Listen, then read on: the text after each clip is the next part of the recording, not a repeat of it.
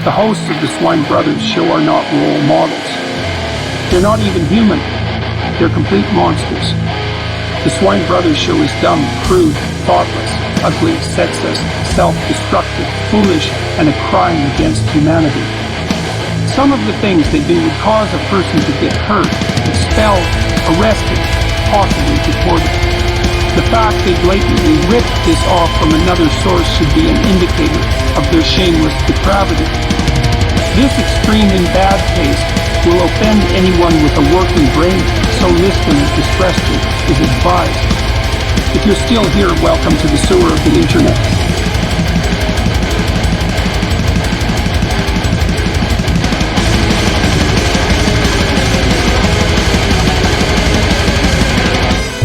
Look, all I'm saying is that the worst part of this promotion is the fact that all the problems I bump up to the fucking crew lead, I'm now gonna have to fucking solve. Welcome to the Swine Brothers show, episode 197. If you'd like to get in contact with us for questions, comments, death threats, and other things, you can email us at cosmicgodsdie@gmail.com. Facebook is Swine Brothers or Swine Bros 666 on Facebook, and I'm pleased to say we have a Twitter account again at Swine Bros 666 for all your Twitter needs. Why you'd use Twitter, I don't know. And I use it for nudie pics. I'm Kamikaze 9699 or 667 or. Yeah. No, call it Jim Sick. I don't know. I forget what the fuck I put on there. I'll have to check it out. I just go on there for the porn. I tag you in random things. Yeah, I occasionally see them and enjoy. And then I get back to looking at titties. I'm your host, Ellie Lindemuth. I am the Jim, the Seeing Eye Mutant. I have just returned from Laguna Seca with the IMSA race. Sports cars. It was very fun. I went to another race on Friday. Ocean Speedway. It's a little dirt track. So I've been soaking up sun and gasoline fumes. I've been working my ass off at the damn plastic factory as per usual. And yep. I just got fucking offered a goddamn promotion. I'm too lazy for this shit, but I'm stuck between a rock and a hard place. None of the other old heads want the job. Nobody wants the promotion. They don't want the fucking extra work.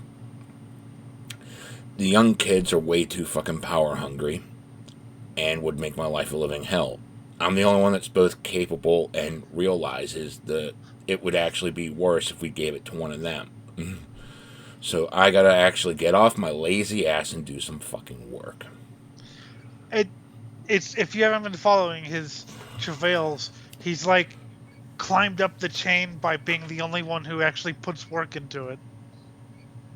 I've been No, I treat it like a job, okay? I go in, I clock in, I fucking do my work, I clock out, I go home. So, because I actually show up to work, they decide, okay, we're going to promote you to floater, which now I'm covering brakes, and I'm doing so working one machine, I'm working 12. Okay, fine. And I found that this was the perfect degree of laziness for me because it kept me active enough to keep me not as focused on the damn clock, because I'm bouncing between machines. And I get to be lazy because I'm not constantly working on one machine. I get to walk from one machine down the hall to the next. Mm-hmm. So that's just like the perfect degree of laziness versus work for me. And now they want me to pick up even more responsibility, doing all the damn paperwork, figuring out who gets shoved where, taking care of problems, and then I gotta actually, I have some interpersonal skills, unfortunately. And that means I'm gonna have to actually use them to fucking cool people down when they get pissed off at each other, because it's a job, it happens all the fucking time. Someone's accused of not doing their job. Oh, and the kicker of it all, I gotta fucking go in early to fucking get into a fucking meeting and leave late because of another fucking meeting every fucking day. Just to figure out who's doing what and then to tell people what the fuck happened last night. Wow. So... And this is just me showing up to work, doing my job, and going home. I fucking just got bumped up constantly. It's like, what the fuck? I wanted to be lazy. That's why I stuck at this job, even though the pay sucks. And now you're giving me even more responsibility, making me less lazy because there's no other option. And I realize that the other options are worse than me. God, why? That's amazing. Worse, the options are worse than you. So, what's on the clown show tonight? Well, I found some videos by this guy that does this black pill shit.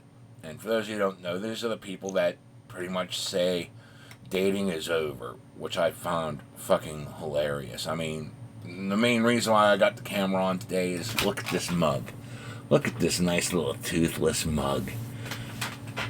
By the standards set forth by the many online communities, I ain't getting laid. Ever. Oh, God. And, yeah, I gotta turn down chicks occasionally. Just because, yeah, I got certain other things going for me. Certainly not my money. You can see my room behind me. Fucking a cat puked on my bed, so I had to fucking strip it. That's lovely. I keep telling him it's the voice. Well, and to top it all off, I'm crashing at my aunt's house with my mother. Oh, wow, you're a mama's boy. Yeah, I moved back in after years. It's not like I have no motivation to move out. It's the fact that it's just cheaper right now, and I really don't feel like incurring the cost of fucking renting. I can easily move out and get, fucking my own pad, but, like, what the fuck's that going to accomplish whenever I could sit here and save to getting upgrades to this damn computer? Yep. Which are fucking more expensive. I mean, yeah, sure, it's a great computer I could go buy with just it.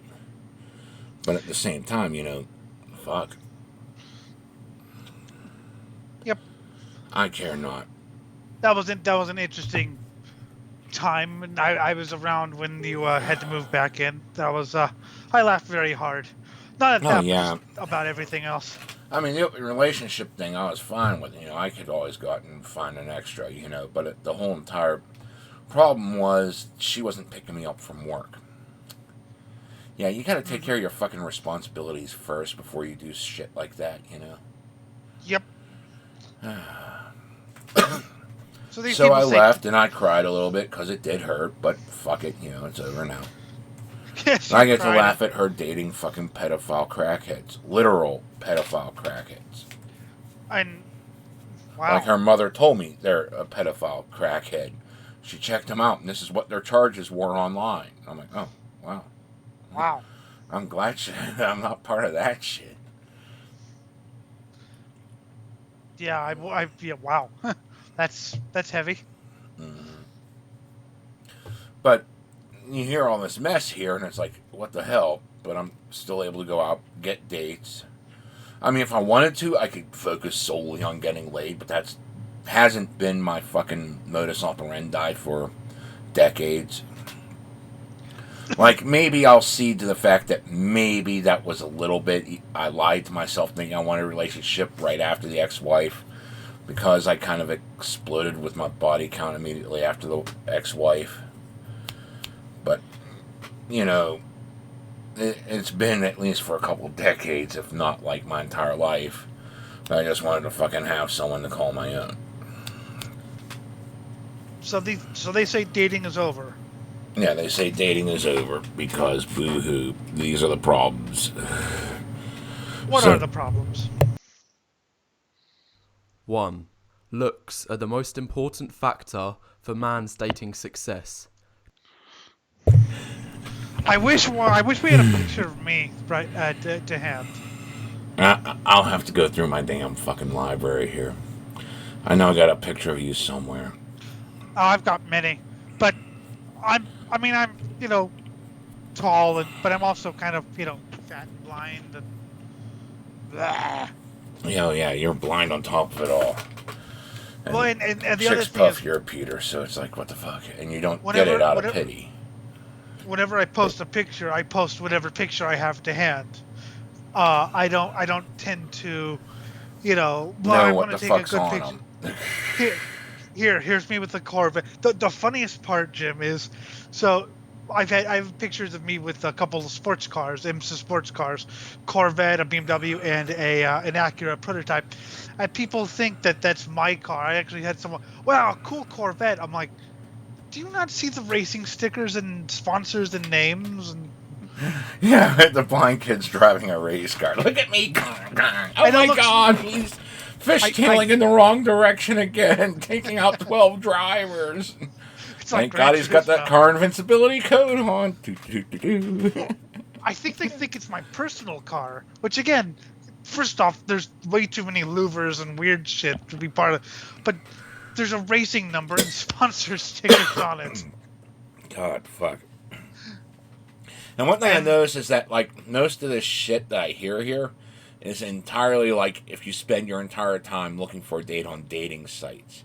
Go out to the fucking mall if you're not able to go out and drink. God. I'm sure you'll be able to bump into someone at one of these local fucking gathering places people can go to do shit. Not need money, not need fucking looks. Just actually be yourself. Unless you have zero personality, then yeah, you're not going to get anything even then. Which is probably the case. Yeah, that's probably the case. My favorite thing is like hearing, but I'm a nice guy. No, you're not. Because I was the nice guy once. And I look back at my actions back then and realize, no, I wasn't nice. I was trying to manipulate people into a date for forcing them to think I was the nice guy. There was an article. I didn't read it. So whenever I ditched that phase, my dating prospects went up. I stopped being the nice guy, focusing on being nice and just being myself. And that's when I got the dates. There was an article. I didn't read it, but it was about women who gave self-described nice guys a chance. And a lot of them realized that they just had no social skills or experience. And it's not just the no social skills thing. There's also the fact that, like I said, a lot of the times these nice guys are attempting to manipulate people into dating them by pretending to be nice when they're not really that nice. Well, and I ended up being a lot nicer whenever I dropped that facade. Well, remember, Elliot Rodger was the supreme gentleman. Mm-hmm. Oh, God. That shit still haunts my nightmares. The prestigious Elliot Rodger name. Yeah. Fuck. 2. Women care about looks more than men. 3. This is mainly because women are much more selective in their mate choice. Their dating strategy can be compared to a single-line fisherman trying to catch the highest quality fish. Meanwhile, 4. Most men take whatever they can get. They're like sea trawlers, throwing a big net into the ocean, picking up whatever. This sounds like dating site strategy, purely. Like you do nothing in reality. Because, yeah, when I'm fucking on a dating site, I click yes to everything. Well, almost everything. Sometimes I see too many. Sometimes I see too many warning signs and I say no. But usually it's like I click yes to everything. And then whenever something comes back, then I take a better look at it. And I'm like, oh, no, this bitch is too much. I don't want that.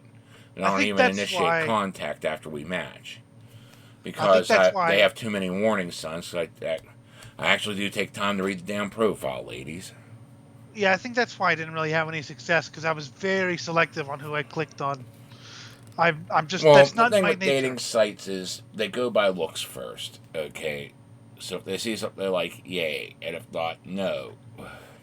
And that's the way women are, because they're going to get, no matter how ugly they are, they're going to get clicks, because there's always some guy willing to bone them. And it gives them this feeling of like, I got attention. But, so they can afford to be selective to a degree. But if they fucking, it's just fucking bullshit. Because, this is dating strategy for a dating site. Not like real life, where you could walk up and see things. Because it's like, one chick I guess I work with, I guess she could be the fucking epitome of what people would call hot today, or, throughout the ages or whatever.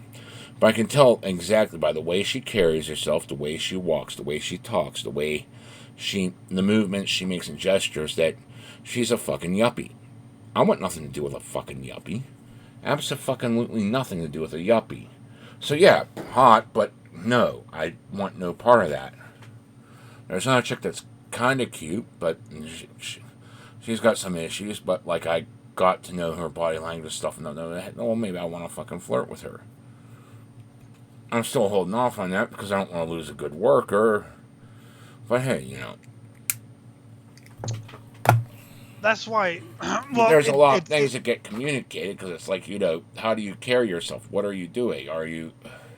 And usually you're like kind of relaxed at things, or you're standing at attention. Well, if you're standing at attention a lot, that usually means you had some sort of training and shit. And the other one where you're all relaxed shit, that means you're more open with your stuff.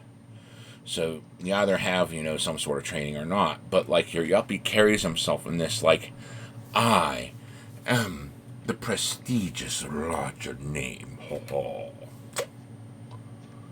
this And is like, why. Just by looking at the way they carry themselves, no, I want no part of that because they're just going to try to drag me in their fucking net of lies and fucking putting on a face in front of people instead of really being yourself. Fuck that shit.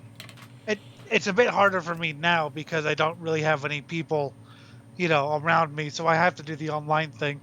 And this is kind of why I always thought Facebook was was better than on, dating sites, OkCupid or whatever, because the way Facebook worked was you just started, you talked to people, you commented, or you started talking to people. It wasn't, well, you can't talk unless both of you like, or both of you, click yes, or you have to judge based on looks. It was just, oh, I thought that was funny. I'll talk, I'll reply to her and say, oh, that was funny, good one, or I agree with that, or I disagree.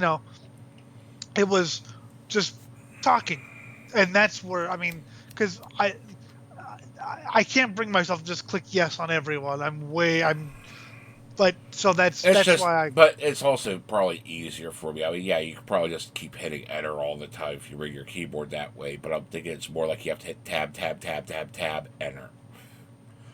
you have to tab it to enter. Okay, whereas to me, it's just like, oh wow, I fucking swipe on my phone. That's like zero effort. Well, that's why that vampire game took so long for me, because I actually had to hit 3 or 4 keystrokes, whereas everyone just had to click on one.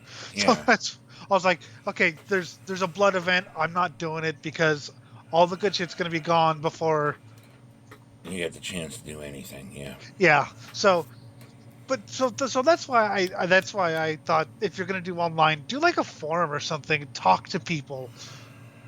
Shit, Discord's pretty good for that as well. Oh, yeah. There's a lot of Discord. men out there that will pretty much go with anyone, attractive or unattractive. 5. Looks is becoming even more important for guys now because of the explosion of online dating apps. It's becoming more important now. Okay, because of it's everything we just said. It's like you're not going out into the real world. You're not trying things. Because you have to understand, looks have always been very important to chicks. But the things that have been most important to chicks has always been that personality. This is what I don't get about young people, is they don't... So I went to races, right? And I've gone to races and just talked, people come up to me and talk to me. Oh, and it starts as something simple. Hey, how you doing? Or are you having fun? Or do you like the race or whatever? I just start talking to people, and sometimes something grows out of, whatever. But people just, I'm going to stay home and look on dating apps where you swipe right or whatever. And by the way, I think this guy's about my age, probably. Mm-hmm. And I wasn't even raised in that. I like to go play outside and or with toys and stimulate imagination. I like to meet people. I'm surprisingly is it possible to be a misanthropic people person? Yes, because that's what I am. Yeah, and you can all die, but please entertain me while I sit here and cease caring about you. Wait, you're cool enough for me to maybe care about. I'll try caring about you. That's like me and the one person at work. I really didn't care about her until, we start bullshitting and I got to know. And it's like, there's a couple other people that are like, okay, yeah, whatever, I'll let you stay the perfect. But I actually, got to care about her at least as, a friendly acquaintance or friend, because, we started talking. But everyone else is like, I don't care if you live or die, just do your damn job.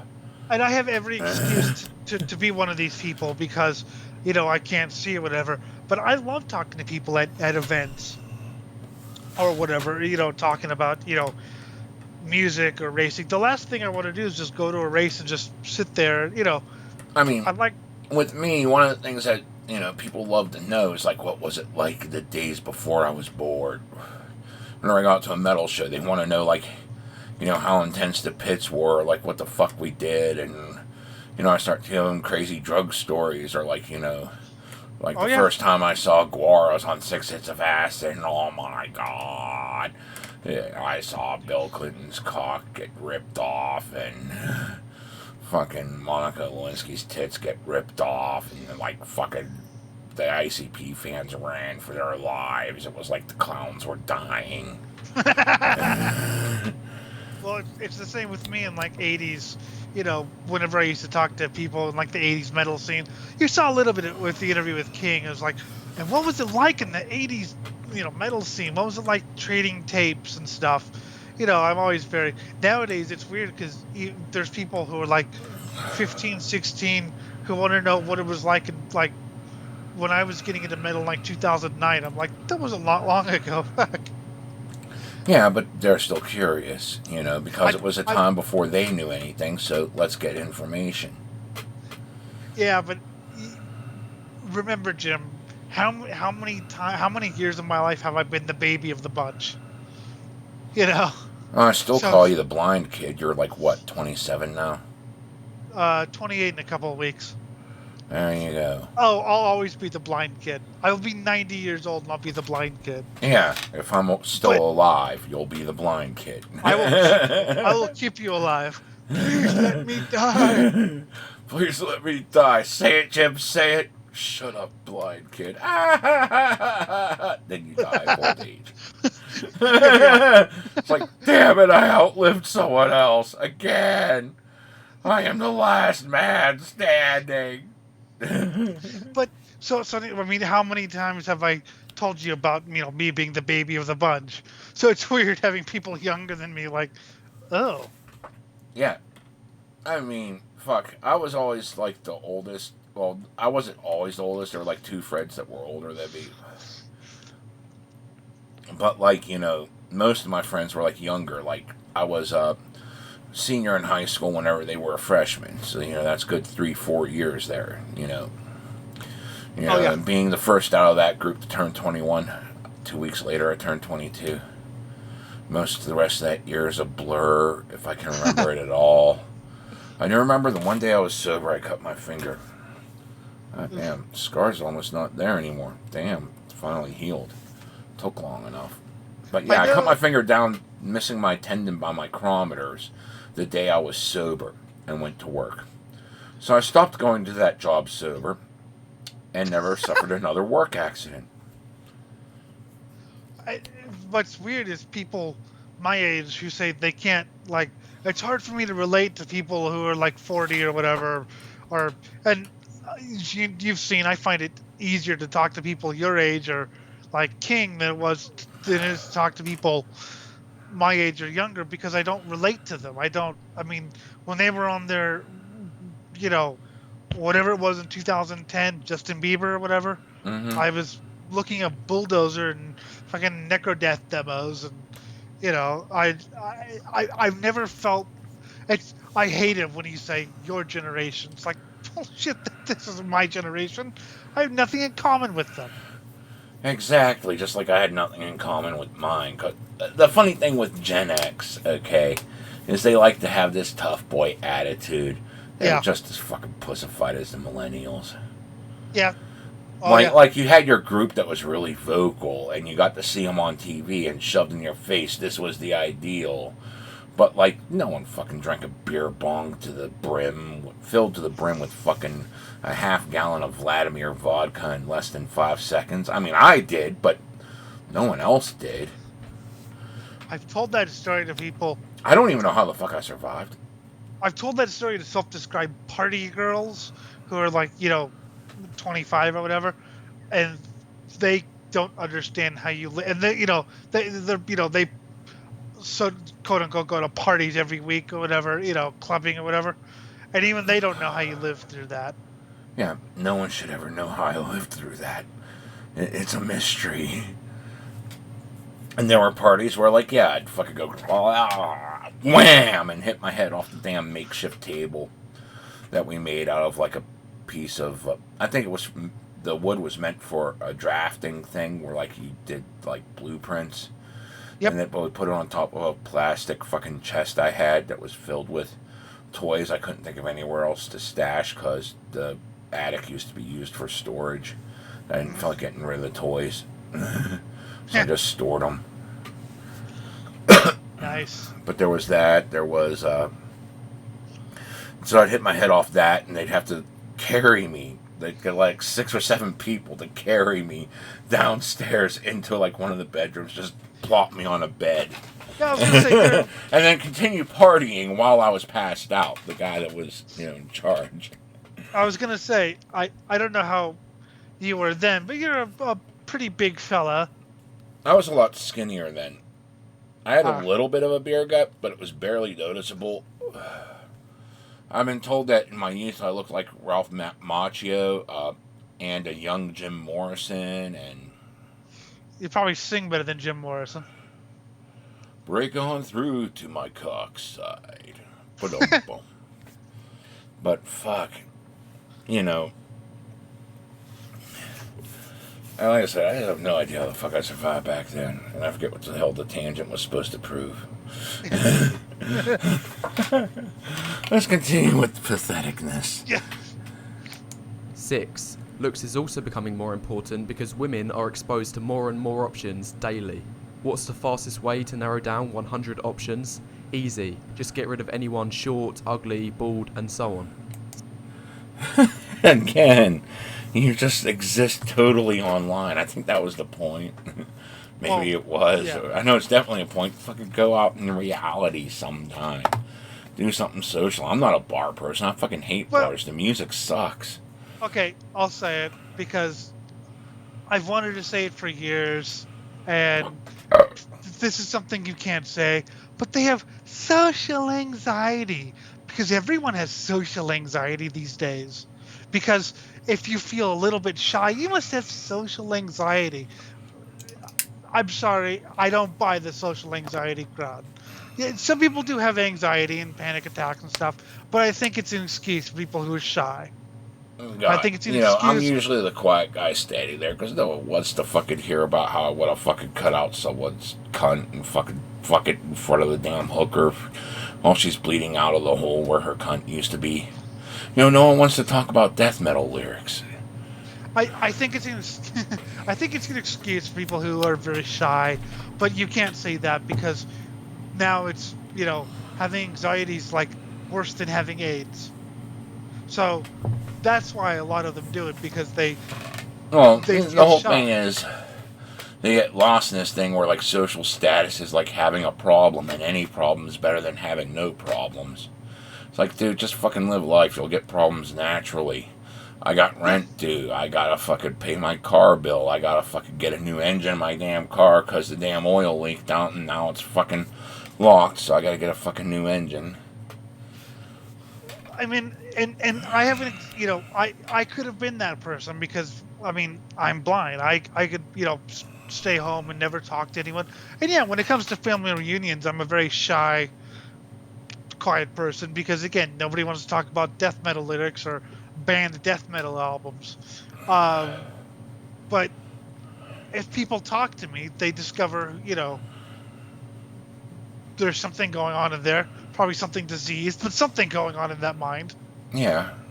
I mean, fuck, people are shocked to find out, wow, I'm on TV. Yeah, it's a public access station. I don't get paid for it because it's all done. And it's too much fun for me to give up, honest. I mean, there's a lot of work involved and some suffering sometimes because, death heat, killer cold, fucking... But I gotta wear the same suit no matter what because that's what people identify me with is having that vest on. So, I gotta tough it out, but it's fine, and then because it's a fucking small production, I gotta Hulk equipment sometimes. to where we're even shooting. I'm impressed. So it's like, and yeah, it's all B-rated. I'm over the top and shit, but fuck, I took chances, and sometimes they pay off. I mean, granted, it hasn't given me a paycheck, but goddamn, is it fun? Well, now you're I believe you're now internationally famous. Mm-hmm. Like 5 people in different countries, and you're definitely coast to coast famous. Yes, I know. But no, I mean, yeah, I understand it's a small thing, but even I'm impressed. I mean, and plus, I actually like your show. If your show sucked, I would not watch it or talk about it. And even here, we've interviewed people fucking that. What was that one dude that did that one book? Dale Patterson. That's it. Black Someone Metal was guy. actually impressed that we interviewed him. I was like, Well, wow, cool. Yeah, and the feedback I've gotten with the Fowley interview, people, oh my god, you got a death metal legend, and yet, I mean, when talking to him, it was just like talking to you. Oh yeah, but that's the way most people are. They're just like people. I mean, we don't get. Not everyone's a Trey Azathoth. That would be fascinating. But yeah, but people, oh my god, it was like, yeah, it was easy. Just talk to him and set up a time and just. I took a chance. I had to have help with the chance because I don't have Facebook anymore, but I did take a chance. Was I nervous at first? More like with Dale Patterson. With Dale Patterson, I was shitting bricks until he started talking, and I was like, okay. There was that one point, thankfully, we didn't get it where you remember where I kind of seized up a little bit. Mm-hmm. My brain in my head like 15 questions at once, and I just forgot to ask. But you got to take chances. If you don't, then what? I mean, fuck, I've been hit by a car. It ain't that bad as long as you survive. Look, I took a chance.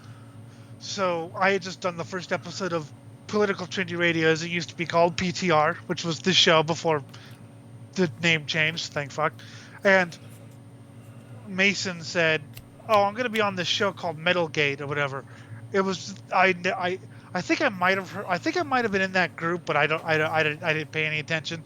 It said metal, and I was like, "Well, here I'll go on the show. It's called Metalgate, so either it could be good or bad." Bunch of posers or a bunch of fucking heads. You find out most of the people there were posers. Then there was me.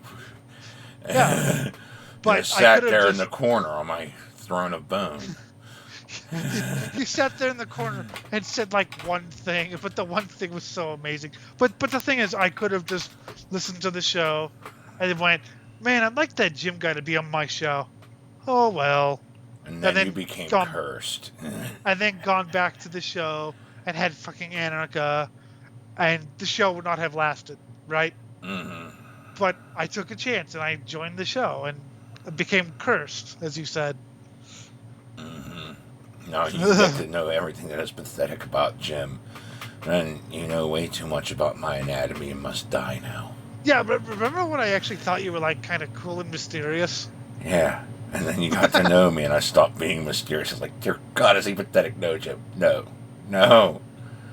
No, don't dive in there. You'll regret it.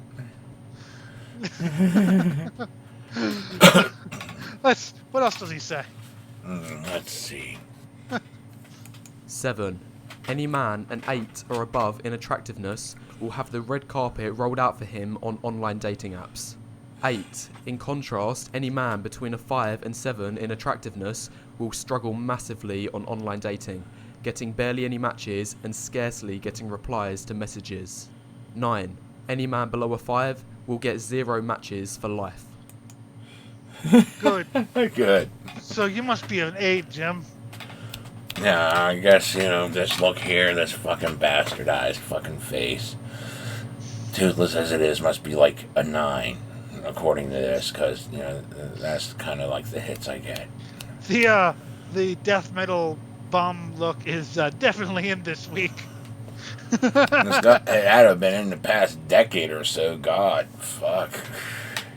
Yeah, well, but like I said, even then, I'm sure if I actually tried, I could have gotten a nibble, but I just didn't really try. I just like to answer the I questions. mean, yeah, I and see what click on happens. yes on everyone, but I still have to filter through the damn matches. It's like shallow, vapid. Okay, no information. I'll try here. Okay, you're vapid. No. But also, the one thing is he's probably A, not looking to older, and B, he probably wants people of a certain body type. Yeah, if you're fucking Model sick, thin.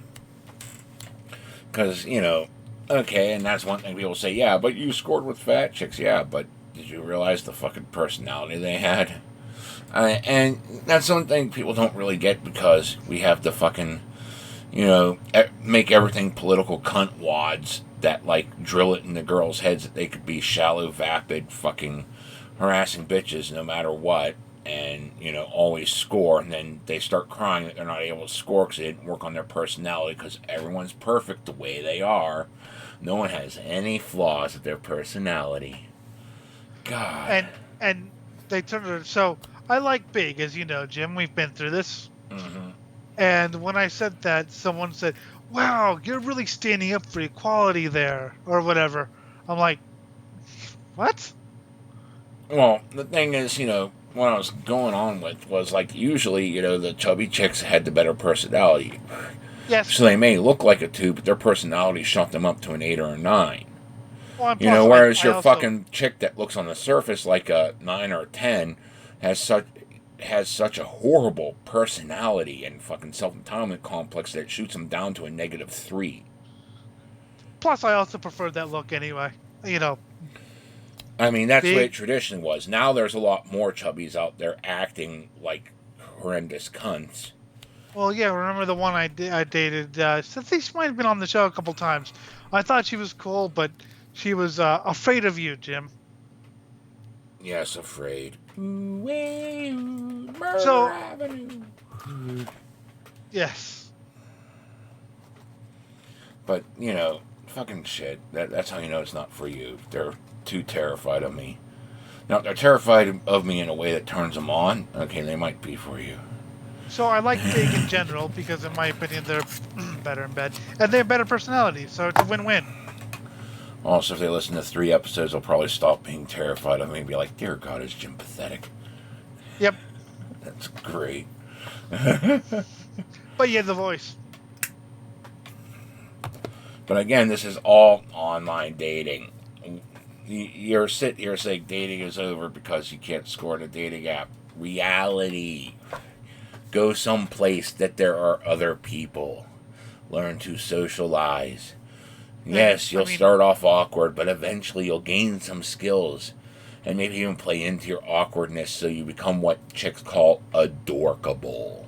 And maybe if you have gone to a place and people don't like you, maybe you just have a shit personality. Oh, that was another thing. There was like this, someone was like, one of the guys from one of the incel groups did like this Ask Me Anything that was on video. And they turned it into this artsy fucking production. And like, the guy just looked like your typical grunge dude. But like, he wasn't trying to hang out with the typical grunge circles, which would have found that look hot. Yeah. Yeah. So if he would have just changed where he was looking, he would have had all the poontang laid out for him. Yep. But if you're trying, if you gotta know where the fuck you might do better, and try to look at things, because sometimes you just need to change the group you're hanging with. I mean, fuck. Whenever I stopped doing drugs, I stopped hanging out with druggies for a while, and then I found out, no, I do better with the damn druggies because I got more in common with them. So I started hanging out with druggies again, even though I don't what amazes me and about these I did people, better then, What amazes me about these people is that, I mean, a lot of them have very bad personalities. And the evidence is staring at them right now. Even Elliot Rodgers said that he's selfish by nature. So he has that, like, ounce, that, like, quarter ounce of self-realization. And then he blows it by saying he's the supreme gentleman. So a lot of these, I mean, so he and it's not was just selfish. blowing at the party scene. The party scene. Oh my God, just a complete lack of introspection. You're at a party, you're sitting there, you're starting to hit it off with some chick. And some guy comes up to you and starts rambling about, oh, you get all the shit that I get, blah, blah, blah. Dude, just settle down, man. You're drunk. Okay, just go. And then he stumbles outside, starts trying to push people off the damn fucking 10-foot ledge. Yeah. 10-foot ledge. And it's like, well, fuck you. And it's like, dude, what the fuck's wrong with that guy? You know, not taking a moment to look outside himself to see, yeah, this is the behavior you're exhibiting? What the fuck? You're lucky you got away with a broken leg there. And to top it all off, he stumbles back to the wrong party to start demanding his fucking sunglasses back. So how would you feel if some guy with a broken leg, a drunk guy with a broken sunglasses back? You know? Take a moment, look outside, and ask yourself, how would other people see this? I mean, yeah, I'm a fucking asshole. I know it, okay? But I take the moment to look outside myself and say, well, do I still want to act like this knowing this is how I'm perceived? And the answer is usually yes, but that's because that's what I want to generate, you know? He's extremely lucky, though, because I heard this story. A friend of mine was making, with some girl and really getting on, and a metalcore kid, like a deathcore kid, the guys who crowd kill in mosh pits, like karate moves and shit. He had a crush on this girl, so he punched him in the head and started doing karate moves on him.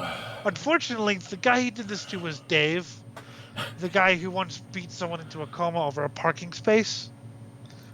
Yeah. I think that guy's nose is still bleeding, actually. Yeah, well, that's what happens when you get your face slammed into the floor 30 times.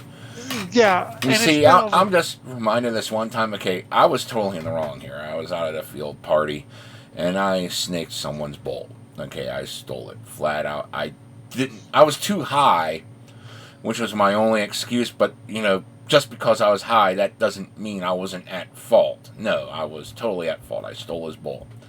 And I lost it in someone else's car. So I couldn't give it back. I didn't have the money to pay him back. So when he came and demanded money for his bowl, I was like, fine, you get a few free hits. So he started laying into me. I thought, oh, wow, that's nice. He's taking it easy on me because he knows I'm doing the honorable thing. And when I finally thought, okay, this is enough of a beating to fucking get his money out of me, I stood up, was like, okay, that's enough, and started walking away. I had no idea he was actually laying into me as hard as he could. I thought he was going gentle because, whatever. But no, he was laying into me as hard as he could. And the fact I got up like nothing happened and walked off, picked up my cigarette out of my friend's hand, started smoking it again, like nothing happened, that shocked him to his core. He left state. I'm sure that did shock him. Yeah. I mean, I was being nice. I was letting them take it out of my hide because I didn't have the cash, and I stole it and lost it. I couldn't give it back. But, because I have that sense of honor. So it's like, whatever. But, I guess people are just too pussified. I mean, yeah, this guy was closer to, the rim, where your generation started. So maybe that was part of it. Your generation sucks. They're not my generation, asshole. Yeah, but still, he sucked. and it's like, I was I had endurance out the ass, but I didn't, I was never capable of beating someone's ass without first wearing them down with my face. They'd pummel me till they were tired, then I'd swoop in for the, coup de grace. I still like this story I heard from Puke. He stole a guy's stereo from his house in the middle of the day while the guy's they're smoking weed, and Puke decides he wants the stereo, so he steals it right in front of the guy, and the guy's just looking like he can't believe Puke did that. He didn't retaliate or anything. It's because it's just complete disbelief. Did you just walk out of my house with my stereo? That's fucking great. I wasn't there that day, but yes. Did you just walk out of my house with my stereo? Oh, God.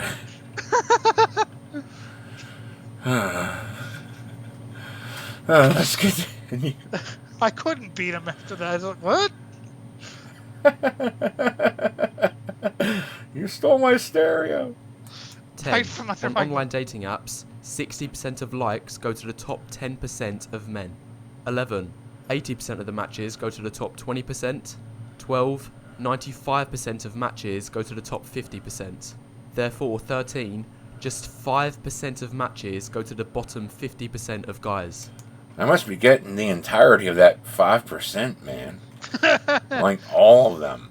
Because, like I said, I gotta turn chicks down because they're too stupid. Fuck. 14. These statistics also show that looks are mostly objective. There is very little room for opinion or preference. 15. A man's money now means nothing to women, as they can instead either work for themselves or rely on the government to provide resources instead. Well, that's good, Bullshit. 'cause I don't got none. Fucking shit. Because I still get offers for chicks to suck my dick simply because I got a fucking job. I'm making shit wages, but because they're even worse off than me, they're looking for any out. So, I'll suck your dick. No. Like I said, why do I think that this guy was on a dating site and either didn't get any replies or got replies from people? Because if you remember Elliot Rodger,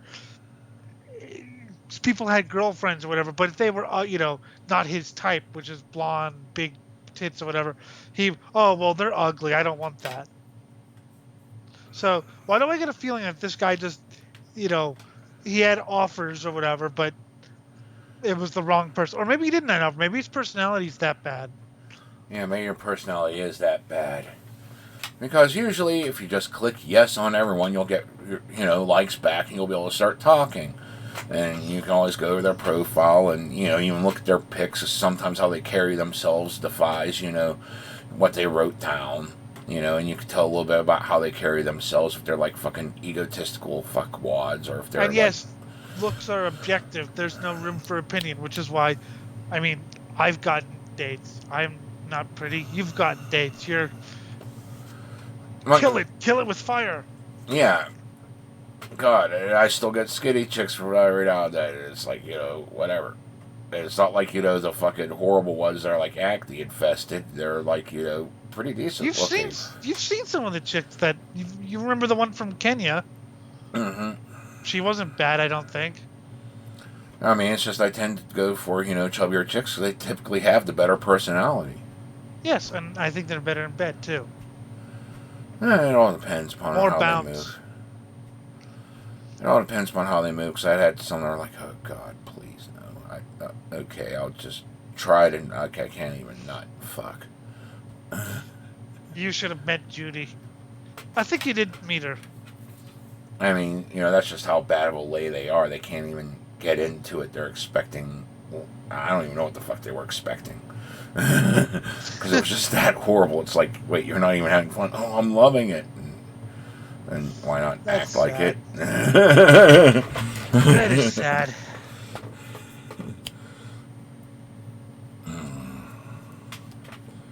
Anyway. 16. Any man that gets in a relationship based on his money has no real attraction from the woman. It is all fake love. 17. Well, not entirely. Sometimes, yeah, they get attracted by the money. The one thing you gotta remember is the way lust versus love works, because you usually get lust first. Whenever you're lusting after, whether it be looks or money, that's what you go in first for. But you stick around for the love portion of it purely because, there were other factors at play you didn't notice at first because, first your loins went off. Then, everything else started clicking mentally, emotionally. I've never seen that in my experience. Everyone who was into the money was literally just into the money. And as soon as he I've had seen a plenty of financial that downturn, too, but, actually that is the majority, but it does happen, with the money. and as soon as the financial downturn, bye. I've seen that happen. Yeah. And it was great. It was great because I hated that guy. That's good. I wanted her to spend all of his money, and she did. Hooray, spent all his money. Yep. His only purpose is just to provide resources for her, whether it be pay for her bills, expensive dates, holidays, and so on. 18. Any man that gets a relationship mainly because of his money will likely get dumped as soon as he loses his job or investments. 19. Yep. Relationships based on money will likely end up as dead bedrooms. The man might get intimacy twice a year, on his birthday and on Christmas. 20.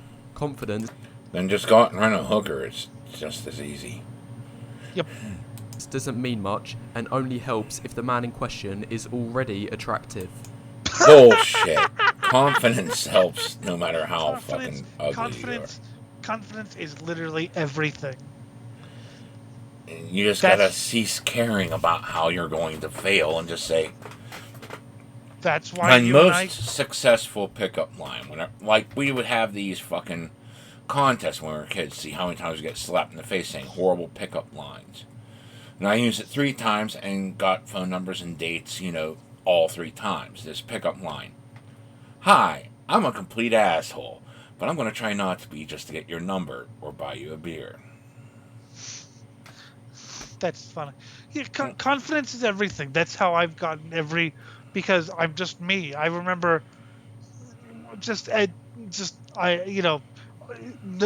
oh, he's blind. Yeah, but he doesn't I don't care about that. It's just, I'm me. I think I'm interesting and I think I'm slightly talented It's a defining feature, but not the defining feature. The defining feature is you're a fucking moron. That's your defining feature. And that's why chicks get into you, because you're too stupid to know you're being whatevered. Fuck off. I will murder you so hard. Good. Your defining features, basically people, look, he's going to spontaneously combust. We might as well just, fuck him a couple times before he spontaneously combusts. No, they want to be caught in this spontaneous combustion, damn it. They're like, yeah, burn me. Oh, God, I didn't get set on fire, I'm dumping you. God, I should have set you on fire, you should have said something. Oh, God. I hate you, Jim. I know. I fucking hate you. It's a glorious thing. 21. This is because if an unattractive guy is confident, it is often seen as creepy or arrogant. Okay. Maybe they actually are being arrogant. And they just think it's confidence. Elliot Rodger, prime example. Yeah, a lot of people do think that arrogance is confidence. Confidence isn't standing up and just saying, I'm the a magnificent person, or just confidence is just doing your own thing. It's just like, yeah, okay, this is happening and I don't care. Confidence is me going up saying, I embrace being 100% pure gutter slime. I am trailer trash of the finest degree. Mwah. Everyone shits on me. It's great. Yeah, confidence is just doing your own thing. Confidence is not... Confidence is not caring what other people think as you do your own thing. Fucking we listen to metal. Oh my God. Even today people say it's the devil's music, or like you're going to go out and be a serial killer. It's like, okay, fine. I don't want to talk to you. But then, some chicks that aren't even into metal are like, hey, what's up? I think that's what attract people to me, is because I just do what I do. I can't... And I've seen similar shit within, other fucking things like, anime freaks, Someone just sits there rattling off like 18 million anime to go watch, The fact they're doing it with such confidence, that gets some panties wet sometimes because they're also in anime. And it's like, hey, Well, what gets people attracted to me is because I remember on dating groups, people, someone said, am I too fat to love or whatever? And I said, if you have to ask that question, then what does that say about your person? What does that say about you? And that got, wow, that's, people, oh no one's, I was like, well, if you have to ask that question, then yes. And that has nothing to do with your actual weight. It's your personality. You're going to let it consume you instead of fucking go on. and people actually read that and were like, wow, he just doesn't care. And that's I mean, but yeah, being arrogant. Can I be arrogant? What do you think, Jim? Of course I can be Yeah. arrogant. Fucking I could shit. someone on I a gotta Discord. fucking bitch slap you with a fucking 10-inch donkey cock sometimes just to shut you the fuck up. And can I be condescending sometimes? Constantly. Fuck you. So there's someone on a Discord I like was, yeah, she's very condescending. I'm like, I'm not condescending, little boy. I still call you the fucking blind kid. I still call you an abomination. Good, I am an abomination. My aspiration is to become the master from Fallout. I just consumed the fucking rat with a tendril that shot out of where my cock used to be. It just sort of melted away. And chicks would dig me because they think, oh wow, the tentacle hentai porn. But also the other thing is I have the confidence to be incredibly self-deprecating. I told a girl once, yeah, the show's a curse. I hate it. Do I actually hate it? Of course. And she knew I didn't hate it. She knew I was doing a thing. But she found it hilarious because I talked about the show constantly. Yeah, the show's a curse. I hate it. You know, that to me, it was confidence enough to joke about it. Fucking shit. I call myself a fucking idiot all the time. Well, you and are. Then I sit there, on the other hand, it's like, oh, by the way, you know that the Higgs boson gives gravity to... Well, not gravity, it actually gives mass to the massless. Sorry, I even got that mixed up when I was trying to explain it. Do you think Jim's an idiot? Write in the comments. If you don't say yes, I'll kill you. Say yes. But really, I'm self-deprecating all the time. Sometimes be humorous, other times keep myself humble. Because, on the other side of me, it's like I sometimes still think I am a god. So, fuck it. I gotta bring myself back down to earth somehow. I told my cousin once, he said, you know what, you're growing up, and you're gonna, here's the only advice that will ever mean anything to you. Never follow your dreams. And he laughed because he knew I was doing a thing.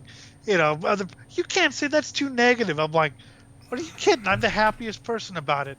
But I think it's hilarious to say that. Never follow your dreams. Always be a broken husk of a human being. Exactly. Thank you. You get it. It's so great, that negative reinforcement. Just the other thing was, even this morning, even when I got off work, someone posted something that was going on, the whole body shaming thing. It's like, I love body shaming. It gets me off my lazy ass and makes me do things like exercise. I love body shaming because you can't shame me because I'm proud of who I am and I don't care. There you go. I am the Blob, and I do not care. Nothing can beat the Blob. Yeah, I've never cared. I mean, back about 10, 12 years ago, I really, like, if someone called me fat, no, but nowadays, yeah, I'm fat, big deal. What do you want? I always describe myself as tall and fat. I still say, look, if you're looking for a good dessert, who you gonna turn to? You gonna turn to the 90-pound skinny kid, or are you gonna turn to the kid who looks like he's actually had good food once in a while? Yeah, exactly. You're gonna turn to me, motherfucker. Cheesecake. I used to fucking eat. I used to, when I were doing my party years, I'd get the no-bake packs of fucking cheesecake, and I'd mix it together, and then just eat the batter as soon as I mixed it together. You have to remember, I'm doing this on like 6 hits of acid. I didn't bother actually making, the actual pie of it. And the fucking crust was rotting in the box. I was just eating the batter. I was a skinny-ass motherfucker back then. I mean, my opinion on the whole body shaming thing is complicated because I do think people should live the life that they want. But at the same time, why do you care what other people think? If people call you fat, or people say that you can't be loved for being fat, just tell them Maybe You you see, can't be allowed my for your main thing personality. is that people use it, try to ignore the fact that it does have health problems. There are physiological things with being overweight, immutable facts. But they sit there and try to defend it, and they try to turn it into like some sort of like singularity as to who they are. Like, this is my one defining feature. I'm fat, therefore, everyone must bow to me because I am fat, and that is all that I am is fat. I am nothing else as a human being, just fat. Well, there are limits. There's a gamer who's something like 700 pounds or something like that, or some astronomical level, and all she does is sit and her boyfriend cooks food for her as she eats. I think that's a bit gross. Yeah. But But, you'd be called body shaming for that because, oh my God, how dare you? It's like, well, this is actually very unhealthy. She's probably going to have lots of issues. It was sent to me by someone who's, pretty big, and she's like, holy shit. Mm-hmm. Like, come on, there are limits here. Whenever you start looking like Krang's bodysuit from the 80s Turtles cartoon, that's whenever you got to think you got problems. Wait a minute, why are you describing yourself there? I know, right? I even got the brain in my belly, just telling me things. Just telling me to rub one out to like some porn, but I'm watching this instead. God, I don't want those images in my head. Besides, 22, confidence is very correlated with looks anyway. Statistically speaking, shorter, more... Look at me. Look at me. I can't even see. Yeah. My eyes don't work, and I know they look ridiculous, but I'm confident because I think I'm relatively engaging, and I think I know about some things, and I took chances and did things regardless took chances. Hell, even when I had low self-esteem, it was like, well, maybe if I try something different, something else will happen. I didn't get lost in this loop where, like, I did nothing. I actually said, you know what, if I do something, maybe something will happen, and then things happened. Sometimes it was something good, sometimes it was something bad. Nobody knows till you press the button. Well, you learned something. Yeah. I'm going to take a chance by feeding you through a wood chipper. Good luck. I'm going to fucking lure you off a cliff. No, you're not. Yeah, I am. Because I know where the good cliffs are. You're not going to be able to step out and figure out that it's a cliff until it's too late. Yes, but then I'll rig it so that no matter which way you move, you're going off a cliff. Yes, and then after that, someone who you've heard of that I know. Oh, I'll have the shit beat out of me and I'll be dead, but you'll be dead before me. Oh, so you don't even care. You're just like, yeah, I'll die, but you'll die first. Yeah, exactly. That's respectable, that is. It is.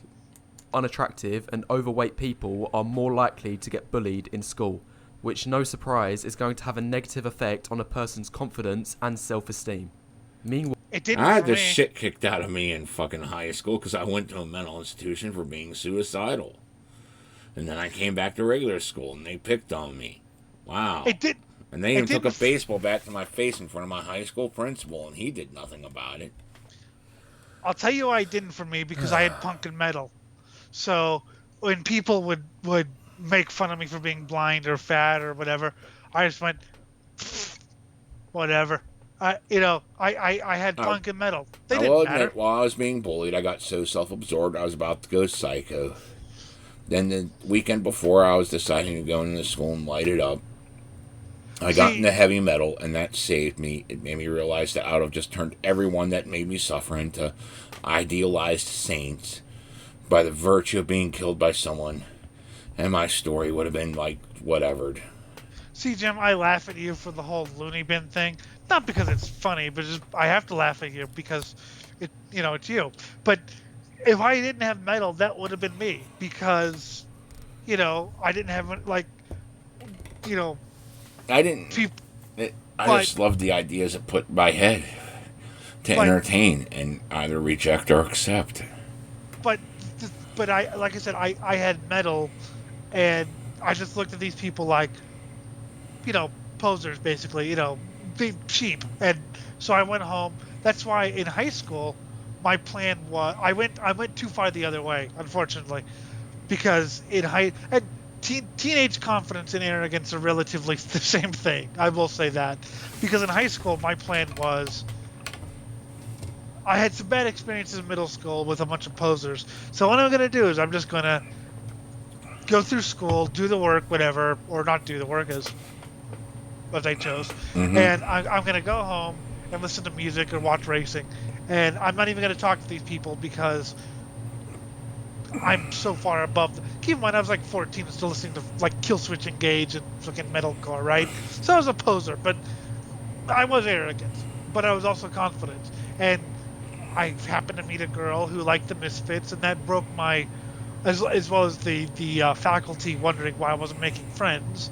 But I met a girl who liked the Misfits, and that broke all of my little rules. But yeah, I had, so yes, that was arrogant. But in middle school, I had metal, and it was because of that. So for the last day of PE, I want to say 7th or 8th grade, the entire class decided to throw frisbees at me for 90 minutes. If I did, 5 years ago, I would have started crying if they did that. And in 7th, 8th grade, I thought it was cool. It was metal, man. People were throwing. I mean, I was, bruised slightly. I loved it, and the kids and even the teachers let it go because they knew I was loving it. I thought it was like being in a mosh pit. There was this video game called Arch Rivals. It was a one-on-one basketball game where you beat the shit out of each other for the ball. Nice. Well, whenever we got together, we'd start, let's play some Arch Rivals. Okay, so we would do, in reality, just grab a basketball and just beat the shit out of each other for it. This was even before we got into metal. It was like, yeah! And like, we're all the fucking pathetic weaklings in class, so whatever. Yeah.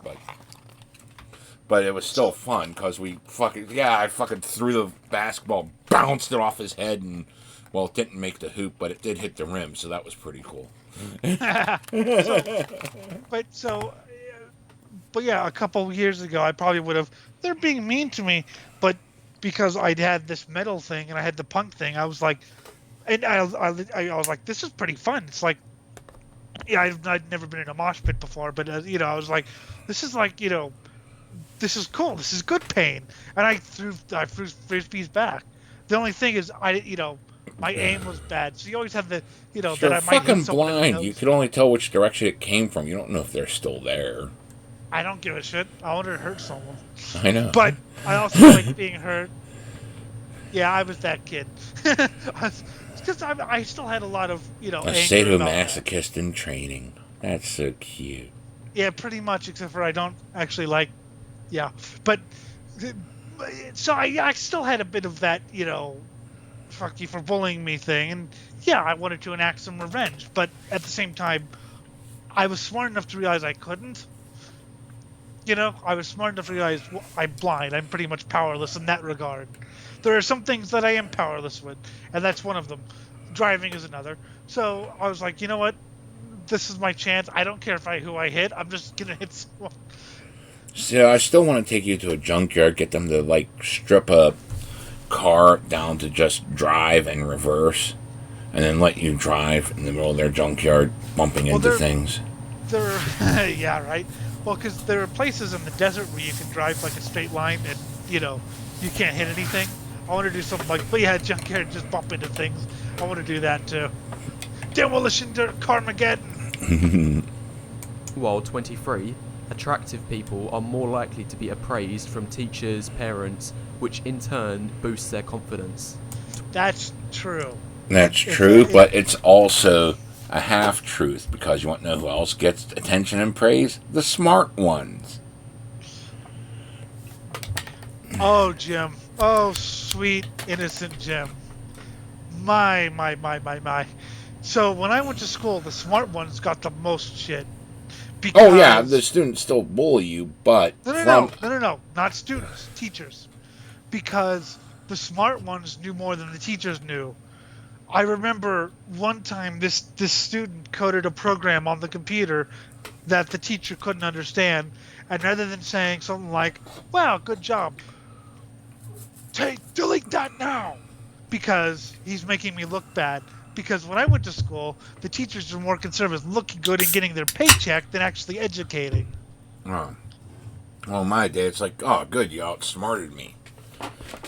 Oh, I mean that. What happened in my APB class? Now, the thing was, I'd been part of my LD class because I was in learning disabled because fucking I came out of a loony bin, so he's got to be dumb, haha.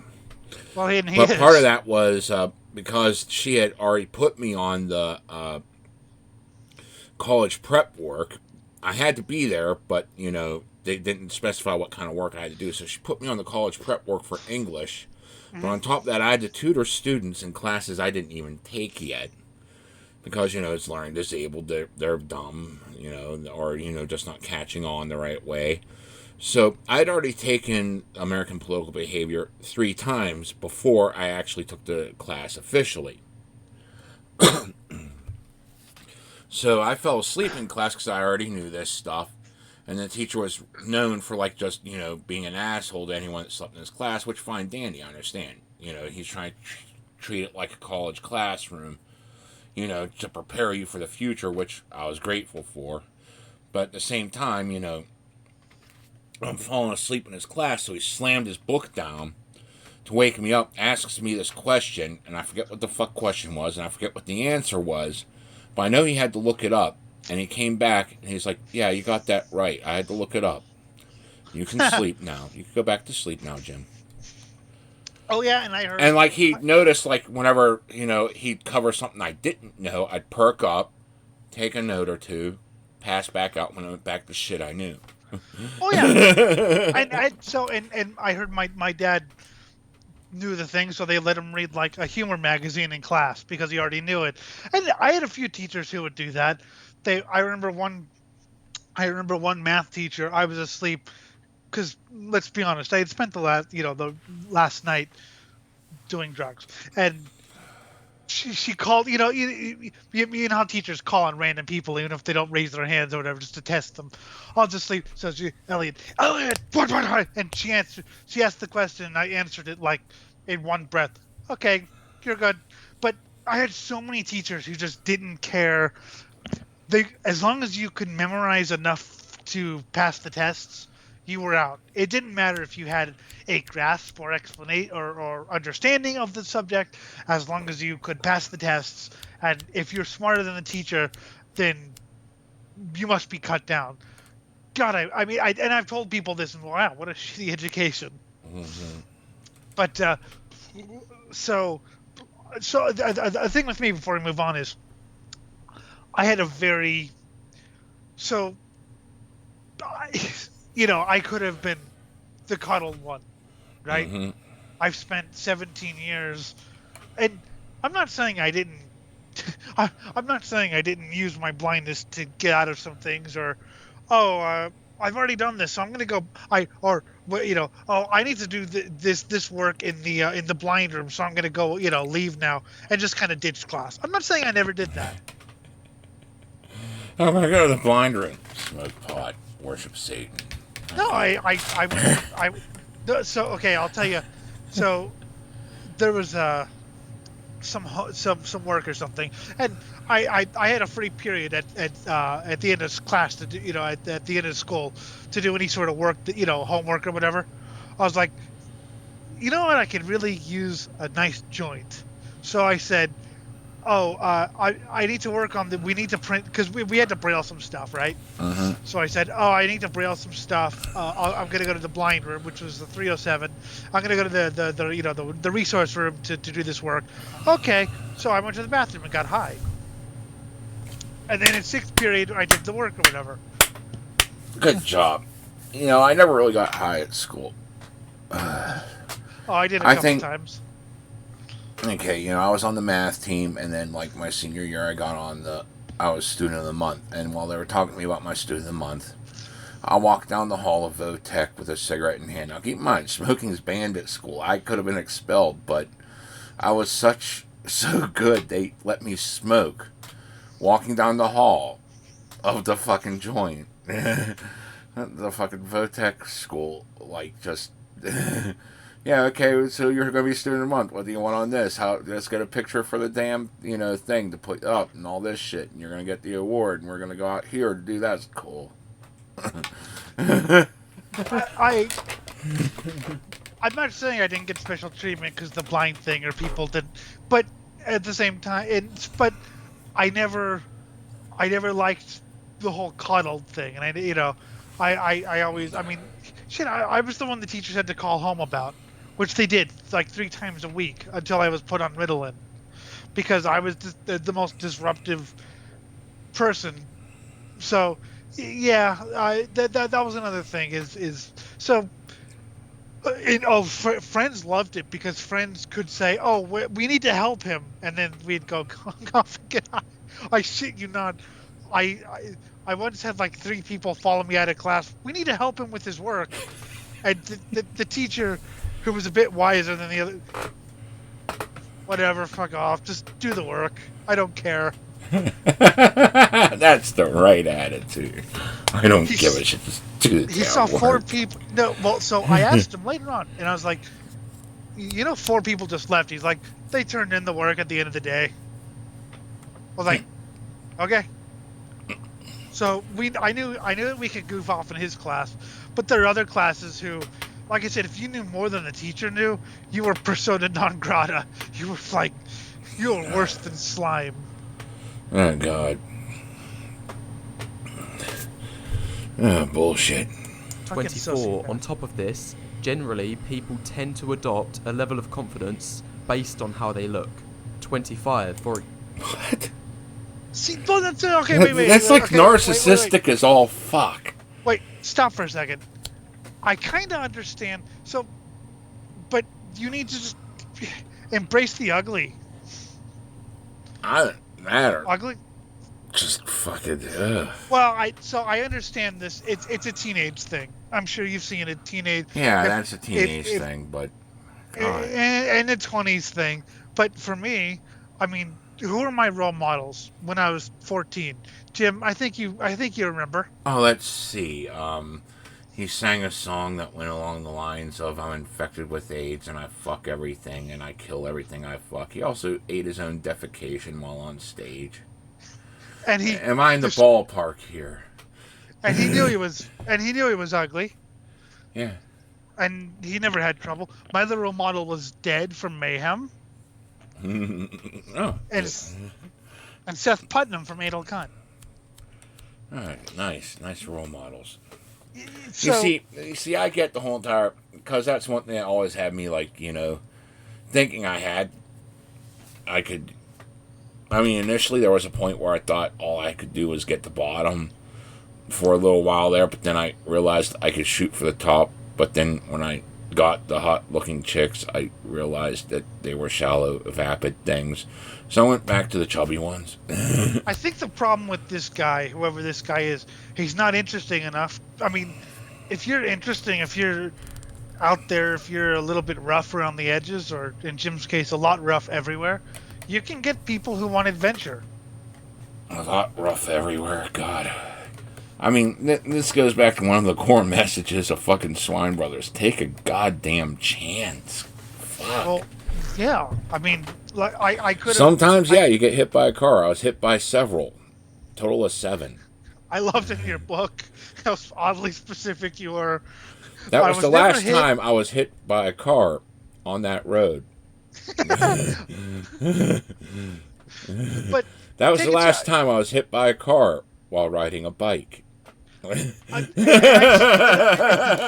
I still find myself, thinking, but, well, I don't know if I want to, but I was like, what, just take a chance. And if it doesn't work out, then, like I said, I could have listened to Mason, who I found annoying, but nice enough, as you know. Mm-hmm. I could have listened to him on that show and went, wow, that Jim guy, that Scott's kind of cool.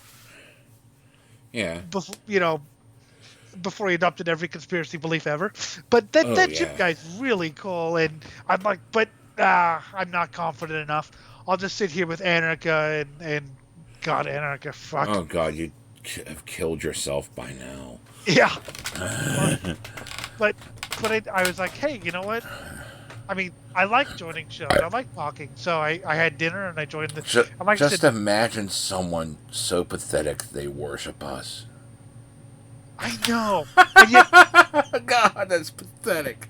imagine someone so pathetic they worship us, but then won't admit they worship us. But But then come everything's back every time we insult him, saying you're yeah. stupid for doing this. Why? I know. I know. It's fucking awesome. It's like, please, no. So yeah, people like filth, and I just don't think he's that interesting. I just don't think he's interesting enough to attract.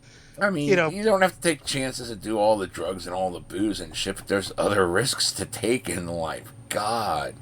Like I said, just cross the damn street a few times. Sometimes you gotta cross the highway because you're on foot. Go out, do something. Don't just sit there and wait for everything to happen because it's not I've going had to. opportunities to ride race cars, NASCAR and dirt cars, and I took them because I can't see. I'll never drive a car. I mean, Jim, if I could see, I would dabble in local racing or something. Oh yeah, So you would probably I have a fucking few arrests under you. I'd be even more. I'd be even more broke. Oh yeah, because all the damn fines for illegal street racing. Literally, well, I mean, what's the best way to make a small fortune in auto racing? Start with a large one. There's nothing more money sucking. But anyway, I went on a dirt car ride in February. It was the most exciting thing I've done in years because, I was on a real dirt track in a dirt modified. That sounds like a dream for you. But I wasn't feeling well that day. I got sick. My fucking dad got me sick.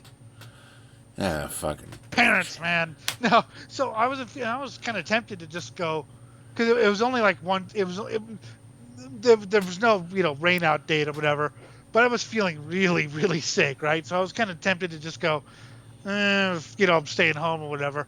I would have regretted that the rest of my life if I'd have. So even though I was sick and could barely get out of the damn car. I just remembered something, okay, about this whole entire, thing where, okay, well, what it is people are saying that, no, there's a huge risk that you just say hi to a chick, she's going to accuse you of rape. Guess what, kids? That's not anything new. That's existed since my day. That was even before my day. Yeah. There were always those bitches that just were so self-important that they just wanted to get rid of you and destroy you for even thinking about talking to them. Yep. You get to grow up to be old biddies that fucking have 3 dozen cats and never bred. Oh, yeah. That's existed in the 70s. The band Anvil, before they were Anvil, were accused of rape because some roadie destroyed a chick's watch.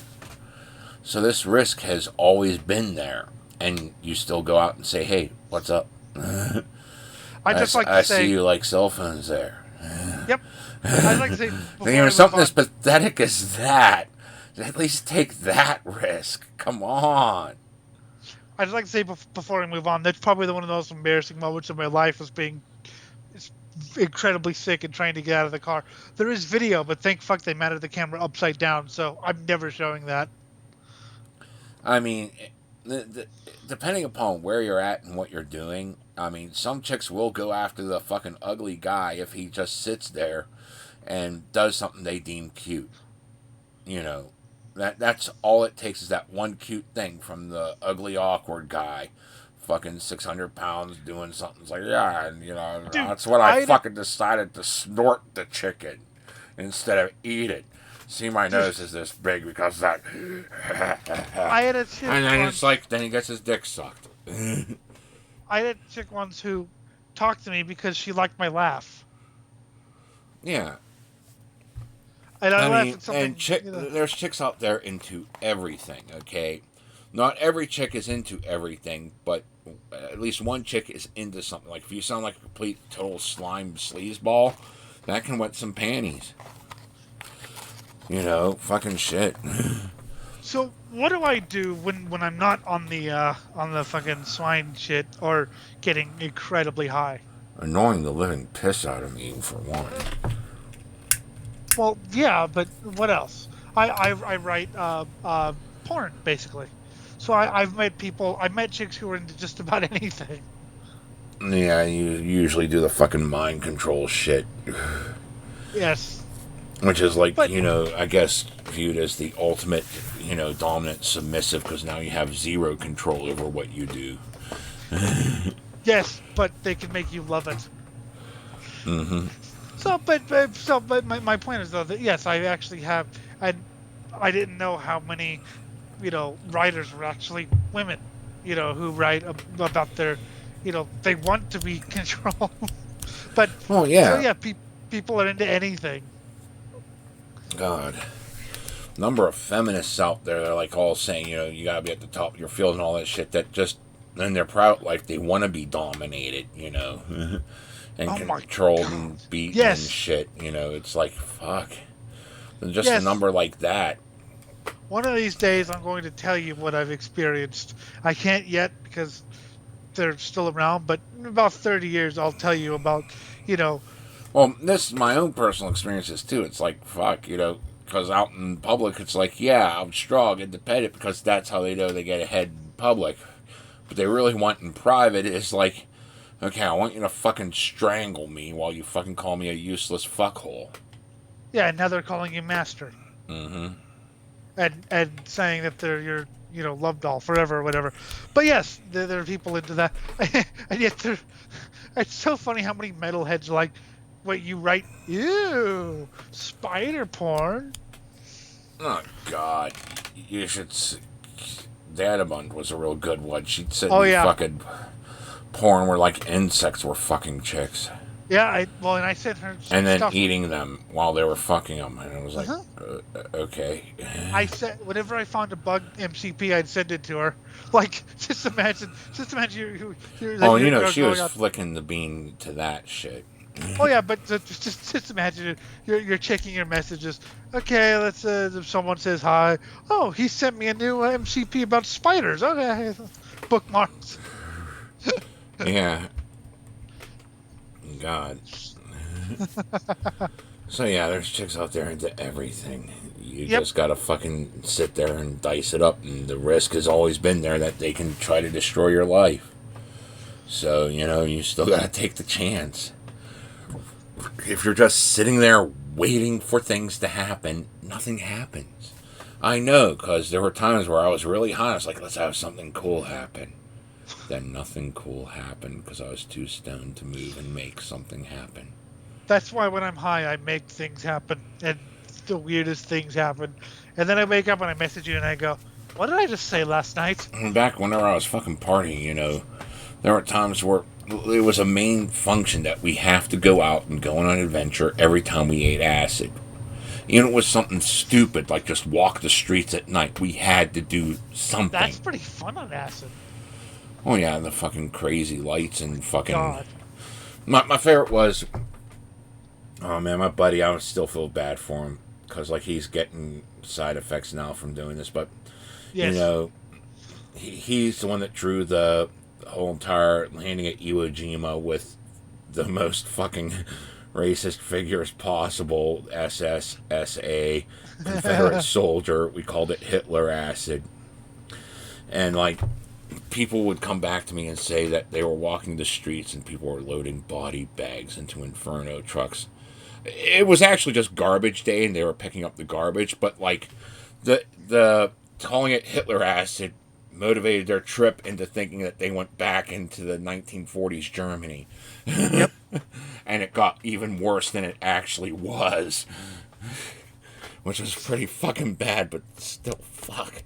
They were just loading the body bags into Inferno trucks. I once did acid on a windy night. That's fun because the wind talks to you. Literally. That's great. Yes. I used to judge how good acid was by how many times I knew I was God on it. Granted, I was only God of the ants in my dad's backyard, but I was a deity nonetheless. I was God. I was God of all things. And I told the talking bulldozer in the room, who was actually my slightly drunk friend, but he was a bulldozer. Talking Bulldozer. I said, I'm going to judge all music. And so he would play something. This does not exist any longer. He plays something else. Keep in mind, he not understands that I'm high, and he's laughing his ass off. And finally, the only music of recorded history, because in my mind I heard it all, right? Yeah. Everything that I deemed worthy was Morbid Angel. That was the only music that actually existed anymore. And the funny thing is, when I get on weed now, I still get flashbacks or flashes of that divine. Like, last night, I thought I was God of Death Metal. Which I am. Yes, God of Death Metal. For example, how can this short guy look confident to the camera if he's standing next to this man who's way taller than him? 26. How can this man smile with confidence when he has bad teeth? Look at how I fucking missing and fucking yellowed from fucking too much tobacco teeth. I smile all the fucking time. Fuck you. I got bad teeth. I'm finding parts where the teeth is wearing away, and I'm just, but I can smile. I'm not going to stop smiling just because, whatever. And it's not going to cause me this huge lack of confidence. There's probably something stuck in my teeth that the camera caught that I don't know about. We've talked about this before, Jim, though. Smiling is not a natural reaction for me. Well, it's natural, but I only do it when something really good's happening. Like, a car People starting. Screaming on fire. Yeah, that's usually good. But, so I don't smile all the time, but I do smile. I mean, you've seen me smile for pictures or whatever. But, and how can, well, just remember, short guy, if you're like in a car with little leg room, you're gonna be A-okay, whereas my legs are gonna be screaming at you. Also, if you're short guy, on the taller chicks, you're the perfect alignment for one or two regions that you can always make the joke about. Well, that, and you don't. It's like, oh, good, I could just get smothered by your titties, or oh, good, you can just stand there while I suck your clit. Yeah, exactly. Plus, you don't bump your head on low-hanging things. Mm-hmm. I hate that so fucking much. I hate that so much. God.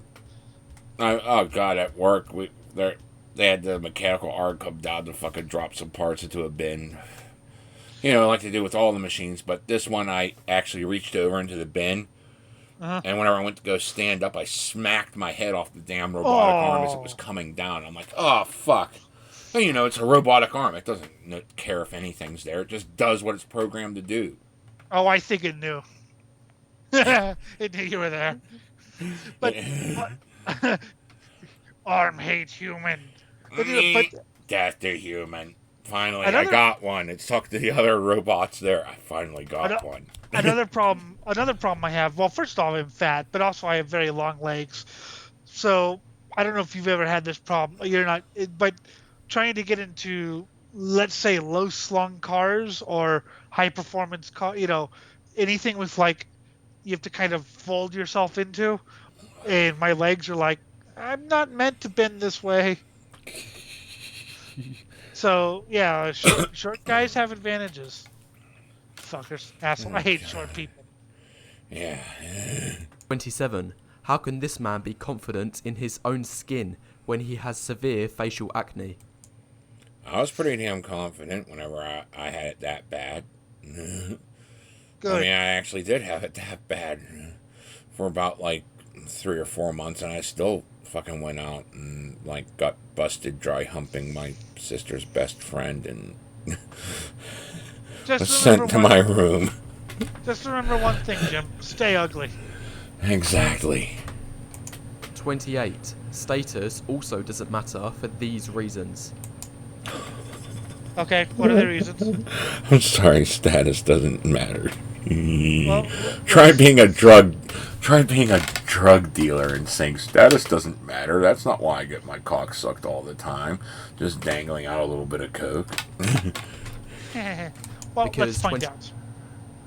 Okay. 29. Similar to confidence, status is also largely determined by looks.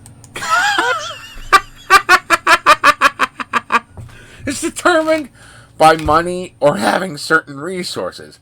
Like my previous example of the drug dealer. If you got the drugs, chicks are willing to fucking shove those panties down your throat while they fucking ride your cock. I think what they're saying is that poor people aren't cute, I guess. That's a weird way of looking at it, but okay. I need a drink. Sell drugs. For example, 58% of CEOs are over 6 foot, despite them only making up 15% of the population. What? So what they're saying, wait, so only rich people can be beautiful and tall? Yeah. I need weed, man. Additionally, 31, women tend to only care about status when they have reached settling down age. 32. What? Wait, but people care about money, and money is status. Why the I fuck don't do know. you have, like, 19-year-olds dating 50-year-old guys? Simply because they have the money and status. Oh my god, my head hurts. Like literally, this has been a trend since the dawn, and it's still ongoing. You know, Yes, you it's get still this girl ongoing. that's just barely legal, and like some rich bastard takes a look at her and says, okay, well, fuck for a few years, then I'm fucking dumping you once you get to be like, 23. Because that's when you're too old then. Yep. You know, that's existed for ages, and it's still going. In Yep. fact, there's feminists bitching about it right now in articles, and a few of them are like, yeah, well, I just gotta accept the fact that I'm no longer 23. Yep.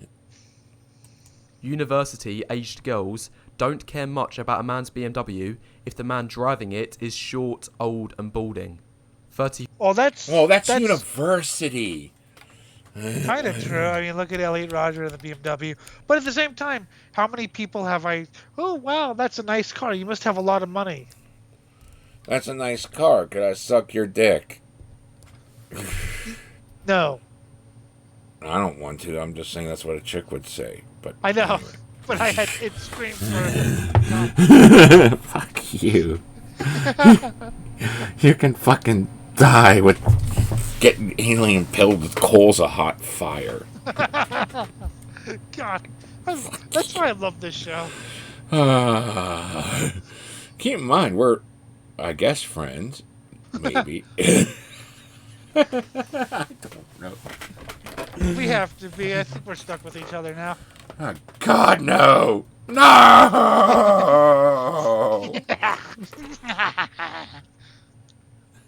You sounded like a guy from Streets of Rage. He just comes out with like this full punk gear and he just starts flipping a knife around like he's like Mr. Cool. And then you kick his ass.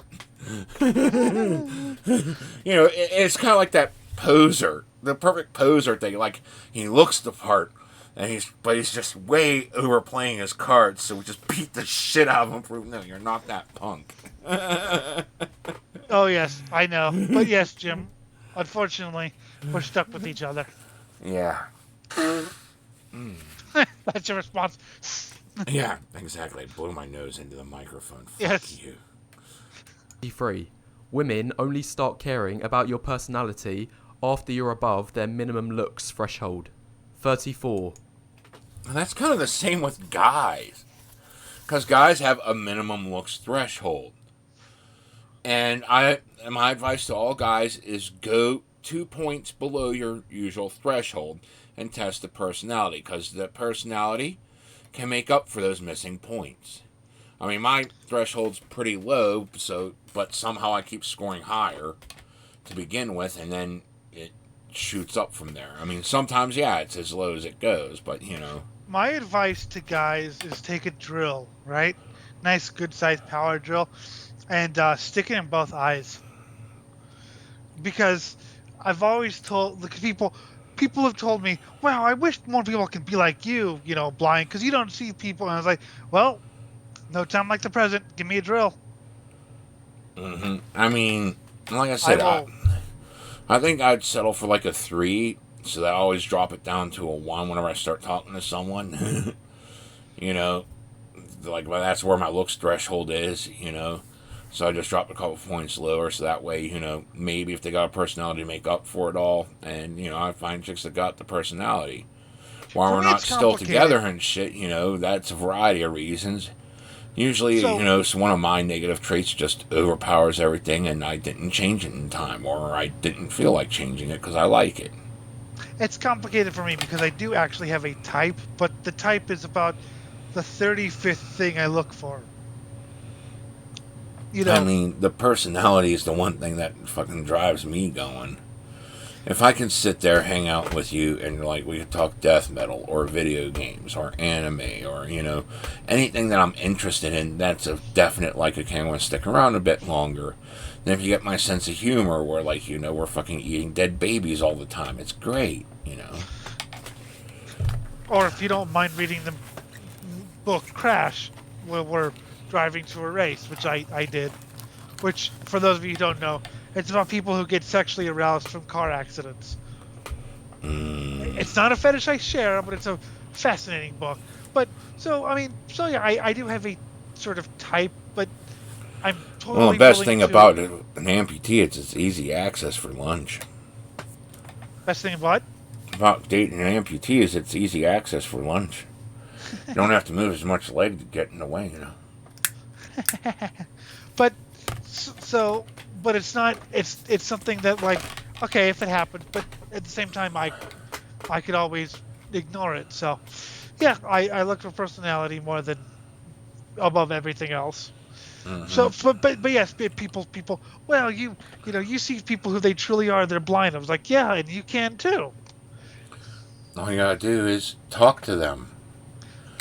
And Oh. yeah, I've talked to the fucking hot chicks, and most of them are like so fucking repugnant personalities. Like, no, I'm not even gonna get a fucking hard on from you. Yes, and that's by the way a much more legal and safe alternative to my suggestion. And you should follow Jim's advice and never mine. Ever. Unless mine sways into the let's speech aside to all of humanity because you're too dumb. Drill bit, motherfucker. Drill bit. Drill bit. But not in the eye. No, we want it in the brain. You need to lobotomize. This is why we're legally not allowed to give advice ever. Yes. What's your go-to? Lobotomy, arson, jaywalking. But it's my experience, people who either find it funny, think we're being edgy, whatever that means, or they think that we need professional help. I think we need professional help, but we don't act on the things, so we don't actually need it. I think because we're with it to realize it's illegal and we'd go to prison. I think we need professional help. Anyone want to produce the show? Oh yeah, that would be nice. Someone actually knows how to run things better than I do, because you can see the quality we're getting here. Well, like sound. I have like sound clips and shit. Yeah. Well, you're blind. You need the sound clips. Yes, and you need to die. If you're way above a woman's minimum looks threshold, it gets to the point where you can get away with pretty much anything. And well, you can do what I did back whenever I was a kid. And just shoplift them gifts.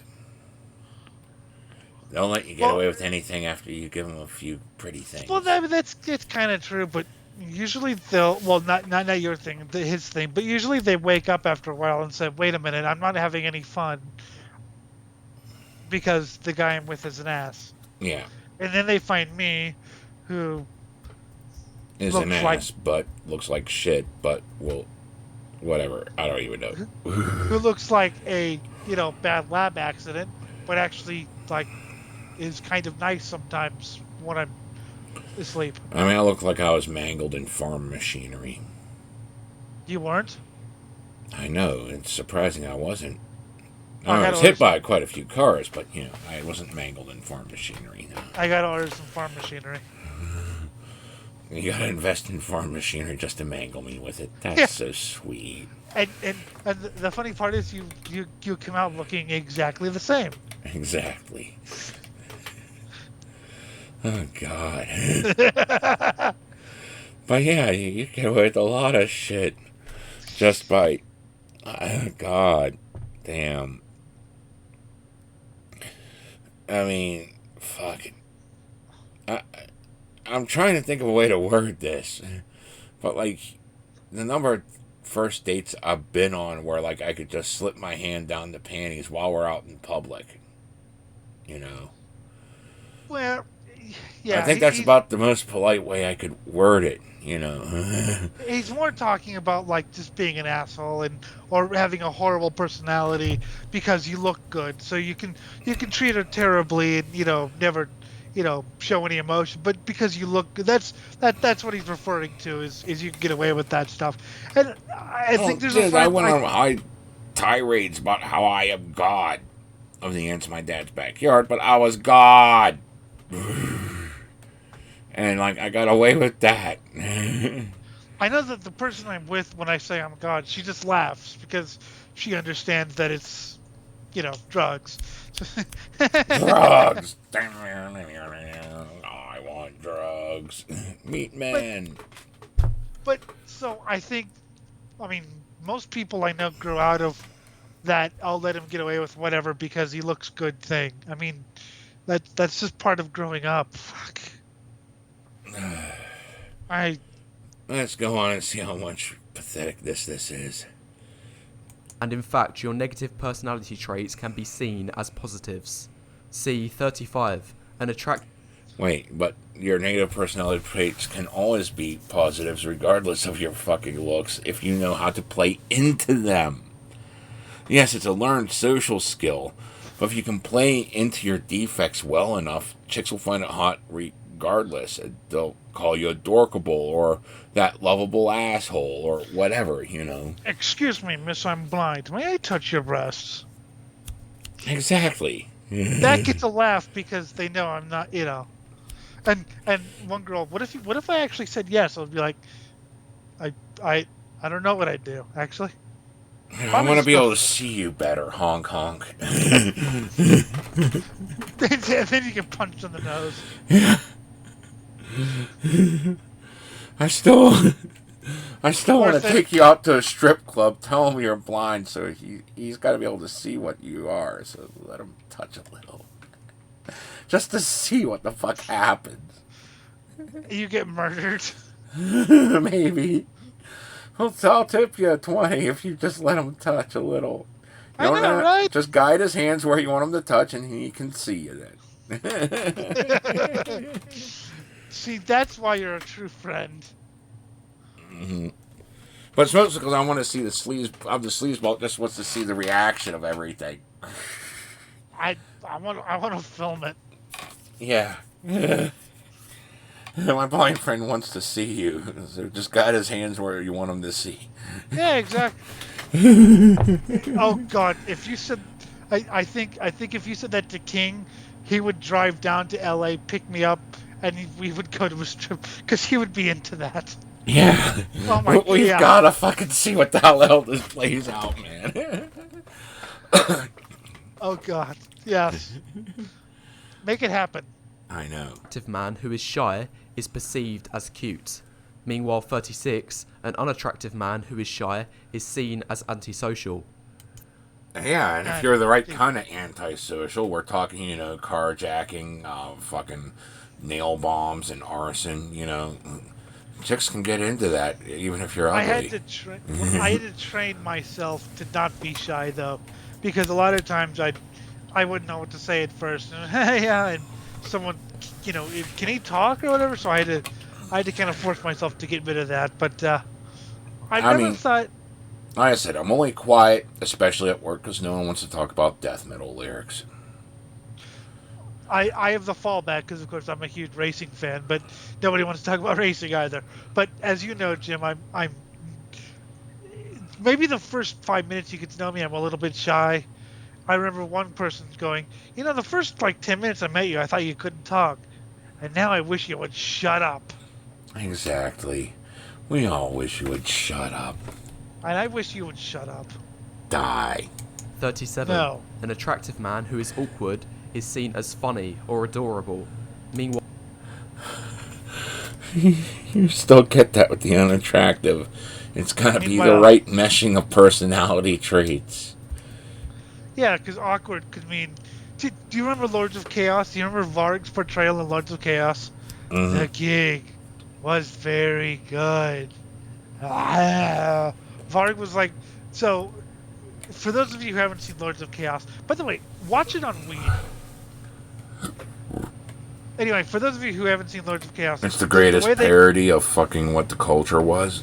yeah, and on Weed it is amazing because It gets some of the facts right, but a lot of the attitudes horribly wrong. That's why none of the musicians involved with it gave any rights to the movie for their music.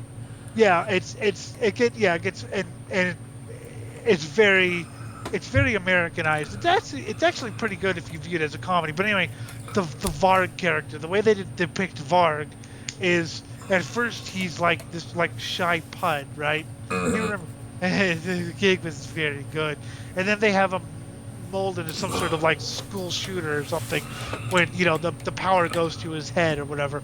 But yeah, at first he's the most awkward character in the world, exactly like Hitler. While 38, an unattractive man who is awkward is seen as weird or creepy. Do you realize how many chicks value weird? Yeah, but they don't mean weird as the good. They mean weird as in like, probably in a van asking kids for candy. Telling kids they have candy. There are chicks into that. Yes, I know there are. Sadly. That's a very, very, very bizarre fetish. But yes, of course chicks like weird. Look at us. You was one weird motherfucker, Jim. I mean, God, I knew a chick that wanted to role play as a 3-year-old. I don't know if I could do that, to be honest. I don't know if I could do 3. Yeah, 13's usually the cutoff. It's like, okay, but 3, yeah. And do I have to change diapers? Yeah, I don't want to change diapers. I remember you told me that. I don't want to change diapers until we have to wear Depends, god damn it. Which you already do. I remember you told me that. Even I was a little squicked out by it. Like, but that's only if I have to stay outside for long periods of time in a place where I can't just walk off in the woods and take a piss. Oh no! So they wear those or they'll have like bags in their off-road racing or whatever. Where you're out in like the desert for like the entire day and you can't go to the bathroom. They'll wear Depends, or they'll have special suits or whatever that you piss in a bag or whatever, and it chemicals. So yeah, that's that. But if you can squeak me out, you're doing something amazing, because Jim knows the stuff I read every day. Very disgusting. And then the bug said, as it crawled inside her cunt and fucking laid its eggs, and then the eggs ruptured forth from her stomach, consuming her. And she came so hard. The end. And she recruited other people. Yeah. 39. When an attractive man makes bad jokes, they will be voluntarily laughed at by women as they want to impress him. Meanwhile, 40. When an unattractive man makes good jokes, they will be shunned as they will be seen as perverted or uncalled for. What? Wait. What was the word that they just bleeped? I don't know. It doesn't say. Yeah, right. But so when I make good jokes, I get laughs. I mean, when I make bad jokes, I occasionally get laughs just because my damn arm motions are like all over the place, or I, put emphasis on things, and then I realize it was a bad joke and I stop. Yes, and when I make it bad jokes, people usually want to rip my skin off. I don't know if I ever make good jokes. No, you don't. No, actually, you are pretty funny. See? We just have to invite Azathoth over to the swim party and then melt reality and pray he doesn't wake up. I like Azathoth. We invite Azathoth over, but brunch. He can't wake up. I still like inviting Azathoth down to brunch in hell. Yeah.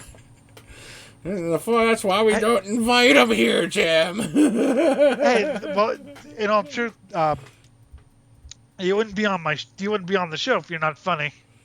Yeah, I know. My life is the joke. My life is the joke. My life is a burden. My life is a burden. And she sits there on the throne. My life is a burden. Okay. This is just what we wanted to hear from the Baroness. Yeah.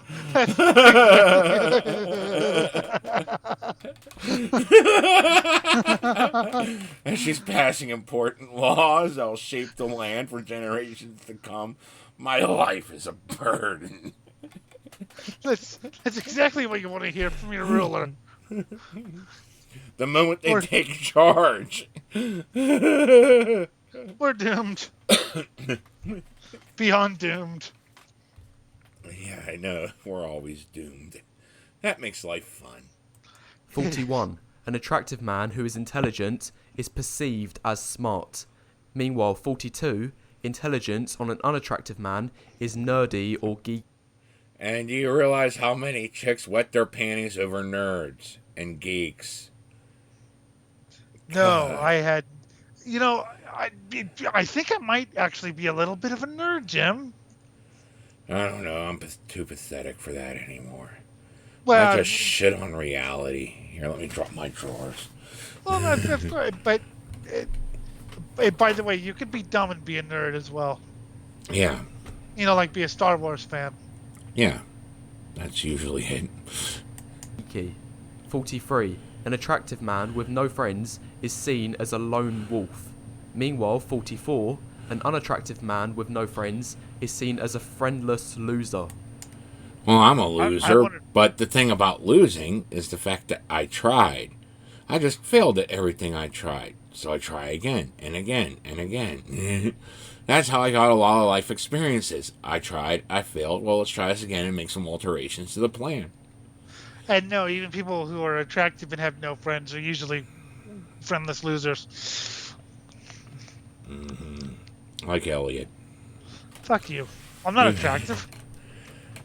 Yeah, I know you're not attractive.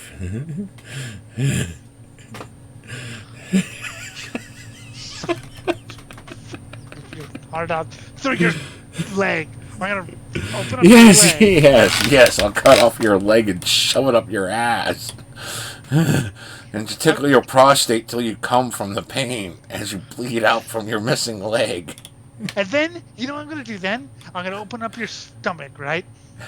I'm gonna open up your stomach, and then I'm going to force feed you your kidneys, liver, and pancreas. And then I'm going to take out your bowels and hold them over your mouth so you drown in your own shit. Look, I'm gonna get someone to just fucking pry your mouth open so I can put my ass right against it and fart. Then we're gonna force your mouth shut and close your nose. That way you have to deal with my fart for 33 seconds. And then, you know what I'm going to do? I'm going to open up your insides again. I'm going to start making intestines or balloon animals out of your lower intestines while you're alive. Balloon animals out of intestines. That is what I'm going to do to you, Jim. That's great. People who are listening to this for, wow, they must hate each other. Look at how he's oppressing the blind man. Oh my god. Well, yeah, but I better be careful because I'm being mean to the old man, isn't that elder Yeah, abuse? that's older abuse, you fucker. Look at this great balding and oh my god. God, I've been waiting to do that joke. That's great. You're almost there. 4 more years and it's gonna be total. I know. So, that's the first 44 points. And now I've got almost half of the points out the way. Now is a good time to press the like button and leave any thoughts you have in the comments below, as it helps the YouTube algorithm. Anyway, carrying on with the rest of the points. 40. I love how he cares about the algorithm. Everyone Trying to cares. say I'm putting effort into this. Help the algorithm so I can get the message out there. Everyone cares. It's so weird how many people care about the algorithm. Yeah, I know. It's like, I well, just do what I do. I mean, yeah, I'd love to get some money, get enough of a fan base to start shilling some Patreon shit, 'cause there ain't no way we're getting any sponsors. I mean, maybe we'll get some from some shady, like, third-rate strip clubs or something that Maybe duel some as metal brothels, labels. you know. Oh yeah, but probably like the most underground of the underground, and that can only afford 35 cents. Up your ass records. But so yeah, I mean, I'd like to too, but at the same time, it's not going to happen. And I always say, if you want to find us, you'll find us. Yeah. If you need that hole into the abyss, which is known as the sewers of humanity and the internet. Sword of humanity. 25. Things such as grooming or improving your appearance don't amount to much and are overrated. No! No, you fucking moron. Take a bath. Well, yeah. Base I mean, minimum. Take a bath. I'm a slob, and even I know that. I mean, fuck. You want to know something? Okay. Shortly after I got out of the loony bin and I'm hanging out with Jeff and shit, I don't know why I just wasn't bathing normally. It wasn't because I was depressed or anything. I was just like way too out of it in my head. You want to know that I picked up 10 times the number of chicks simply by taking a bath and putting on deodorant. Yeah. I do that before I go out. All the time, And brush your hair if you can. Some people got like fucking weird kinks. I mean, fuck. You can't really brush out, but whatever. At least bathe, put on deodorant, brush your damn teeth.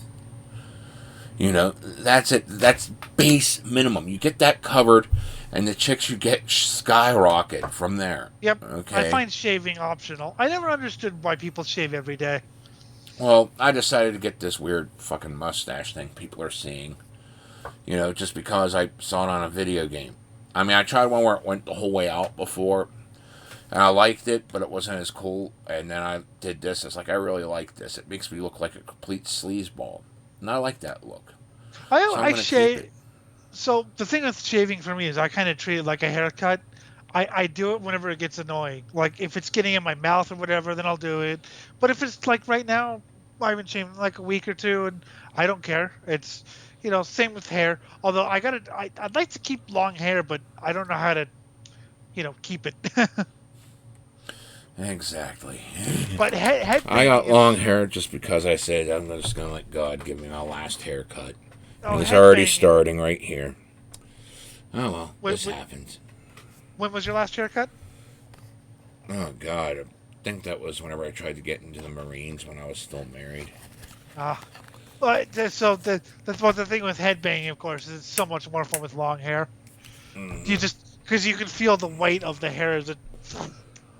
It's fucking awesome headbanging with long it is. hair. I wish it was as thick as it used to be. I hate the fact it's thinning, but it is what it is. I fucking got old. I somehow outlived my usefulness. I don't even know how the hell I did that. Good, he's gonna be bald and grotesque. I'm gonna start growing tentacles out of my fucking stomach that will just latch onto a random rat and then consume it so that its intelligence will become one with my own. And for some And reason, then I'll have an inexplicable taste for cheese, even greater than the taste for cheese I have now. Yeah, which I can't even imagine wanting cheese more, because I fucking love cheese. I get fucking blocks of it, just gnaw on it. Nothing but cheese. What also is going to happen is, as soon as you get bald, his voice is going to change. So he'd be like, "Oh, that's fine, brother. Show. I am the Jim, the CI mutant." And I'll start fucking crawling away on like all fives, because somehow I'll just grow another appendage and start crawling on it. And start saying things like, "My precious." I used that as a pickup line once. I'm gonna call you my precious. And she's like, "What? You're gonna wear me like a ring?" Yeah, I'll just fucking slip you right up your cunt like a ring. Funny. I mean, the pickup line worked, sort of. I mean, we became friends. We didn't start dating, but it was great. That's good.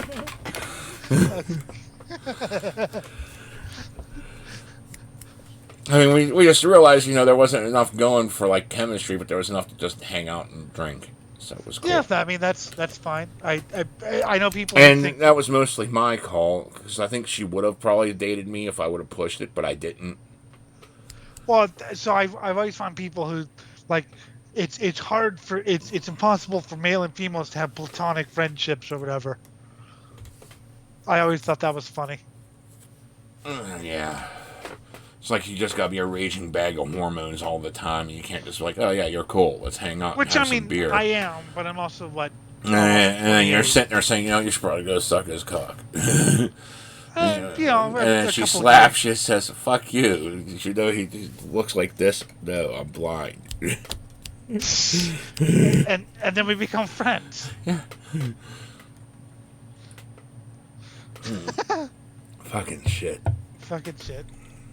This is because 46, clothes and haircuts are not tied to your genetics. You can't pass down an expensive haircut to a child. It is an environmental factor. Therefore, women won't care about it. I wish that wasn't true, but I mean, yeah, whatever. We have to figure a way to get not the new Metallica albums, the old ones, or the fucking good Megadeth albums, or Slayer, or fucking Morbid Angel's first four. Those t-shirts, Guar, pretty much any era. Those have to be genetically grown on children now. Well, how many times, fuck, shit, I've been passed up because I have death metal t-shirts or something like that. But that doesn't matter, apparently. God, I need a drink. God, I've had chicks come up to me and start flirting with me because I was wearing a fucking Guar t-shirt. Oh, I had a Christian chick. That's an interesting shirt. The guy's hanging from a tree. That's an interesting shirt. It was it was a Hellhammer t-shirt, by the way. I expected her to go get out the stake and start burning me alive as a witch. But she's like, that's an interesting shirt. I was like, that's like, I had some girl, she was a fucking waitress at a fucking Chinese restaurant. She just came up and was like, dude, I saw them back in 2006. It's like that first time I saw them was in 99. We started discussing the show, got a number out of the deal.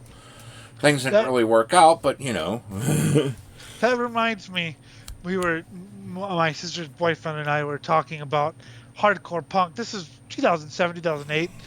So I was like 14 or whatever. We were talking about hardcore punk or whatever, and I just name band. What about Urban Waste? Yeah, they're cool. What about Agnostic Front? All of a sudden, the waitress. What about DRI? I was like, holy shit! DRI. Granted, I was 14. I couldn't do anything, but it was like, oh my god. The other day it was a guy, but he knew the band Spaz, it was a power violence band. So yeah, that's how you not just build dates but friendships, Well, so I was, sadly I never saw this guy because it was the end of 8th grade, but I was just standing waiting for something, and this guy comes up to me, dude, you like Burzum? Oh yeah, I like Burzum. That's fucking cool, dude. He was clearly stoned out of his mind, but yeah. I was like, hey, another guy in middle school who likes Burzum? Mm-hmm. Sadly, I never saw him again because it was the end of the... I mean, it's not so much just to say, oh, wow, I'm part of this fandom. It's also to say, these are the things I like. These are things I can talk about, Yep. That's why whenever you see people calling people posers, that celebrities wearing death metal t-shirts, because it looks so cool. But, the whole thing is you want to be able to talk to someone about something, and if you know something about Morbid Angel... or fucking Slayer or something, or, Ye Goat Herd Gods, or, even more obscure bands, that's something to talk about. And if you're just wearing it because it looks cool, that completely disables any potential conversation. That's why people hate it. I remember in high school, one of my friends who wasn't into metal, hey, there's this girl with an Iron Maiden shirt. So I went up to her, oh, cool, you like Iron Maiden? I did, I was, oh wait, that's a band? I just thought the shirt was cool. I was like, well, that's lame. Yeah, moving along. Yeah, there's something to be said for that. And like I said, I wear it because it's like, hey, these are bands I like, and I can talk about them. I know a lot about these bands or these races or race teams or whatever. This is what I know about, Deceased or whatever, if I walk around wearing a deceased shirt, yeah, I talk to me about deceased. I mean, a Clockwork Orange shirt, and that's one movie that's very near and dear to my heart. And I had chicks flirt with me over it. And the funny part was, it was an ex-girlfriend that bought it for me while I was dating her. So she gave me something that enabled some conversations. Nice. 47. Additionally, these factors often only work when the man is attractive anyway. Nice clothes look good when worn by attractive men, not the other way round. 48. That's true. An unattractive man in the exact same clothes will look terrible. 49. Going... So that's why you just go for the gutter punk look. Fuck it. Well, so you've seen the picture of me with the beer and the Larson shirt, and someone's like, "This is interesting. You kind of got the death metal scumbag look from the waist, from the waist down, because the camo shorts or whatever, and you got the race fan look from the waist up. So, I like my look." Good. Going to the gym only helps if you are at least average in the face, for which it can dramatically improve your appearance. I don't care. I really don't care, but there's also something to be said that if you're ugly, you can try to play off the whole entire "I worked out in prison" stereotype, and that does wet some chicks' panties. Yes. Just saying, even if you weren't in prison, you can act like, I did some things I'm not proud of. What? I don't talk about it because the statute of limitations ain't up yet. Just remember one thing, kids.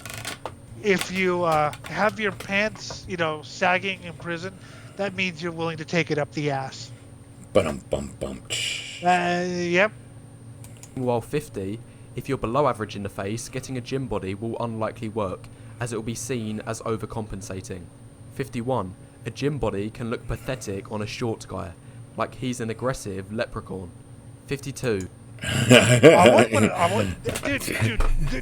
I know a short guy with a quote-unquote gym body, and he got chicks, and I never wanted to mess with him because I knew that even though I had a good, 8 inches on him, he could clean my clock. God, I've seen a buff midget get 3 chicks. What the fuck, man? Well, this is the problem. I'm not talking 3 chicks one after another. I'm talking simultaneously. They're fawning over him. This is the problem. He's just some big menacing midget. And I was just like, that is the coolest thing I've seen. Oh, and he is a nice guy too. I was high at the time, but it was fucking awesome seeing it. But so this is my problem with people like this, is they're so boringly conventional. Yeah, you do nothing with your life. You just sit there and wait for whatever to happen instead of making it happen. God. So I was raised in this generation, okay? Mm-hmm. The generation that he's in, if he's my age or whatever. I think he's younger, but maybe. I don't know. He might be Gen Z. A lot of what he's saying does hold up if you just go straight by convention. Some of it's bullshit, but some of it holds up if you just go straight by the mainstream standards and don't try anything different. Mm-hmm. Try something different. Go be your own person. If you're trying to be part of the collective that everyone is part of, and support the group and try not to stand out, of course you're gonna fucking fail. Because you don't stand out, you do nothing to stand out. I'm a natural outsider, okay? I can't. Even the I don't fit in 100% in the metal groups, right? Because I got this racing thing.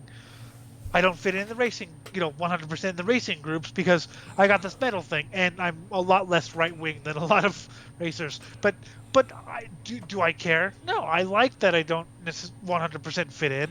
I fit in enough to find meaning in it and to have friends, but I also don't fit in enough that I can do my own thing. There's not a nice little hole for me to get into, and I'm glad. But to just blah. Okay, let me go with something 100% recently. Okay, people sitting here saying this fucking scruffy, fucking asymmetrical mustache I got going on now. This just happened within the past week. I decided to do that. Before that, I had nice, big, bulging, full beard. Just shaving that much to get this I had 6 chicks that I've conversed with multiple times, a couple at work, start flirting with me. Huh. Just because now I did something instead of look like every other guy with the fucking, full beard. And yeah, it was cool. I had some gray in it. Cause, Yeah, kind people of for liked that it. Santa thing. I shave it like this, and all of a sudden I was like, oh, well, yeah, hey. Yeah, it was kind of iconic. People liked the beard. Mm-hmm. No, I got this mustache. People like, oh, well, hey, you just do something to stand out from the crowd. And chicks find it attractive. I just don't get it. I mean, just all this stuff just sounds so boring. I know. Some men who are even above average in the face and height are still genetically limited due to factors such as a poor frame and bad muscle building genetics. 53. If a man has good height who was previously overweight, lowering his body fat percentage in the gym can completely transform his attractiveness. However, 54. This is only the case if the man's underlying facial structure is attractive. If the man is unattractive beneath the fat, he'll barely be in a better place than he was before. I think I'd look more like, this big hulking, fucking murder machine that, like, no one would ever want to be with, and that would probably get chicks after me. Yeah. So I'm too ugly, fucking... Yeah, you're too ugly and I'm too ugly and fat. But I know how to play into that and be playful with that kind of, attitude. Yeah, I listen to a lot of death metal, but, it's like, hey, baby, I could pull entrails from a virgin's cunt. Wanna see? Oh, wow, that's hot. Well, yeah, and you also have the charm thing as well. You can just be yourself. And a lot of the charm was shit I had to learn. I have a thing. I mean, I listen. Unfortunately, I can't stop listening. So that's what also attracts people. Is I'm a very good listener, except to you, Jim, because I hate you. Exactly. You don't No, pay how many attention times to anything I say. God, how many times have you come bitching at me with your fucking little crybaby problems? I know. About I know. 3 or 4 times. Especially the one breakup. That had to have been... The train wreck had to be hilarious for you to watch. Because we were breaking up in the fucking group chat. It was great. So I went to a race. It might have been Long Beach. I think it might have been yeah. It was definitely around April. So I went to a race at Long Beach. I come back and there's like 300 messages. So I'm just reading it and Eric, who's in the group chat, I'm like, are you seeing this? But at the same time, I did listen to your thing and actually, talk with you about it. Yeah, it was a bit of heartache, but it's shit that happens. And yeah, at the time it's fresh and it's like horrible, but you eventually get over it. But that's the point, is that I listen. That's something that attracts girls to me, especially because I listen and I sometimes I give them hard truths like, no, I'm sorry, you deserved what happened to you. I mean, sometimes I just sit there and blatantly brag about shit I do, which is a complete asshole thing to do, but that attracts chicks just because, yeah, I'm doing this shit. You want to join me? Yeah, and then I hear you do it, and I'm just like, I'm gonna strangle you so hard. Mm-hmm. But they like honesty, and I've told girls when they've had experiences, I'm like, I think you kind of deserve that. Not deserve it, but I think you kind of let it. She's like, I didn't really think about that, but I think you're kind of right. Not the one you're thinking of. The one you're thinking of is in total self-denial, but a couple. Yeah. You know what? I never really thought about that, but I think you're right. I think I did. And I was like, well, did you learn something from this experience? And she's like, yeah. I was like, well, that's something. Mm-hmm. Yeah, you always gotta learn. Yep. But you're not even taking the chance to attempt to learn. You're just waiting for it to happen. Like it's just gonna fall out of the heavens into your lap. And then it's just gonna slip you inside and stride you. That doesn't work like that. God, even whenever I fucking had a girl fucking just pull off my pants, give me a blowjob while I'm in the middle of doing a fucking Swine Brothers episode. That You was know, annoying. that was annoying, and I had to say, well, I'll be back. I don't even think you ever came back. That's the funny part. Yeah, well, there were other things to do. What, there are other things but to do like, other than... yes, that came out of the blue, out of nowhere, but that's a pre-existing relationship. And she Yeah. just felt like she just got in the mood where she wanted to be degraded by just like giving me head while I was doing something else, but I was enjoying it too much, so I had to go. Okay, so I remember at first she was attempting to strangle you with a sock, and that was kind of funny. And then, yeah, I heard sometimes like, I gotta go. I was like, yeah, I'll see you later. And I think that was the end of the show actually. So I was like, well, that's good timing. It's the end of the show. Yeah. That was funny. But like, this is a pre-established relationship, and that relationship started because of taking a chance different places. Bumped in, and the worst part was she was like the chick I lost my virginity to many, many years ago, and I bumped into her again online, and we dated again. Yep.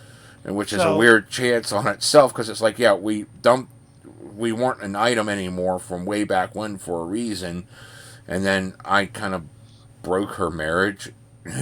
Oops. So, this should have been like a huge warning sign to me, but I dove in, and then I suffered the consequences a couple years later.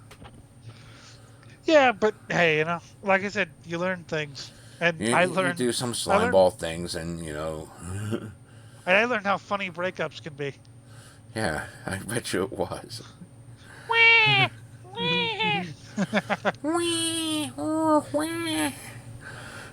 Zipper pig. Sorry.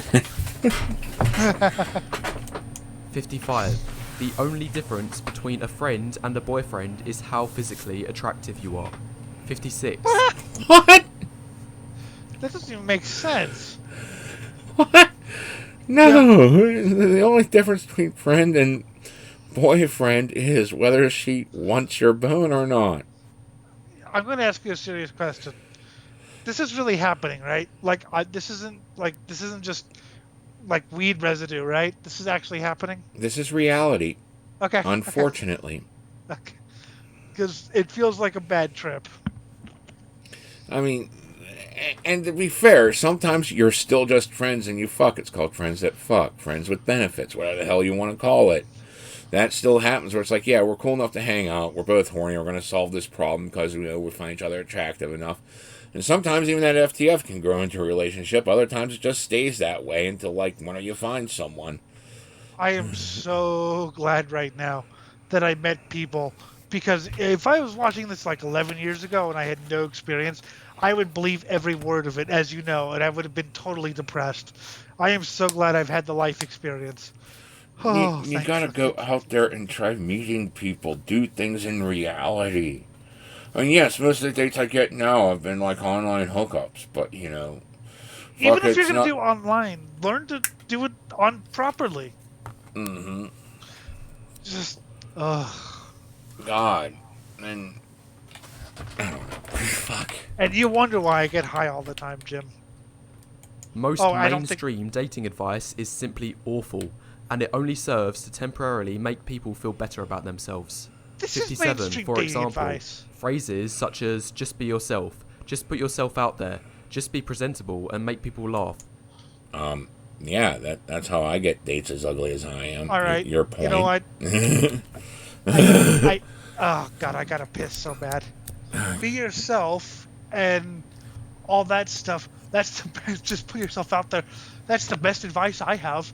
I didn't know that was mainstream advice. I thought this was more mainstream advice. Be a what's the word? Be a series of categories. And now, I will say there is one time where you should not be yourself. If you're Jim. No. Fuck you. No, the time you shouldn't be yourself is whenever you have no personality traits whatsoever and are just waiting for everything to happen to you. Yeah, that's whenever you should try not being yourself, but I actually also use that as a guide to try to change yourself into someone better. Because it's obvious you taking this route is making you such an objectionable person that even hanging out with the people on the wrong side of the tracks ain't gonna help you. Okay, I know So, a guy whose whole personality is making pop culture references. hmm Okay, basically a walking episode of Family Guy, and that's pretty damn annoying.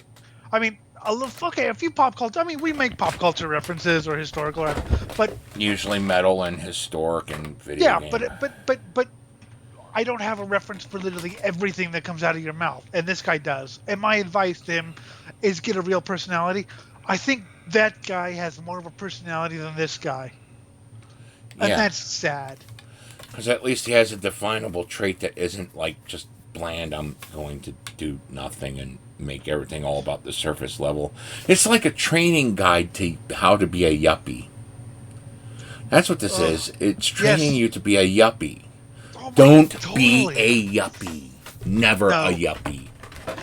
and that's. I God. mean, and so I mean, so I'm. that was. I remember when I was watching with the one girlfriend, ex girlfriend now, and the first time she really watched American Psycho the first time was like the most boring tripe. It's like, yeah, I know people put on these masks. Oh wow, it was all just a fantasy.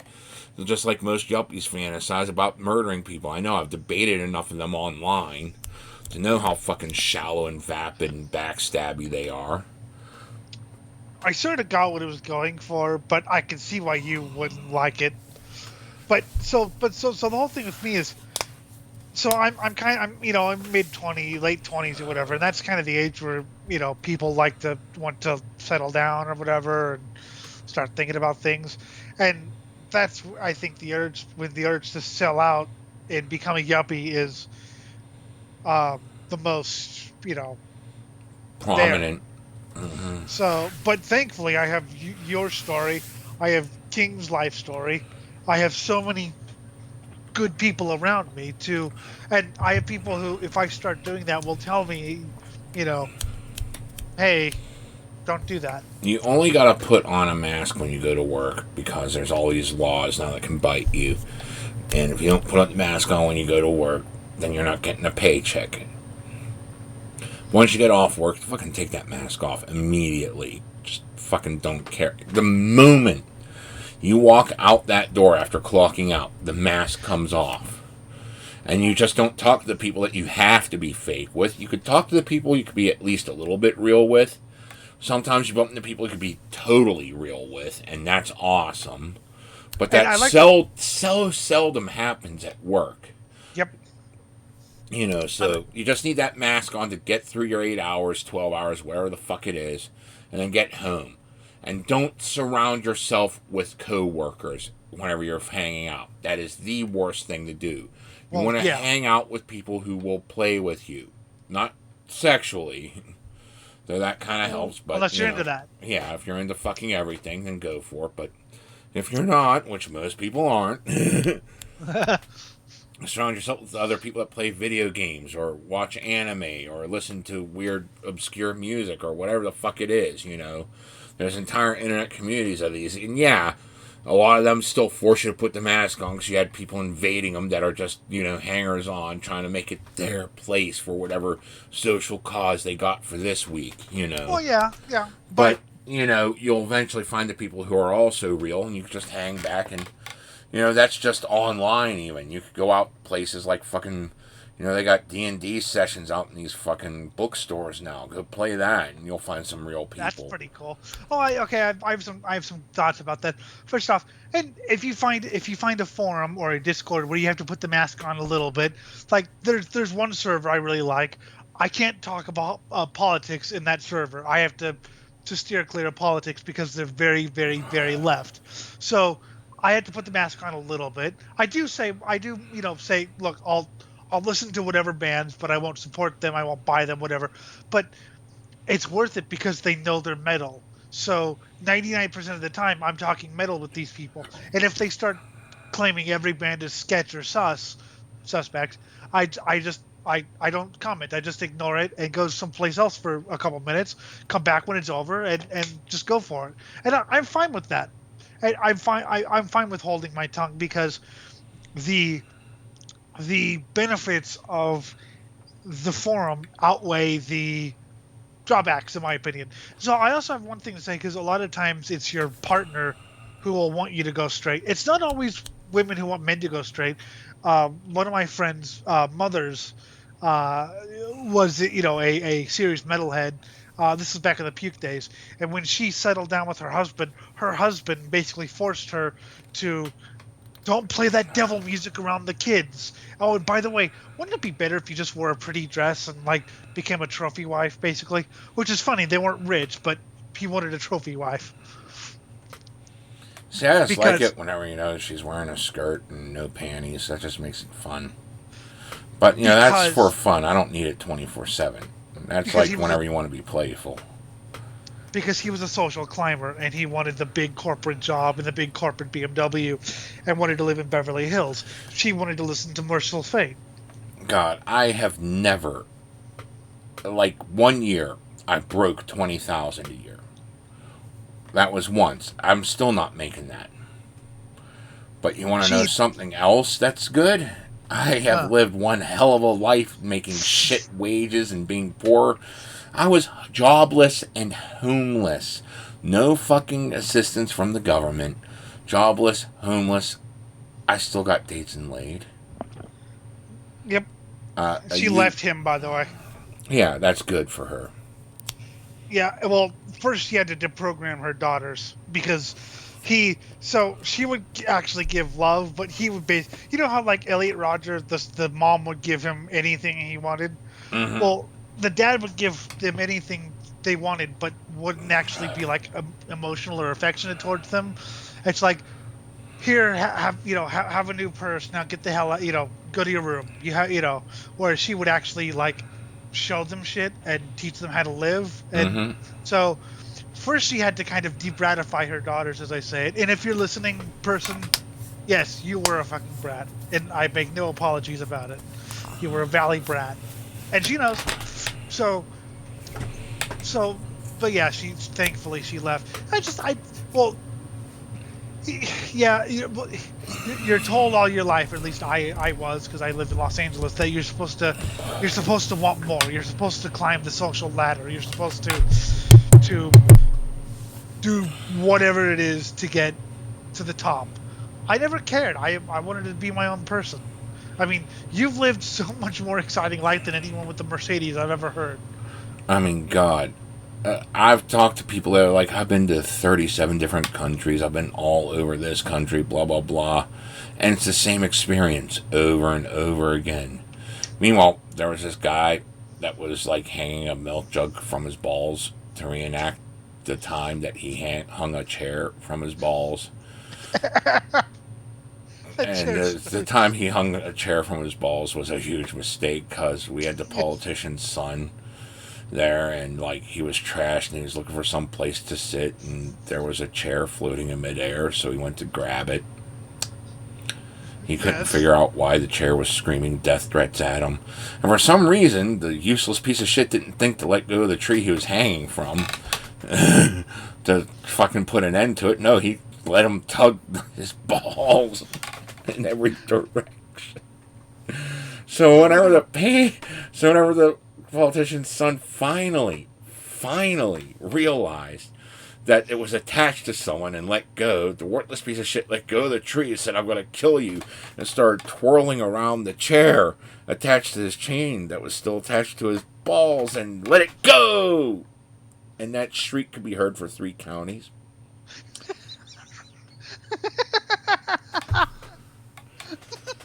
I was gonna say, yeah. How hard was this? How high was the shriek? Oh God, it was glorious, and the whole time I'm lying on the ground, drunk, nearly passed out, and I see this whole thing play out. And at the end, with the shriek, I go laugh and I pound on the ground. And it happened to be where someone decided to destroy one of the benches we made, so I just punched a fucking rusty nail sticking out of the ground. And I pulled it off. I was like, ow. Then I continued laughing. Yes, you've lived a hell of a life. And that's... So, well, yeah, we saw some sights, and we went to a McDonald's, and we went to an authentic restaurant, and then we saw some sights. Uh-huh. I like this. I like,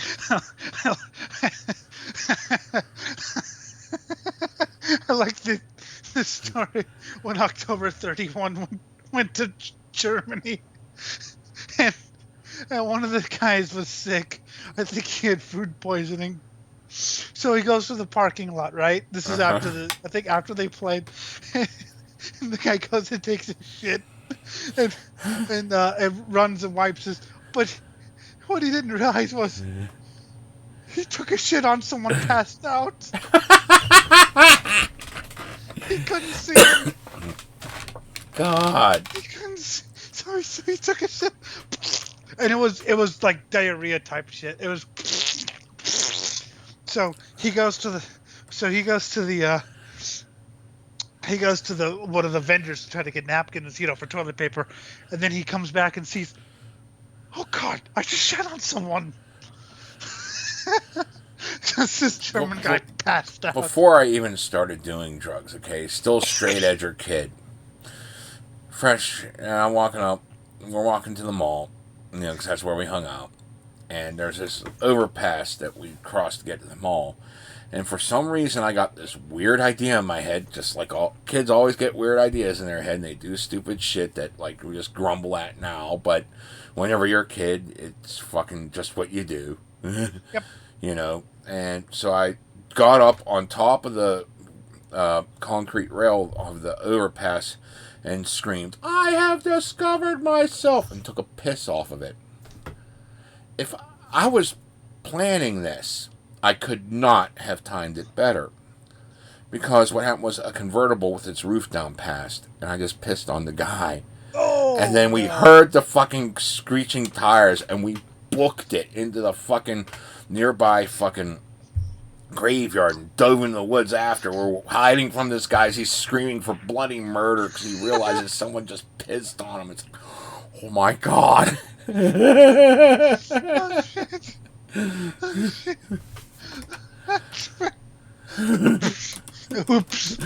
And after he finally gave up and left, and we were able to get to the mall, it was like, oh my God, Jim, don't do that ever again.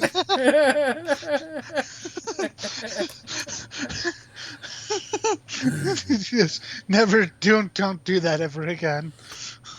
Holy No, there's like a couple times where my friend, like one time, okay, Jeff was flirting with these chicks at the mall, and he was hitting it off, and he decided, to introduce me to the friend. It's like, oh, and here's my friend Jim. And before I could even say hi, I farted so loud that like it reverberated in this small fucking, I think it was the pet shop we were in. It just reverberated in there, and the girls just giggled and walked away. It's like, Jim, you fucking ass. I was about to score, and like I was going to even hook you up, and like, no, you had to fart just then.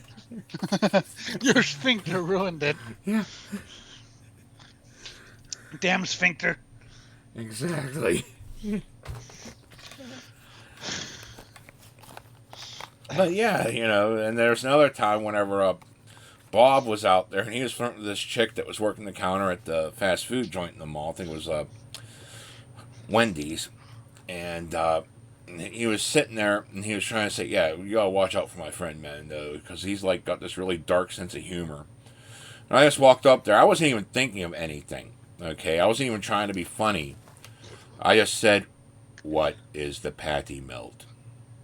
In a similar tone. And you gotta remember, the Terminator film T2 just came out, so they thought I was trying to imitate Arnold, and she just burst into laughter after all this. Well, so, yes. Me just being me helped one friend score and also dashed the other's hopes. Puke was taking a girl out to date. I later met her. And anyway, they went to a Black Sabbath concert. I'm sure that most people have heard of Black Sabbath. Anyway, he had way too much to eat because he got the munchies and drank about 12 beers or something. So he ate like 1.5 pizzas, a foot-long sub, and drank 12 beers. And now he's smoking dust and whatever is passed around. So Black Sabbath comes on, right? And he's, groove. So he stands up on his seat, right? He has his arms, out, heroic pose, and he goes, "I am projectile vomits." Like 50 feet in front of him, people are getting rained on. I am. And people, you can actually hear the over the music, and you can hear and so people, sit down. No, I'm gonna see. And then just to be extra, he turns to his girl and goes, "So how about that kiss?" Oh, and man. The girl, they stayed friends, but the girl never did date him again. Yeah. And he spent the rest of the show vomiting in his shoes. I am. First Ozfest we went to. We're fucking tripping balls. And high as kite. And people are clam baking the outside. I mean, Jeff, the one kid we were with was like debating whether he wanted to eat the rest of his acid or not.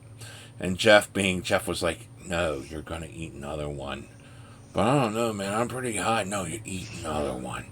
"I said eat another one." Then he started screaming at the top of his lungs, "Eat another one or I'll kill you."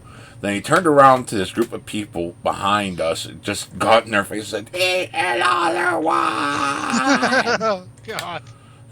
So then the people behind us started palling out with us and passing the bowl around. I was like, "Oh, we understand. It's cool. He's just high."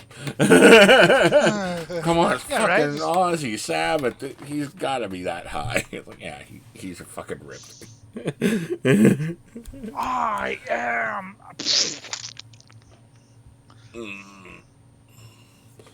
Oh, well, let's continue with this. Fuck. Let's continue, shall we? Are only surface level and don't infiltrate deeper meanings of attraction. 58. In fact, any dating advice that starts with "just do whatever" is probably going to be terrible, terrible advice. Just do it. Yes, go fuck God. yourself. Just eat the piece of shit. Just sell drugs. That's a great way to get dates, I know. Remember when I said take Jim's advice? Yeah, don't do it this time. Maybe don't take Jim's advice. Sell drugs out of your dad's attic. And make certain that you put up cutouts from old fucking Weekly World Hero. News fucking magazines. So that way it looks like you're cutting out like fucking newspaper clippings, but it's like the most demented shit ever. Like, man makes millions renting boxes to homeless, and Satan's mummy found in New Mexico, and space alien meets with President George Bush. Whoa. You need that whenever you sell acid, so it just fucks with people. And then there's like this little overhang over the fucking way out of the attic. And that's where you just break out the fucking Gorilla Glue and shoe glue and glue up random objects that do not belong on the wall. Oh, just God, to fuck yeah. with people even more, and they don't know what to think, and they think they're just tripping even harder than they actually are. So they're too terrified to leave, so they come back in. So after the nest of the fucking filth of the attic creeps them out, they can't leave it because leaving it fucks with them too much. Yep. And if they try, and if they ever decided to, I've seen this before, and if they ever decide to attempt to take it down, that sugar shit stays on forever. Yeah. You CD on his wall. Oh my God.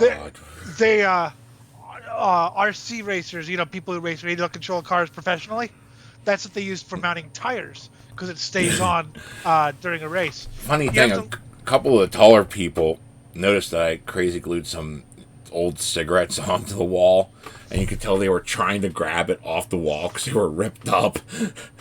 It's like, there's a cigarette. I want a cigarette. Wait. Fuck.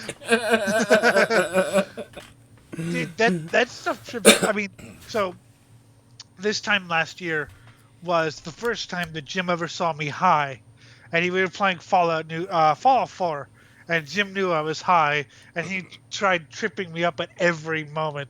Oh, I just kept doing Jet over and over again, so it would slow time. It was like just before dialogue too, so you get the full effect.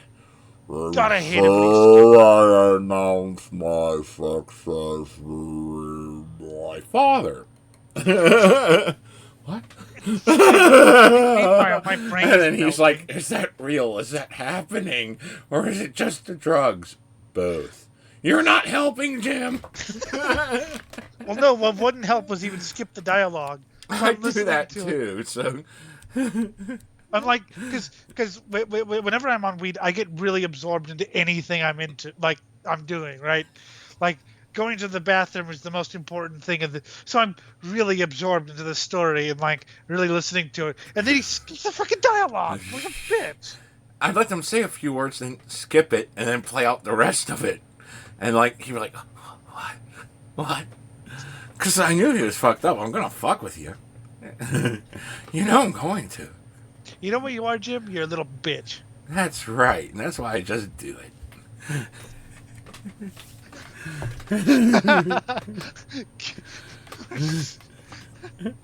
This is what real friendship is, kids. I don't know.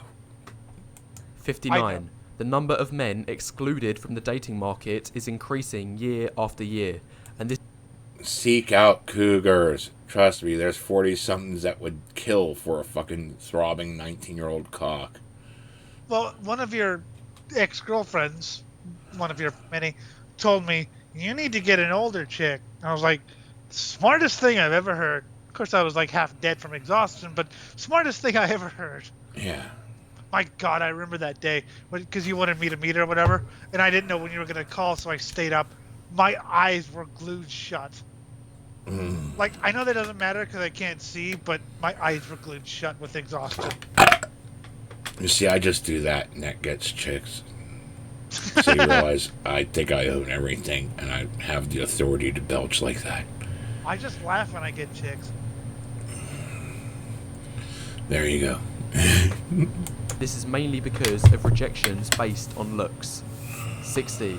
The attractiveness of your... Okay, rejections. I said way back earlier in this that we used to have contests about how often we would get slapped using the worst pickup lines. This should give you a rough idea of how many times we've all been rejected just trying to pick up chicks. Hell, I just told you the instance with Jeff where I farted at the wrong time. You know, rejection's part of life. Deal with it. People are going to say no. What? Did your parents always say yes and buy you everything, and that's why you're fucking sitting here not knowing how to deal with the rejection? Probably, Fuck yeah. off. Fuck Probably, off. Fucking yeah. try being poor for once, where your parents have to sit. God. Like I said, so... Like I mean, you I said, remember being a self-righteous little fucking pud kid that was jealous of my friends for having all the cool shit because they came from, like, you know, upper middle class type families, or like they were making a sweet deal off of welfare so their parents could blow more on them, you know, or whatever. And like we were just there and we didn't do that. And then my father made it even worse by blowing everything on buy one get one free specials. Gotta go for the BOGO for shit we don't even fucking use. So like you know, I said, yep. so you know, I'm all jealous all over this shit. Okay, and like fucking and once I got over that jealousy, I was capable of doing so much more.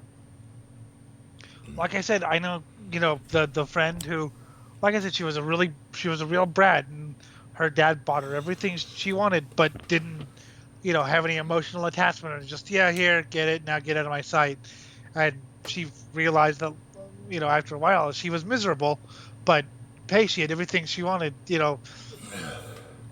I mean, not just being told no is an important part of raising a kid.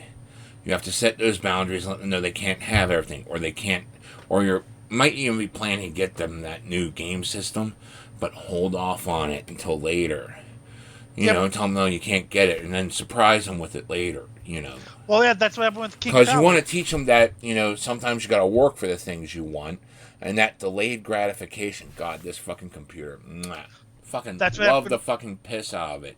It can actually handle most of the games I play, which, yeah, they're all older, but, you know, it can probably handle some new games at lower settings, but still, you know, it took me 20 years before I could get a machine like this.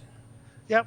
So And King, his but mother. it felt so good when I first got it, and I appreciate it now, even years after I've had it, and I'm just used to it. I still appreciate its capabilities, because I still remember what it was like for years playing on fucking shitty-ass computers that could barely handle anything, to now having something that can handle shit. How many years have you had this computer? I think about 3, 4.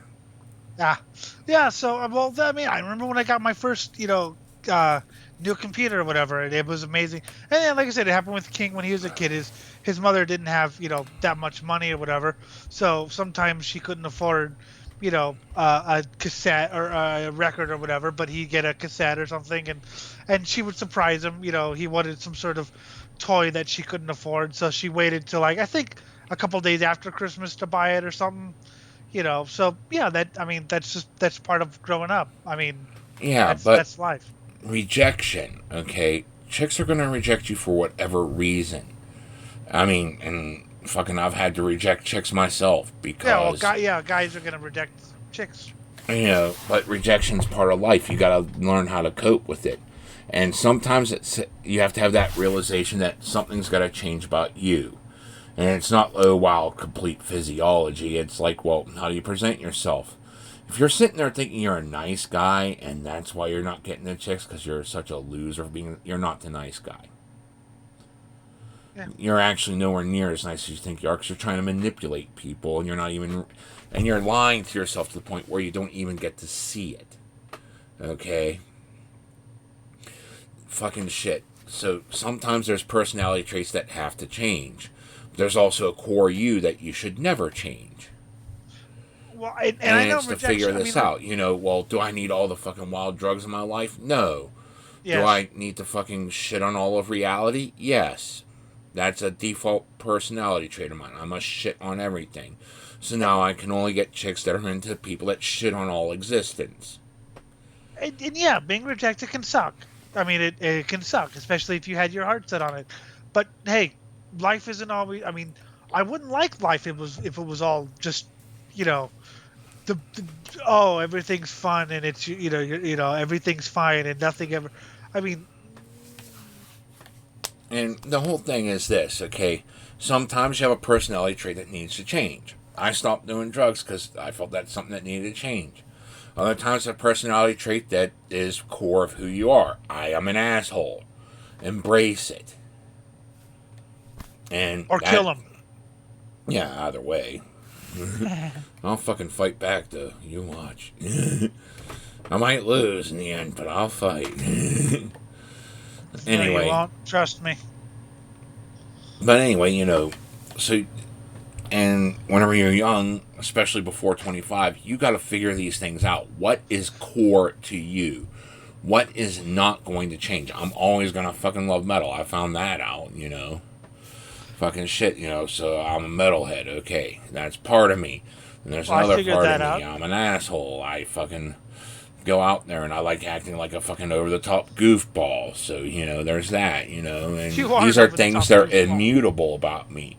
But the things which have changed, I've stopped doing the drugs, I've stopped selling drugs, I've stopped the shoplifting, all the petty crime shit I used to do out of my life. Those were personality traits that I felt like I could do without, and I'm doing without now. Well, I know people who have given up a lot of themselves to try to make a relationship work. I know someone who actually stopped listening to metal to try and get a relationship to work. I stopped posting metal on Facebook.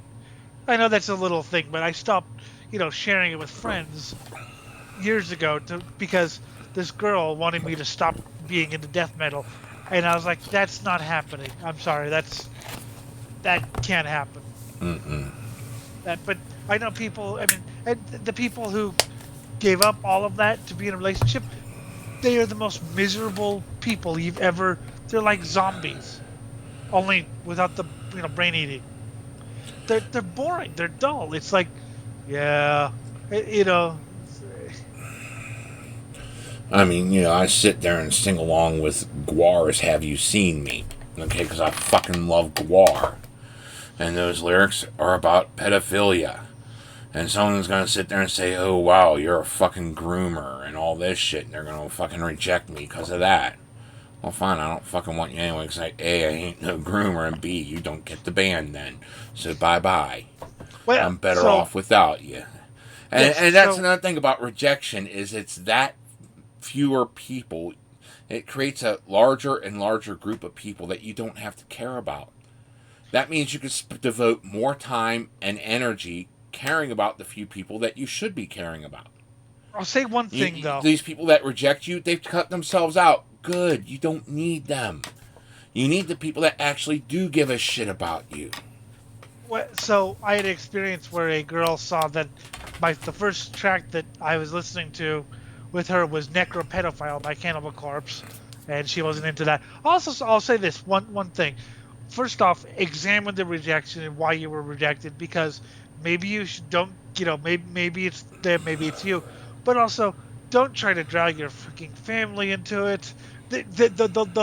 Like, I've had people who, like, family or friends or whatever, and they were really close to the person's partner, girlfriend, boyfriend, whatever, and then as soon as they broke up, oh, that person's just trash. I was like, wait a minute, yesterday you were calling him the son you never had, now he's trash because he left your daughter because of a very complicated thing. I've never been into that. I've never been into trying to get other people to fight your battles for you, I guess. Yeah. Don't do that. I mean, I'm still friends for a little bit with some of Jim's ex-girlfriends. Mm-hmm. We drifted apart, but I didn't really think that was that awkward. They were cool, and hey, I'm not Jim. Yeah. And I'm Nor like, do I don't care. Whatever. This shit happens. Nor would I ever want to be. I don't care about the bros before hoes kind of bullshit. But that's because I'm mature enough to realize, well, hey, maybe they want a bone. I don't give a fuck. Well, and if they don't want a bone, maybe they're just good friends. And hell, I'm still good friends with, like, a couple exes.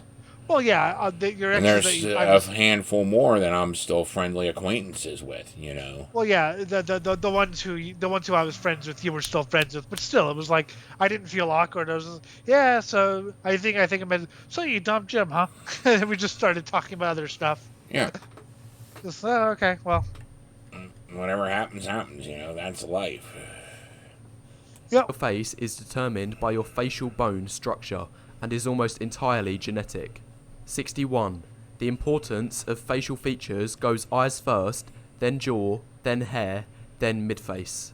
However, 62. It is better to score averagely in everything rather than having one or two fantastic features along with one outstandingly bad feature. For these two guys, the man on the left is more attractive than the man on the right because I just love how shallow and vapid this appearance thing is. It's like so pure.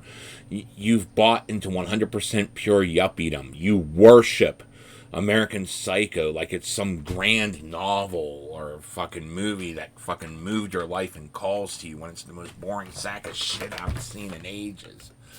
God, at least it wasn't as horrible as fucking Napoleon Dynamite, which you'd probably love too. My sister loved that movie and made me watch it many times. Many. Napoleon Dynamite was like the abomination that I never want to see ever again. My entire I don't even know why we forced ourselves to keep watching after everyone watching was like, this sucks. Well, my brother said it was awesome. Your brother's a moron. My entire God, give me another drink so I can handle this. Like, Jim, you can't move. You just pissed yourself on my floor. I don't care. If you're forcing me to watch this, I need another drink. Hey, at least you were like, what, 20-something? Mm-hmm. I was like 10. Imagine that, what he does to your 10-year-old psyche. My entire family liked that movie. God. I want, you know what I really wanted? I really, really, really, really just wanted for Napoleon to be beaten. And then you got the fucking people that think Friends is some good TV show. God, it was My like The Exciting Life of Yuppies. Who gives a fuck? yeah, The only my reason I know parents. anything about the show was because The Simpsons were on before, and I was too stoned to grab the remote to change it. Oh, my parents loved Friends when I was a little kid. So I mean, I was like, so this is how people live? Oh God! Thank Yeah. fuck to someone. So yeah, Because it I was had to just like watch. this boring drabble. It's like, look, I'm doing this thing. Did they do something that, okay, that might have been funny if it was someone interesting happening to, but you're the least interesting people ever. Yes, but well, horror too. I'm sure you remember the movie Scream. I hated Scream because it was uninteresting people killing See, I uninteresting remember people. the motifs of it and shit because the one director I had while I was on college TV fucking worshipped it and I never saw it. I just And I just boring, didn't care. boring rich yuppies killing boring rich yuppies with a few Well, I could tell like that much from the fucking promos for it, and that's why I just didn't care and didn't want to watch it. But so it was worshipped at the time. well yeah so what I was saying uh yuppies kill rich yuppies killing rich yuppies with some horror with some self-referential postmodern referencing Bullshit. in it about what's your favorite horror movie, and yeah, people worship it. I hated Scream because I just didn't like any of the characters. I mean, oh boy, this rich girl got knifed. Oh boy, oh I'm so You now know what the was a good slash. movie? Beavis Uh, and Butthead. well, yeah, I but the especially slasher love tripping movies. in the desert. I could totally relate with that. Never did peyote. I wanted to when I was younger, but oh god, Smokey Yunick that did. just looked like oh, and I loved how he was twitching in the fucking Death Sun the Yeah. day after, still kind of just coming down from the trip. It was Well, I great. mean, I watched one slasher movie where they were, you know, listening to Morbid Angel. Smokey Yunick, famous NASCAR guy, did. He was in the jungle in Ecuador, and he did that ayahuasca stuff, and so I don't know if you know anything about that stuff. That stuff stays in your system. He said that he knew some like 20-something-year-old oil guy who did it. 20 years later, he's in a meeting, like a corporate board meeting, when all of a sudden he starts taking off his clothes and runs around and leaves the house and leaves the office screaming because it kicked in again. So just imagine you're in like a Okay, corporate board meeting and well the okay. So I said before. Okay, whenever I was married, one of the ways I was trying to stop being poor all the time was to just join the military. So I tried to enlist in the Marines. yes. And I got to the MEP station. Now keep in mind, this is years after I stopped partying. Yes. I cracked my back while I was out on a cigarette break at the MEP station. Yes. And I started having a flashback. I'm like, oh my god, the walls are Oh. melting. Not now, not now, not now. And all I can remember was me thinking, not now, not now, not now. And the very next thing I had to do was a psychological test. I remember the results of my tests, and they told me I bombed the psychological one. They trusted me not to kill my fellow soldier. They trusted me not to kill myself. But when the order to cease fire came, they didn't think I would. I'm just imagining you So, like here's Mr. International Incident waiting to happen. They had to reject. I'm just picturing you like we I'm said trying stop. to tell him. I'm trying not. Don't tell him his face is melting. Don't tell him his face is. You're trying. Oh my god, why did it have to happen now? No, I'm picturing you like in the military. We said stop. Oh my god.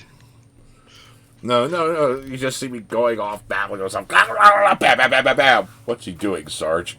He's winning the war. Which war? All of them. As I just charge off into the distance, shooting and firing, throwing grenades at things. I imagine you screaming while you're doing that Yeah, as just well.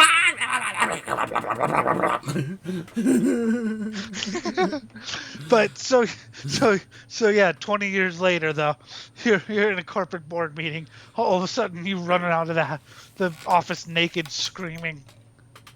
I could totally see that. Me too. This is what we call living a life, people. That's what makes it fun. Because he has much better consistency, and this is despite having a lower overall score. 63. Surgery may be one of the only potential solutions for men with unattractive features. 64. Yay. Well, yeah, you can always make your penis longer. Exactly what they said was wrong with... That's something you should probably look into. I mean, so exactly what they said was wrong with, women was that they were encouraged to get plastic surgery if they didn't look as good as the supermodels, and they said that was a bad thing. Now they're recommending it for men to look better. What the fuck is wrong with these people? Just be the most shallow, vapid sack of shit that has ever existed. Thank you. Live a life. 4.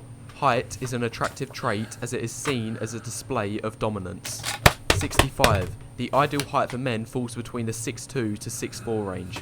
However, men who are 6 foot are also in a good spot and don't have anything to worry about. 66. Every inch you have lower than 6 foot.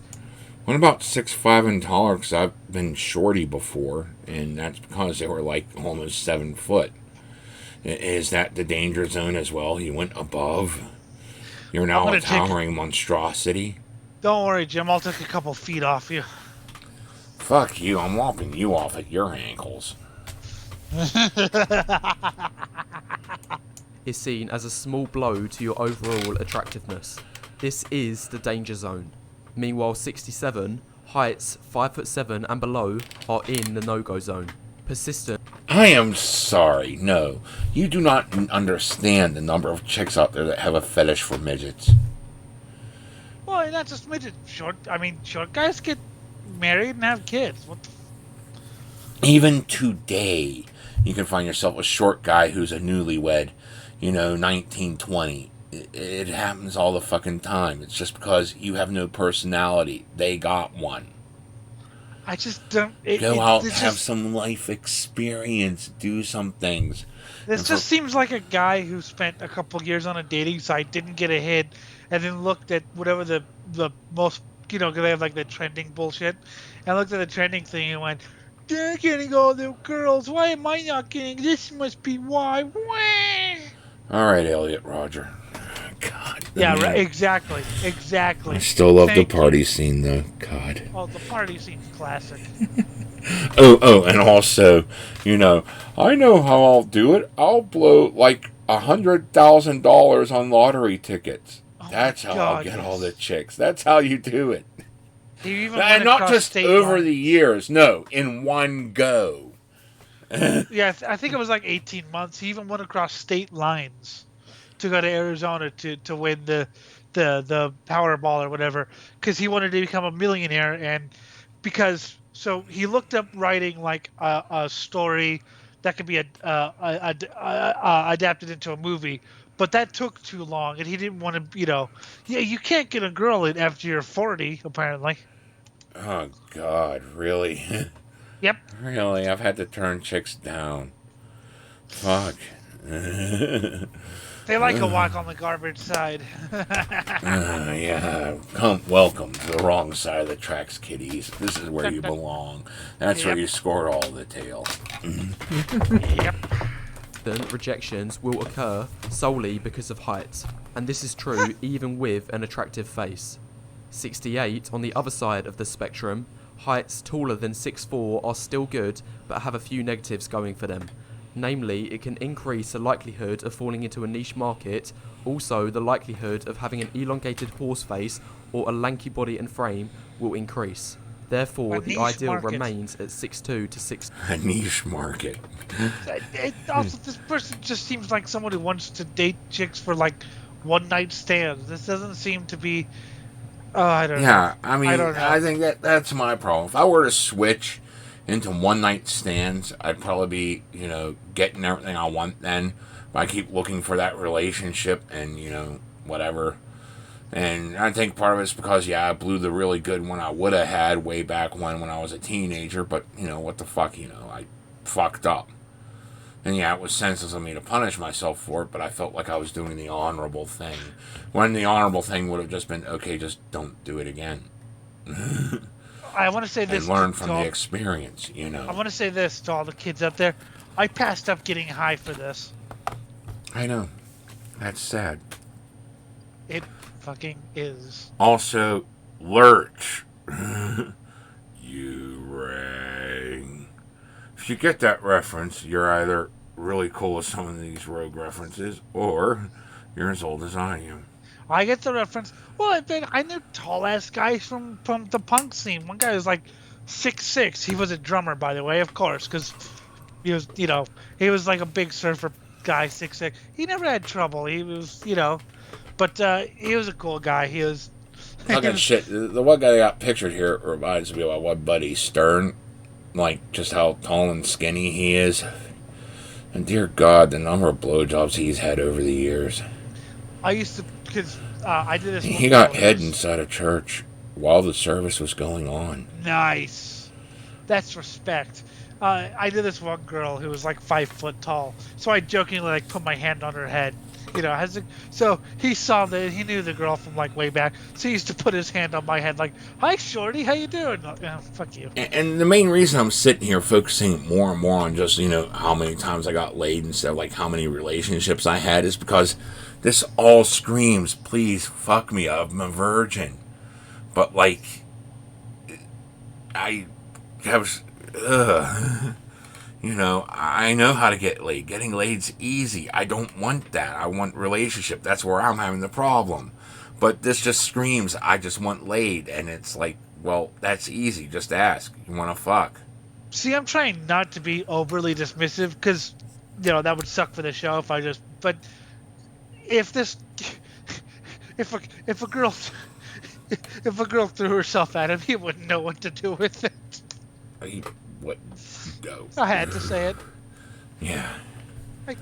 And the worst part is, a lot of times you can tell that these people probably have had girls, try to flirt with them, and they were too self-absorbed to realize that this was a girl interested in you and actually putting forth the effort to, get to know you, and you just rejected her because you did nothing with it.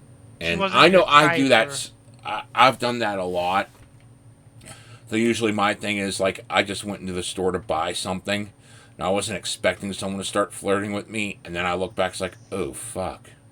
That chick was flirting with me, and I'm single, and I didn't act on it, you moron. Oh, well. I have a problem because I can't read body language or whatever. So I remember a chick trying to... I had to have a friend tell me she was trying to flirt, so I went over to her and look, I can't do the body language thing, just be honest. She's like, oh, okay, and then we just got on with it and had a good time. That's good. I like being open. Yeah, and that's part of be yourself. Just fuck it, throw it on the ground, who cares? Well, I mean, because it sounds like a pretty awkward thing to say, but if I don't say it, if I don't say, hey, look, I know this will sound weird, look, I'm blind, I can't do the body language thing, please just be honest. And people, well, that's weird to say. Well, what else am I supposed to say? Just ignore it and just not, I gotta say something. I mean, fuck. What was I thinking? Oh yeah, just be yourself. That is like the God rule. Because you don't want them falling in love with the lie, because they'll eventually find out the lie. Unless you're willing to be miserable, not being yourself at all. Always having that mask on. That's one angle of it. The other angle of it is, God, everyone's got a different taste. And sometimes you just fall right within that range. So you just got to play off that. And being yourself is a huge part of that. And being yourself leads to one more thing, confidence. Because the less you care about what people think of you in general, the more people will actually start caring about you. Those that actually get along with whatever fucking personality traits you're showing. This is just complete herd don't stick out mentality played to its worst angle. Fucking stick out. Be an individual. God. You know how many times that I mean, like, I tried showing my best face or tried to talk about whatever we had in common, or be, you know, try to live a lie or whatever. And it never feels, good. It never feels, fulfilling. But if I'm just honest and like, here's what I like and here's what I do, and I also like metal, and you know, oh, well, I'm not really into metal, but I can maybe, I can accept it. Okay, cool. I'm now taking a look at the picture he's got here on the right, and that looks a lot like Bob. And let me tell you, Bob was the pretty boy. He got all the offers, all the tail. Oh, really? Yeah. And he was also like, God. Dude, I smoked crack last night. It was the greatest experience of my life. All right. So I know your social security number. I'm going to use that to log into your Vax account and then hack it so that your command prompt says, I love crack. Oh, who the fuck did this? Oh, no one. Nobody. Someone hacked my account and says I love crack. The Bob I knew did not get tail. But then again, so take your Bob, right, the crack smoker, but he had only smoked crack once, but like, this guy did it regularly for it. It was hilarious. We had to mock him for it. Well, yeah, you should. He was a friend. How could we not? Of course, but hey, guess what? I just lost some of my teeth. They just went down the drain. Okay, crackhead. Cracky la crack rock. That was his laugh. That's how I envisioned Cracky la crack rock. Just with a higher pitched voice.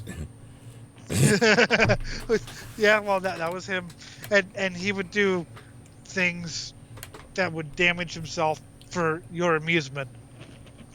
He was harmless to everyone except himself. Oh God, that reminds me of the dude that did the stupid Mexican tricks. He's the one that called it that. He's the one who demanded them, and he was just doing them to get free drugs. His last stupid Mexican trick was he said, "Come on, give me a stupid Mexican trick." Okay, I want you to eat this acid. How much of it? All of it. Oh, boy. He went babbling into the sunset. Next time we saw him, a couple years later, he had found Jesus and had stopped doing drugs and blamed us for everything. It's like, dude, no, you asked for everything. You did it to yourself. Fuck. I was gonna say he either found Jesus or just went insane. Yeah. But like he just and the story was he punched a car window, broke it, and just ran off into the sunset, babbling to himself. And you guys are probably just like, should we? Nah, it'll be fine. He knows what he's doing. Apparently he didn't, because he found Jesus next. 4. That said, those who are 6'5" and above are still better off than the average heighters of 5'9" to 5'11". 70. Stick out from the crowd then. That's what that's saying, right there. Just in pure height terms. If you're higher than the average, so much higher than the average that towers, you're better off. Well, that should say something about sticking out from the crowd. You know how many tall people I've met that were just purely boring? Yeah, I know. I have too. It's sad. But what are you going to do? Some people are just yuppies. Yep. Balding can destroy a man's chances in the dating market, even if he was successful in the past. 71. Although I'm balding. I still have to turn down chicks because they're too shallow and vapid. Your point. I want Jim to just cut it off and do the skinhead thing. I would laugh so fucking hard. No, because I look like fucking Jackie Coogan's Uncle Fester. I know. That's I mean, I love the look, personally, but no, I don't want to look like that till God does it to me. But I want to go through that phase where I have that skullet, where I got like this huge bald patch, and the rest of it's long, and I just say fuck it, just so I could have that look. And I know. it just makes me look like more like a creeper and scumbag, which is awesome in my opinion. Oh, I love the skinhead thing. Not, and by the way, I'm talking about Oi skinheads, not Nazi skinheads. So take it easy, kids. But I know you look like Uncle Fester. That's why I want you to do it. You should never take my advice when it comes to looks, because I just want to embarrass you. I know. I probably shouldn't take my own advice when it comes to looks, but somehow it works. Amazing. But like I said, if I just wanted to get laid, I'd have so much tail. But I'm looking for a relationship. Have been for decades. So I could see you rocking the skullet thing. Yeah, I want that. It would just make me look so sleazy. And it's, Yeah. God, I want to be the sleaze that goes crunch. Oh God, that just makes me sound like me. Yeah. Like I'm that creepy porn producer that I don't know if she might be 17 or 18. Fuck it, we're signing the paper. What? Meanwhile, you've never worked in porn. There was that one time we recorded us having sex, but then that got deleted because Stern got paranoid and the hot mess was on the outs with him. She was already Stern's ex-wife at that point, so. And this was all after I had invited, because what happened was, I had invited over my new girlfriend at the time. This was the daddy's girl chick, okay? So, she's sitting there saying daddy and shit, and somehow, a couple shots later, we're taking our clothes off and filming it, and she's pretending I'm daddy, and this is the crooked babysitter that's making her suck his cock, and all this other shit, and... It was probably horrible. We had 3 cameras running, and I was in the middle of splicing it all together when they said delete it all. I'm like, fuck. It's probably for the best. I think that would melt the internet.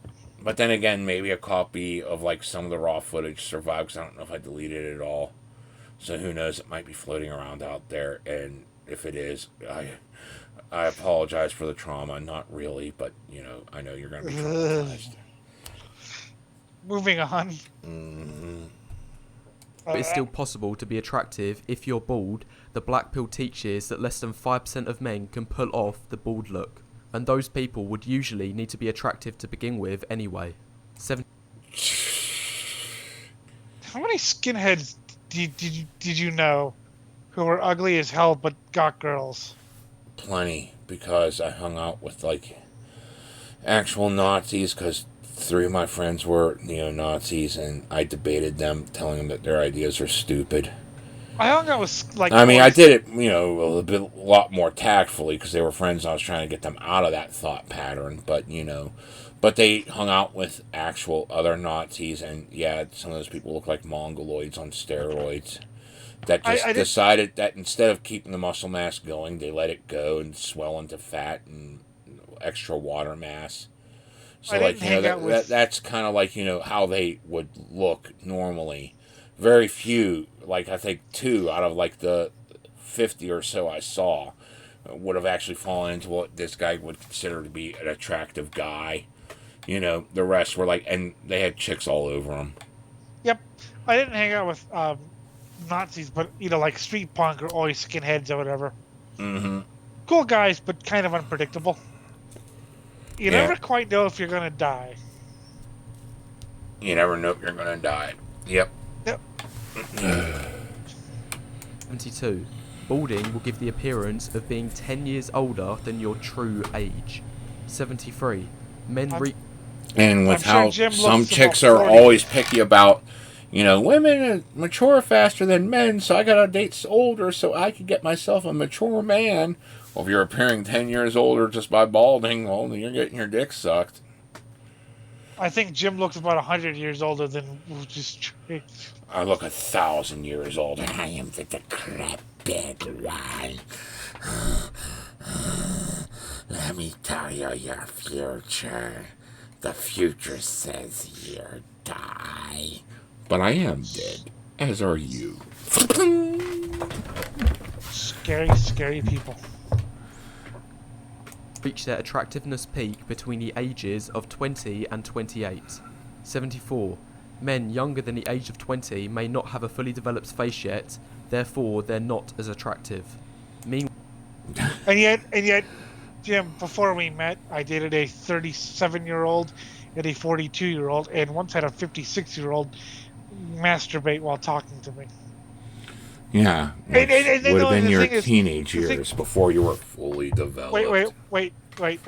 The thing is, we weren't even talking about sex. We were talking about liking metal. And all of a sudden, I heard the telltale. I was like, "Are you masturbating?" She was like, "Yeah, I'm a nympho." I was like, "Okay." We're cool with this. Oh God, I'm in trouble. I'm going to die now. I was like 21. The only I was thing, thinking- the only thing that compares to a fucking nymphomaniac is a pregnant chick. Oh my God, yes. Oh God, that'll break you. And the only thing worse than that is a pregnant nympho. Dear God, no, you're not going to survive. They Yeah, need it every 35 seconds at that point. Because I didn't think, you can't have more kids, so I would, but yeah, I tried that once, and I think it still hurts, actually.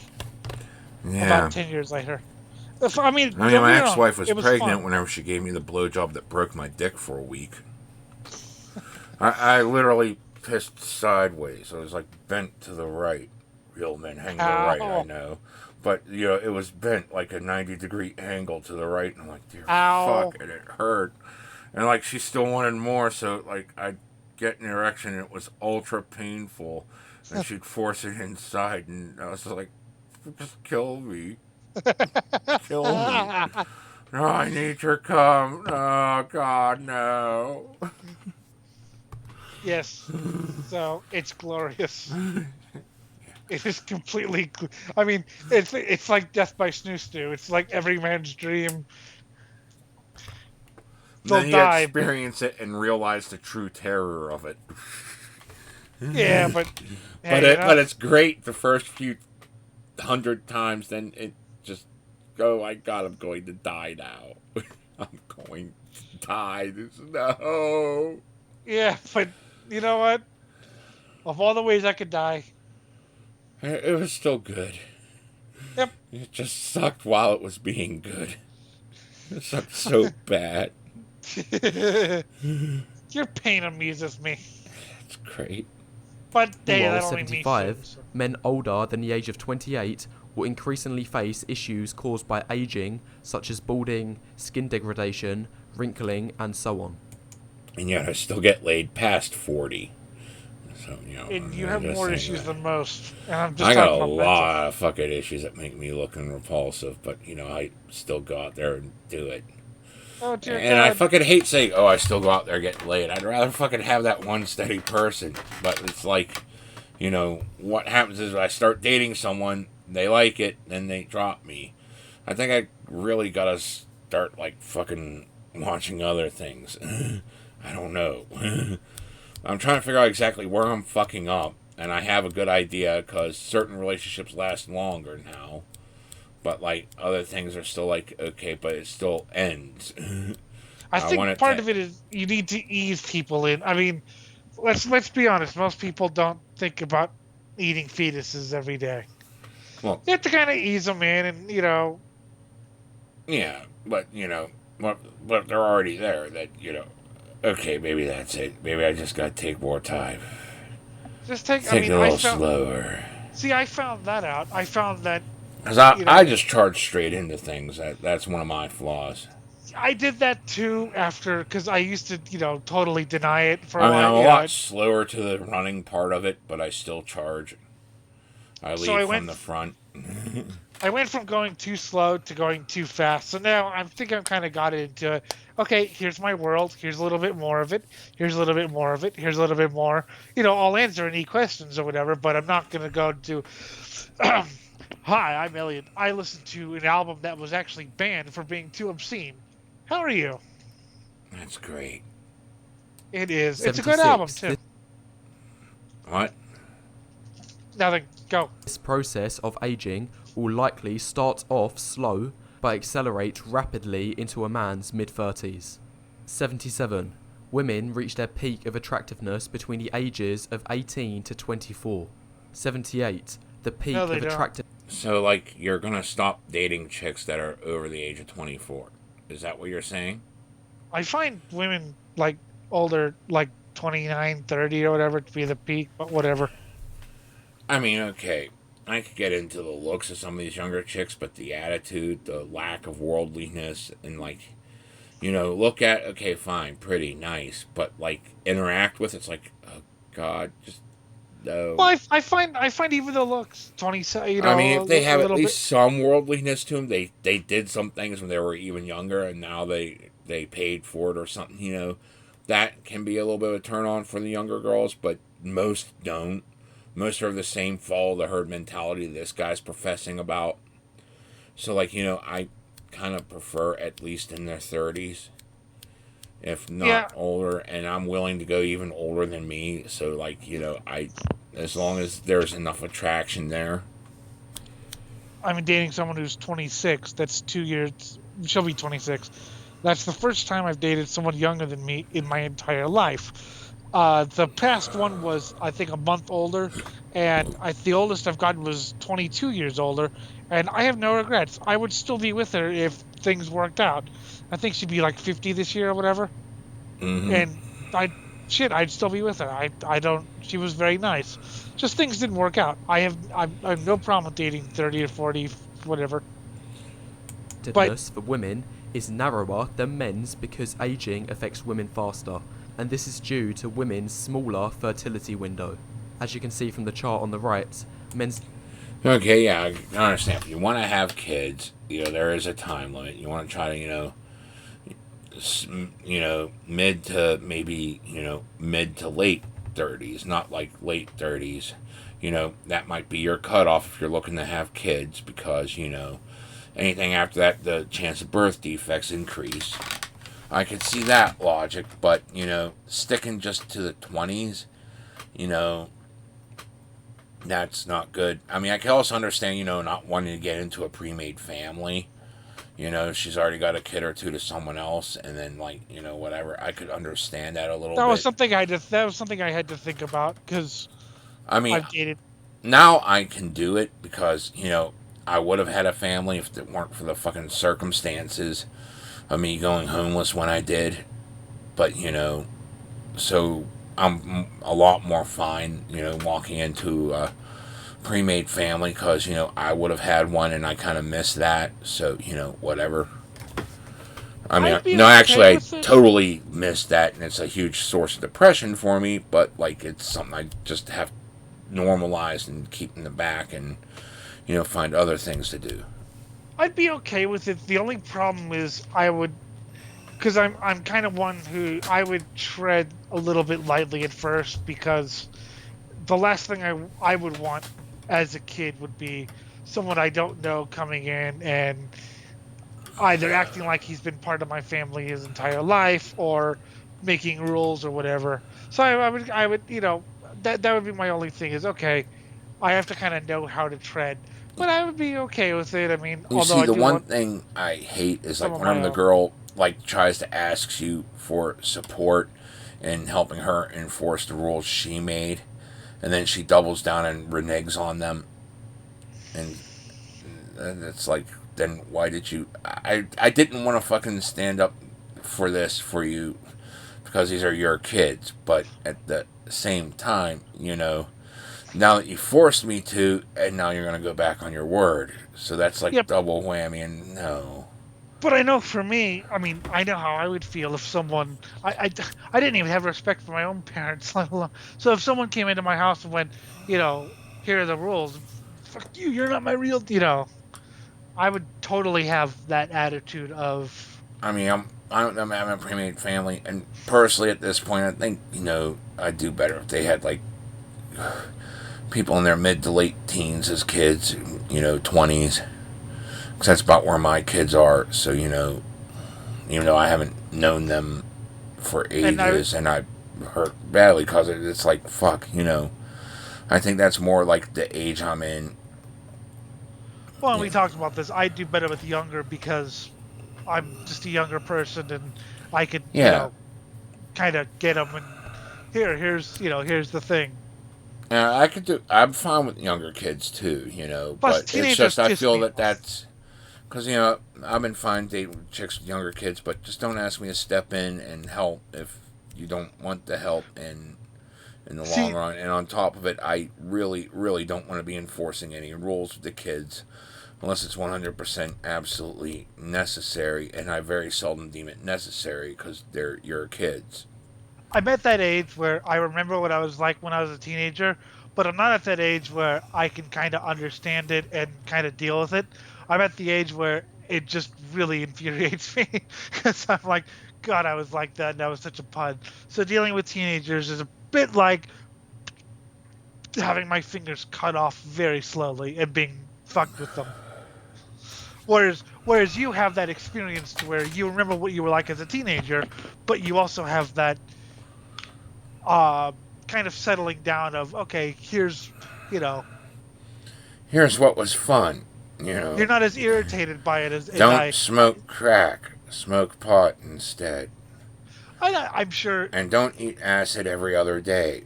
If you're gonna fuck with that, do it once, like every other month.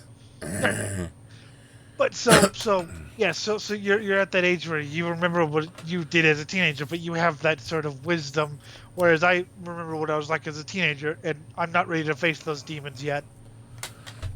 I faced those demons. I was like, oh, this is where I fucked up. Oh. God, give me a couple years, please. Decline in fertility is much more gradual. 79. The ideal P length is 6 inches or greater. 80. 5 inches is seen as an uphill struggle. Again, this is the danger zone. 81. Anything below 5 puts you in a very difficult situation. 82. Dude, I don't know. No one I've ever, complained. So, what the fuck? Alright. I talk to porn actresses on occasion because I'm following so many on fucking Twitter. Yes. And there are a few that prefer 'em small. Because, yeah, okay, the big ones hitting these zones and blah, blah, blah. But, I just want, a nice, easy love-making session whenever I'm with a guy that I'm romantic with. And, the small one fits better. I talked to the nympho, right? Mm-hmm. I can't say we were ever together, but we were definitely very good friends. She actually wanted to come down to California. I was probably a little too young but I liked her. She was cool. Anyway, I don't know what happened to her. Anyway, so I talked to the nympho and I asked her about it. She's like, "Hey, it's not length. It's how you use it. It's how you move it. And what you do with it. Mm-hmm. It's your technique." That's one thing chicks have told me time and time again is the fact that I do things that other guys don't even think of. And dear God, Like the hot mess had actually complained a couple times. It's like, why the hell does it always have to be an earth-shattering orgasm? And at the time, I was a bit smug, but then I look back, it's like, oh, right, you want to feel attractive, and just being taken on the spot does that. I didn't put two and two together like that, because I thought, why not bring the maximum amount of pleasure that I can as often as possible, instead of like, oh, yeah, there's that fact, too. You braggy piece of shit, you. Oh, God, yeah, I'm a piece of shit, and I brag a lot. Yes, That's one of my character defects. Live with it. Jim, I never brag at all. You fucking poser. Women of all ethnicities have a preference of dating ethnically white men. Well, yeah, okay, so that explains why I get all the tail. It's the fact that I got a skin color. Wow. That must be like what everyone wants. However, 83, Chads are their own separate class. 84, women will never tell men the truth about just how important looks are. Yes, okay. they will. Yeah, if you they ask will. them, if you know the right person, then yes, you will. Jesus, you have to know the right person. If you're gonna date shallow, If you're just gonna have your dating pool filled exclusively with yuppies, which apparently this is all the generation is nothing but yuppies. I feel like my brain's being pounded by a mallet. Mallet. Mallet. Mallet. Fucking hate you, fucking hate you, fucking hate you, fucking hate you, fucking hate you. 85. The main reason for this is to avoid causing upset. Again, belonging to the herd. Break free of the fucking herd. God. Just be honest. I mean, I had a girl. Yeah, you're cute, but your teeth are kind of fucked up. I was like, yeah, true. My teeth are really fucked up. Fuck that shit. I'm missing too many. Good. I love getting old. 86. Instead, women will tell men personality matters the most in order to keep those guys in the friend zone and or keep receiving attention and validation from them. Okay. It has to matter The most. friend zone is the backup where like they start hitting 35 and now they're going to pluck you out of there and say, okay, you're it because at least you got a job. You know, that's what the quote-unquote friend zone is for. But the thing about the friend zone is you're just friends. So you could go out and fuck other chicks. You know, you could go out and date other people. Maybe you'll find marriage with someone else. Screw that. And then you decide that it's just friends, well, go out and look again. Don't fucking hang around that same chick. I'll tell you right now, the thing that is worse than the friend zone is the fuck zone. Because now you have that physical intimacy, which drives a bit of emotional connection, and it deludes you into trying to stick around as long as possible. Because you think maybe there's a chance that this will... No, it's not. Because, you know, you're just being bounced around and used as the rebound or whatever, you know. You gotta be careful about that. Because if she's not committing... you know, at least to, you know, a non-monogamous relationship with you where with you as the core and you're fucking, let alone, you know, a monogamous one, you know, which is probably preferred for most guys, then yeah, you want to be able, that's hard to fucking dissociate the emotion with it, but you're still being used for the same purpose that you're the backup whenever they hit like 30, 40. You know, but it's just they're now willing to use their crotch to keep you there. Personality has to matter. Look at us. Oh, God, look at me. You're seeing me on camera. And you'll see a picture of me somewhere. But, yeah, fuck zone is worse than friend zone. But, you know, but still you'll fucking worry about the friend zone. Go out and fucking date someone else. It don't matter because you're just friends. That's what I don't get. And if she sits there trying to claw at you after that, trying to pull you in, be careful because she might be trying to fuck zone you. That's what I don't get. The desperate. Oh no, she friend zoned me. Well, okay. How many other people exist on this planet? How many other people? If that happens, then okay, fine. Date someone else. I'd be friends with that person. I don't understand. It's like you're just unhealthily focusing on this one girl whenever you could go around and do other things. And that's why I say the fuck zone is worse because, okay, if we're just friends, I could go around and do things. But if we're fucking and there's a more emotional connection, now you're thinking maybe, maybe not, and everything gets to be a blur. Yep, but people are dumb. You definitely want to try to get a certain level of commitment before you fuck. That's probably a lesson from my life. 87. Women only date up in terms of value.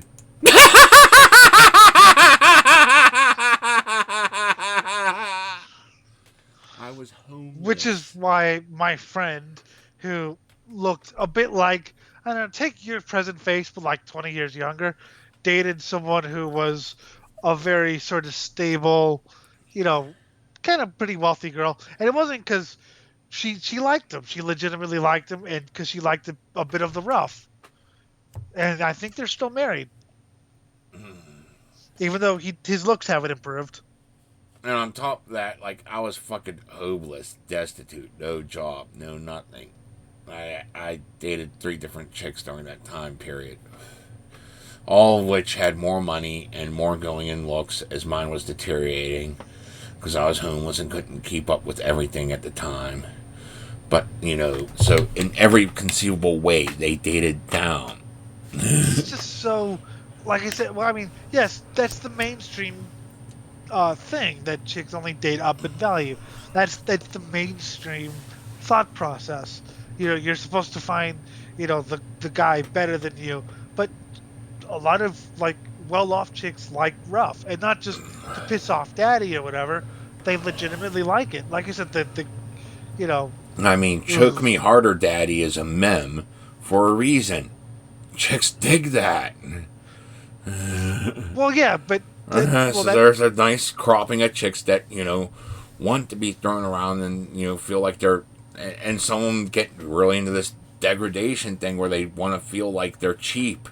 A cheap whore, and that, like, gets them off. And, like, well, they fuck someone that looks like they crawled up out of the gutter, like myself. well, yeah, and like I said, I mean, just a lot of people like...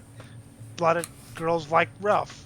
They don't want to date someone who's a knight in shining armor. They prefer someone in, a rough. They prefer someone. They don't want just someone who's going to fight valiantly for them. They want someone that's going to fight tooth and nail and win that fight, no matter what the fuck the cost is or what fucking lost honor is. Because fuck it, you're going to fucking get dirt in your face like piss down your throat. You won that fight. I don't think chopping him up into lunch meat slices was really necessary. Yes, it was. Okay. It was necessary. Good job. There is no dating down out of sympathy because she feels bad for the guy who can't find anyone else.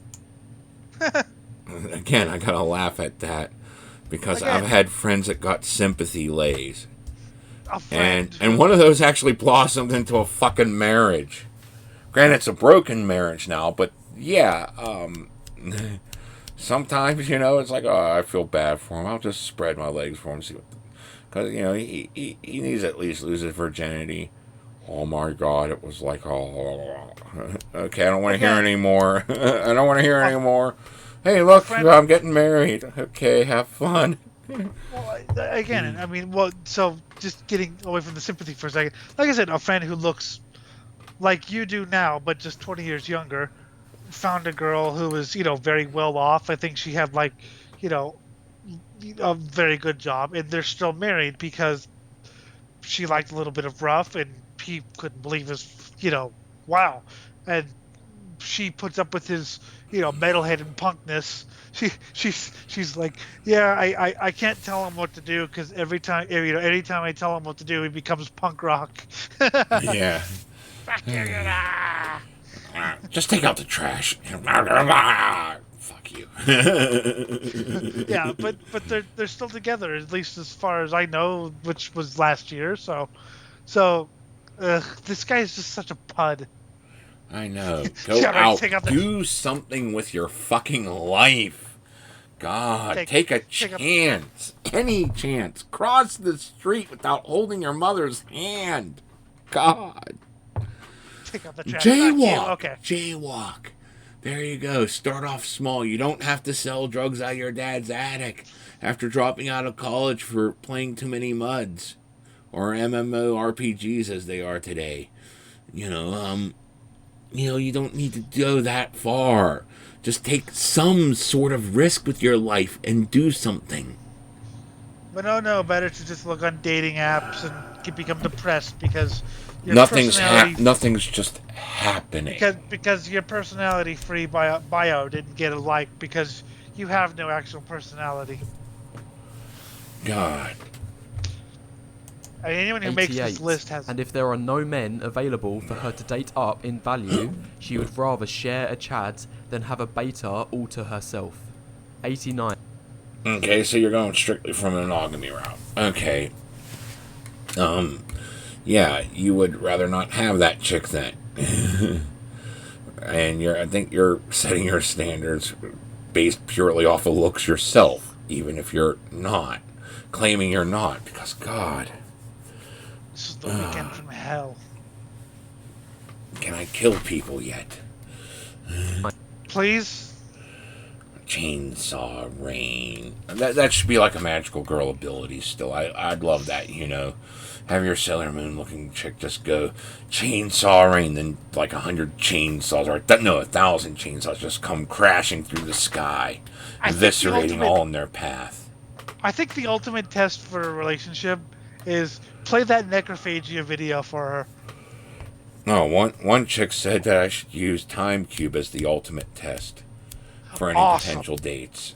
I was like, if a chick could actually get down with Time Cube, that's a keeper. Somebody in a Discord, I think, actually made a reference to Time Cube. I was like, holy shit, someone made it. Yes, the Time Cube.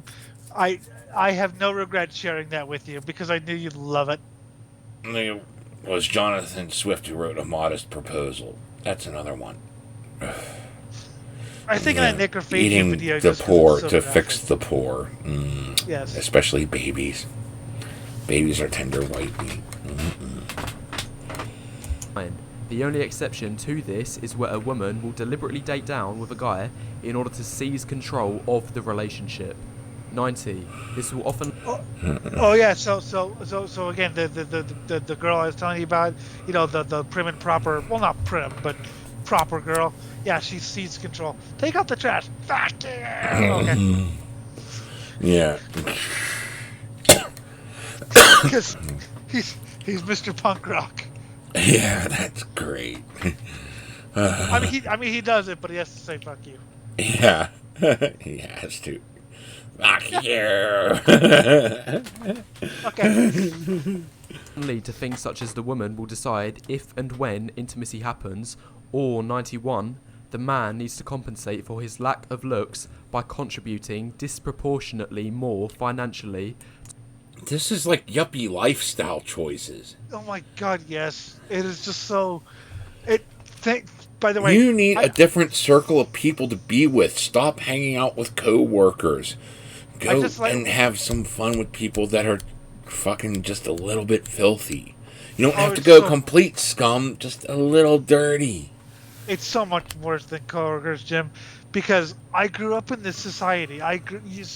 You're lucky you grew up sort of in like a smaller town or whatever. Mm-hmm. And so you don't... I grew up in Los Angeles. I'm surrounded by these people. If I didn't have metal and could see and stuff, this would be me. Thank you, A, being blind, and B, thank you, metal, for basically saving me. Because it's not just coworkers, it's students, it's parents. I used to be in the math team. Drugs saved me from that. Drugs cured your addiction problems. It's not just coworkers, it's parents, students, neighbors. It's everyone around. If you live in like a big city, it's everyone around you. Especially like in the suburbs too. It's like I said, it's everyone around you. This is what like society everyone expects. around me living out in the country listens to country. I listen to metal, but they leave me alone, and that's what counts. Yes. But yes, exactly. They leave you alone. These people don't leave you alone. These people, they expect you to be this way, and if you're not this way, then you're a freak. So what you're saying is living in the city dooms people. Especially living in the suburb. I think living in the city is okay because there's a wide variety of people. But living in the suburbs does doom people because, especially in the suburbs, unless it's one of those weird suburbs that's gone completely to shit, those are the fun ones. Yeah, but unless it's one of those that like during at least an annual drive-by shooting, then you're in the wrong place. Unless it's one of those, if you live in the suburbs and let's say you're a punk rocker or you're a metalhead or you don't play the yuppie games, you get so much shit and so much, because you stand out more. Conform or die because we're yuppie. Exactly. Whereas the city, you get a bit of that, but you also get a lot more color, especially in a big city like Los Angeles. But Well, you get people shitting in the streets now. Yeah, well... you gotta do something to homeless. They gotta shit somewhere. If you're not letting them use your shitter, well, the streets are good. Well, yeah, they're kicking homeless out of hotels, and they're every chance they get to make like mobile housing is destroyed. but I mean, when I went to school, right? I went to school around, where I live or whatever, and this was exactly what people expected of you. This whole thing is, as you said, the yuppie, the mainstream. So yeah, it's worse. It's much worse than just coworkers. Be glad you were born out in the country. Well, not necessarily country. It's kind of suburbs bordering on country. Yeah, but it's But it's it's not that less. close to the big city, so at least we have that. I mean, the big city has advantages, but it also has disadvantages. Well, the like suburbs this. closer to the big city are kind of shit. Except for the really cool ones where you don't know if you're going to get shot. Those Yeah, are the fun ones. I was born in the boring suburb. I was born in the San Fernando Valley, so it's a nice place. It's but it's very stifling. It's like I said, it's very you know, it kind of encourages you to either be complete conformist or complete outsider. So guess which one I chose. The best one. Towards the relationship. 92. Polygamy is becoming an ever more present reality for the future of the dating market. 93. It's a trend, and it's something that I know people who've tried it and who can't do it, and I say do it, because I I could mean, again. I've had stages where I dated, 2, 3 girls at the same time, especially while I was still with Danimond. Like, she only recently said, yeah, I can't do that anymore, so you can't, like, pick up where you left off this time. It's like, okay. Yeah, so you're still friends though, right? Oh, we're still friends. Okay, cool. Because she's cool. Yeah. But, like, well, I that's was- removed. It's not like the first time we've had to be just friends, because, I've dated people who want a monogamy, so that's what I did, And she knew that I wasn't her core relationship. She's with a husband. So, there's no, like, fucking thing to fall back on there, so. I've done it and could do it again. I'm still a little bit, iffy about it because there's There is a bit of a time sink involved because you got to spend enough time to make certain that, all the girls you're dating are getting attention, and enough Yeah. of it. And, like, that does cut into your side projects, the fucking Swine brothers and different RPGs you're playing, and then getting online playing video games with me, or having hangouts and just fucking blasting music while you're getting high. It eats into that time. The more relationships you have, because you still gotta be able to focus enough time on each individual person involved. That's why monogamy is just so much easier. what pisses me off about the poly people are the people the really self-righteous ones who claim they've eliminated jealousy. And I'm like, bitch, you are the most jealous person I've ever met. I mean, I've seen these people, right? We've eliminated jealousy. And then, why are you hanging out with him and not me? Well, I know you're dating, but, it's... So, yeah, monogamy is easier. And as you said, it takes away from time. I mean, I remember... By the way, we got to do that again one day. Just hang out while I get high and you just... Yeah, maybe I'll get high too. Who knows? Ooh, I want to see that. We just. Okay,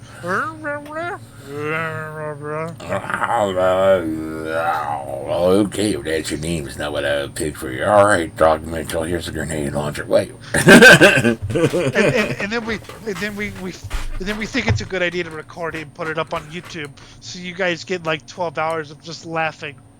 At the stereo. But we put it up on YouTube for all the world to hear. Yeah.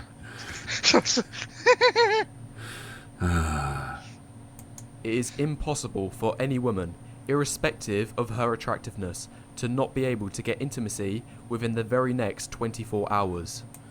Well, yeah, all she's looking to do is get laid. Or if she's so shallow and vapid, she thinks that she has to land a man by spreading her legs. Yep. I had nothing to say. 94. Dating is like supermarket shopping for women, but like trying to find life in outer space for men. Oh, okay, fine, Tandy. That's But again, just- take a chance and you will find life in outer space. But I'm sorry. This is. Whereas, yeah, it's shopping at the supermarket, but you know how much bruised produce is out there? How I much don't even shit agree. that gets moldy just sitting there because someone didn't rotate the shelves properly? I You don't even know, agree with that. I don't so, even you know, agree with even that. supermarket shopping, you have all these options, but how many are actually good? I Versus, don't you know, even. yeah, you're trying to find life in space, but are you taking the chance to? Or are you just staring up there saying, I wonder if it's out there? Because it I don't sounds like even you're agree doing with the that. latter. No, I don't even agree with that. And I've had this problem since it began because the the the tone of this is, well, women can do it and we can't. I've heard so many women who are less than, the beauty, model, say that they posted on dating sites and got nothing because they were big or whatever. And so it's, this whole thing is just dumb. So Yeah. I think it's, and so yeah, if I think it's just hard for anyone to find meaning because literally Well, it's, that's the huge problem with fucking dating sites is that there yeah. is a lot of, I mean, fucking, and that's why it's like, okay, this is my last go at the dating sites here. Because if I don't find something that lasts off of it this time, fuck it, I'm not doing it again because I don't want, to be pumped and dumped. That's what I keep getting off of it, where it's just like shallow, vapid. Like it's not like we'll try a relationship, but then things just collapse way too quick because we either start fucking too soon or something. Whatever the fuck the missing porn it is, it just dies out and then like whatever. The I problem mean, is, Danimund and me lasted for years, but that was not a primary relationship. And I want to find that with someone that is a primary relationship or my only relationship. the, And that's where I have the problem. the problem And with dating sites with me is it's the whole, you can't talk until you both, liked each other or whatever, because if you just start talking, well, what if you're a creep or something? That's why I like the Facebook thing. As much as I hate Facebook, I liked its groups for, for meeting or dating, because you just started talking to people, and got to know them rather than, as you said, Jim, clicking on hundreds of different things, which, see, I think I might have, I still have this pride thing, Jim, which is really annoying. But if I just, it just makes me feel like cheap I after said, a it's not while. like me being desperate. It's just me trying to see, okay, well, who would like Oh me yeah, no, back? Because A, that's I the rules understand. for talking to people. So I I might as well understand. abuse the system that way. And whoever likes me back, okay, let's see if I want to talk. Then the next step is to say, did I really want to talk to them? I understand, Look over and their I just, profile, read what the hell's there.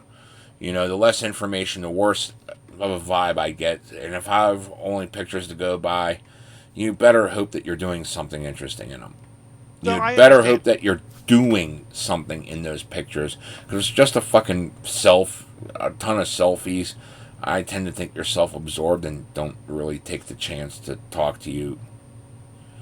But But if you you're know me, I doing have something in range. them, like, oh, look at me, I'm out, like, doing, stupid, goofy shit, or I'm, like, at this art exhibit or something, it's like, okay, well, now I get an idea of, like, what you do for fun. Mm. Or at least what pictures you like to pose for. It's, well, yeah, yeah. As opposed to shallow, vapid me of always having 30 selfies. You know me, I have weird hang-ups about, pride and shit like that. But so the whole thing is, like I said, with Facebook and with forums or whatever, you just start talking to people and, commenting or whatever, and people get to kind of know you if you're being honest. And that's how I've had more luck, doing that than on dating sites, which, like I said, the only, someone was interested in Lovecraft, which we talked for a while. I don't know why she never replied after a while, but we did talk. And the other was, asking why I said something about Satan, and because I'm a Christian, I'm like, good for you. You want a medal? For some reason, she didn't respond well to that. Yay. 95. Modern women will spend their teens and 20s rejecting men who don't meet their crazy standards. I wouldn't call it crazy standards, but uneducated ones, unlearned ones. Because in that age range, you're kind of like lacking the experience to know. And until you hit 25, you really don't know. And yourself, period, you know.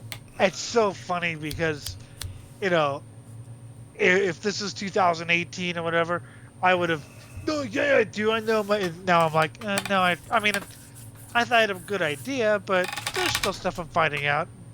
Yeah, and there's also, like, now you know exactly what's etched in stone and what's malleable.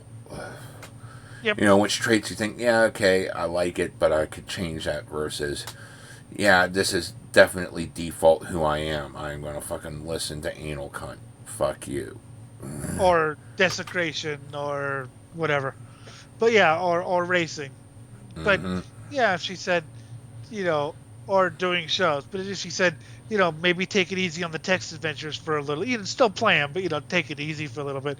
Oh, okay, actually spending time with people. Yeah, that's Okay. necessary, you know, to get offline. Go fucking, you know, stop playing video games or whatever, you know, go do things. Yeah. That was something I had to learn to do because I'd disappear in the holes for months where I did nothing but play a game until I 100%ed it. Now you have me out there who's actually encouraging you to get out and do stuff. Yeah. How many, Jim? Are you gonna? Yeah, I gotta get my car fixed. You probably. Oh God. I'm waiting for my car to get fixed because it's just like, dear God, I need to do things again. I miss doing things, and once it's fixed, I'm gone for a while, man. I'm going to go out and do something, probably kind of reckless. I haven't planned what it is yet. I mean, I might just be going to a strip club. I might just go out to the fucking mall. But I'm going to do something. Well, I'm going to make sure you do something, and you know what I'm talking about there. Oh, yeah. And you're gonna, I mean, if I start hanging out with him, and it's going to be like, okay, game over, something's happening. and you're going to because he's too much of an asshole. I'm too much of an asshole. Something's going to happen, even if we do something stupid. Like, I got to take the kids to the park. Cool, I'll tag along. And then I wind up flirting with the little Miss Muffet. And you're going to send me videos of you two hanging out. Because I want to see. I did that before, like, when I was younger. Like, we went through, I had a wild storybook forest, and I had to watch my younger cousins while I went through. And I saw little Miss Muffet sitting there like, hey, what's up? And, like, I got her number. That's awesome. Mm-hmm. That's we talked on the phone for about an hour before we both decided, yeah, I don't want you. But still, it was cool, you know. Well, yeah. I mean, I got little Miss Muffet's phone number. 96. Then, in their 30s, those same women will plead, where are all the good men gone? Usually that's what your yuppies do, that get so caught up in, like, you know, I guess they call it the cock carousel, or like they just get laid by a different guy every day, and they just burnt all their options by having vapid sex with all of these guys, and like, you know. When he's talking about high standards or ridiculous standards, oh no, you're not, you know, as beautiful as I want. Oh, you don't have the right model of car. Oh, you don't have enough money, blah, blah, blah. And yeah, then when they get to the 30s, they realize that this treadmill they've been walking on, this ladder that they've been, you know, is completely unfulfilling, and they want happiness. The problem is he pushed them away because they didn't have the right car, or they didn't have a car, or they didn't, you know. Basically, it's shallow people waking up to the fact that a life of shallowness. That's another thing too. Like, you'll see these chicks push these dudes away, and then the dude goes off, does good for himself, and finds someone else. And then she looks at him and is like, I turned him down, and now he's got a mansion.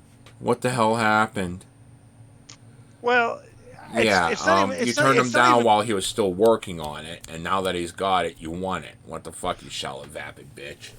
It's not even just a mansion. They'll see people who are happy and married, and they're, you know, single, alone in their 30s or whatever, and they're, you know, they try to date, you know, maybe they're a little less shallow, but all the people that they, you know, turned away, wow, they were actually you know, they actually had some depth and meaning, and wow, we're all the good men. Everyone I date is a, you know, well, maybe if you weren't so shallow in your 20s, they wouldn't, you know, they'd be still around. Yeah. So it's not even a mansion. It's some people wake up and realize that they don't want to be shallow, or as shallow. or they realize that, they don't actually know that they're shallow, but they know that there's something going on that has kept them. There's something missing in their life, but unfortunately, they've chased everyone away. So what can you do? Yep, and all those people are now married. Go fuck yourself. 97. Modern women will friend zone unattractive guys in their 20s who have provider potential, therefore keeping him in orbit. God. Only if you single out one chick.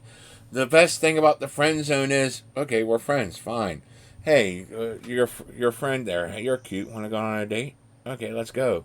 Well, okay, the people who say friend zone, most people who say friend zone, and this guy, what he's saying is that basically it's a sexless version of the fuck zone, is that he's hoping that they will have, they will friend zone you for a couple years, and then when you have no options, they'll come back to you.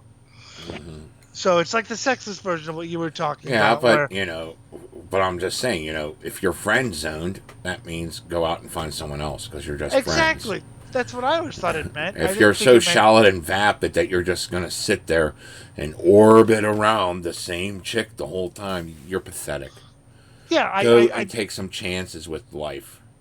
This will be the short thing by the time we're 40. Go fuck yourself. I always thought it meant to, do something else because she's not into you. I didn't, if you just hang around and obsess over, maybe she'll have no other options. Well, what does that say about your self-worth? Well, he says, well, everyone's got low self-esteem because we're ugly. No, you got low self-esteem because you're doing nothing with your life. I had low self-esteem. I did things, and, well, yeah, I still occasionally get bouts of it, but that's usually, like, immediately after a breakup or, like, some other event.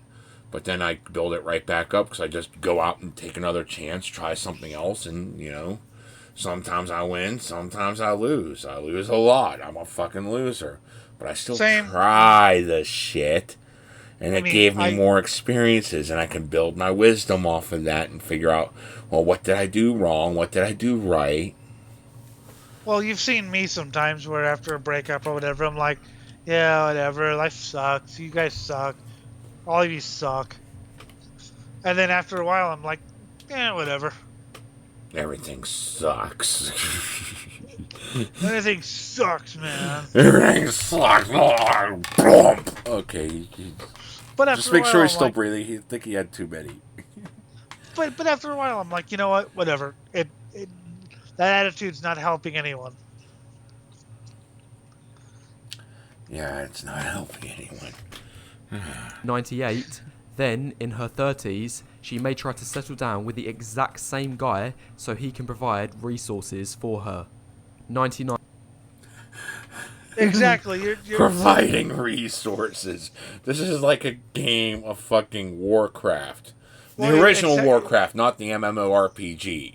You have to go out and hack down the trees and mine the gold to build your soldier. Well, yeah. It sounds like you're talking about cavemen providing I need men to hunt and kill for me and build the fire. Yeah, they will cook, clean, and give babies. What world is this? Yuppie. Planet Yuppie. No wonder they fucking worship. God, that movie is so boring. And it's so sad I'd gotten up in the concept that I know that, yeah, this type of person would worship it because they're a yuppie. What concept would they worship? No, the fucking American Psycho bullshit. 9. The media encourages men to provide resources and simp over women. For example, just look at Valentine's Day. It's all about the man proving himself and buying gifts for the woman. Well, if you need an excuse to... First off, you need an excuse to treat your woman right, then there's a problem with you. Yes. Second, I know people put emphasis on special days like birthdays and Christmas and, well, Valentine's Day. How about St. Patrick's Day, where you take her out to a bar and get shit-faced drunk and then you end up vomiting on each other in bed? Because you're not in your 20s anymore and you're not invincible and you're like, why the hell do we do that? But so yeah, there's ugh, just whatever. Have fun. Fuck. Hmm. Don't overthink it. And sometimes you're just like, hey, I felt like buying you something pretty because I know you like pretty things. And, And chicks just like getting these pretty things every now and then. Where the hell they consider pretty varies. and you know what? Sometimes they want a severed head, sometimes they want a gold necklace. And Jim, you know what's amazing? Sometimes the girl will buy you things in return. Yeah. Or give you a random blowjob out of nowhere where you're fucking doing a web TV show and it's like, okay, I gotta go That's now. actually one of the things that I kind of say don't do. Only because you were on the other end hearing that and we're like, oh God, I don't want to know this. I don't want to know this. Meanwhile, I'm on my end going, oh God, this is too good. I gotta go. Click. I think if you were interviewing King and that's happened to me, I'd probably stay on the line. There we go. He's like, I don't want to know. We don't want to But- know. Just mute yourself when you hit the big O. Well, exactly. Well, that's we were joking about. We were joking. A guy I know who's doing racing commentary, and because of the COVID thing, he had to do it from a studio which he built into his home. Like with satellite link up. I was like, you could just whack off during the race. He's like, yeah, we're back. It's oh God, I'm under caution with oh.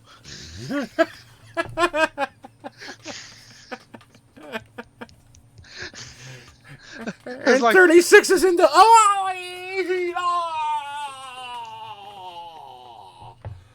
and like- then 37 just over Talcum. I was like, Not again. just remember to go to commercial before you orgasm. Because if we got trouble in turn 4.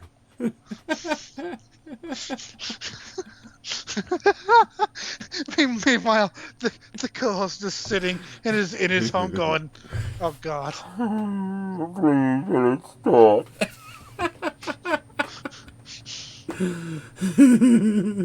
Slamming his head off the desk. I put this out of my brain.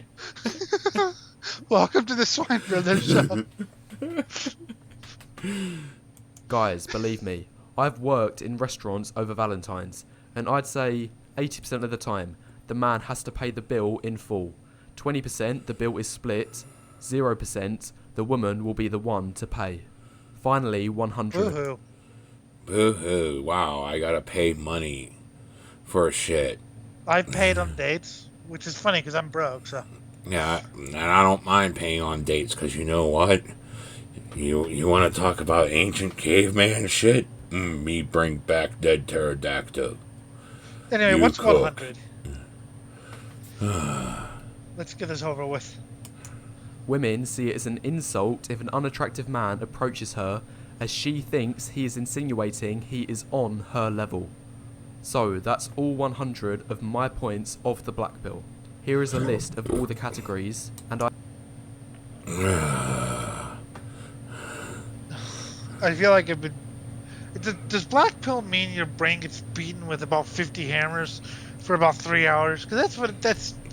God, this is as bad as the incel show, and I don't even have anyone to message to say that I'm dying. Yeah, I know. Fuck this show. But it's like, fuck. Fuck black pill. Oh, God. I got one more to suffer through. No, we don't. Oh God, kill me. No. You must Do it. suffer and see how hilariously stupid this is, because it's yuppies, and we love the suffering of yuppies. welcome back. Today I have 50 lies and phrases you'd have heard as a child split into each of these categories. Starting with dating advice. Lie number 1. Just be yourself. Reality, you can only afford to just be yourself if you're attractive enough in the first place. Hey, I've discovered myself! Run, Jim, run! I've told that story to potential dates, and they liked it. But people like that I'm myself. I mean, my personality is all I've got to go on. I'm not very attractive, and I'm blind and so I can't drive you anywhere, but I have a personality and can make jokes. There All you I got go. is myself. And that's all I got, pretty much. Especially now that I'm old and haggard and fucking looking like complete degeneracy. Fuck it, I'll roll with it. God, I'll scratch my balls. I actually do gotta scratch my balls. Hold on. God, I hate you. Oh, fucking shit. Meanwhile, for anyone who's unattractive, it will be irrelevant because they'll get rejected based on their looks anyway. And for anyone average, Gestamaxing will be required to get any attention. So So what just you're be saying? yourself Wait. is a lie, but just be yourself doesn't No, matter no, if you're too ugly. no. Let's start with this. So nobody who's unattractive has ever had a date because they'll be rejected anyway. That's so Lemmy. Well, okay, you could say, well, Lemmy's in a band. Okay, so Gigi Allen was never married, Yeah. and you never had. I mean, fucking shit. You don't even you don't even have Motorhead to justify it. Yeah. You're not in Motorhead, Jim. You suck. Mm-hmm.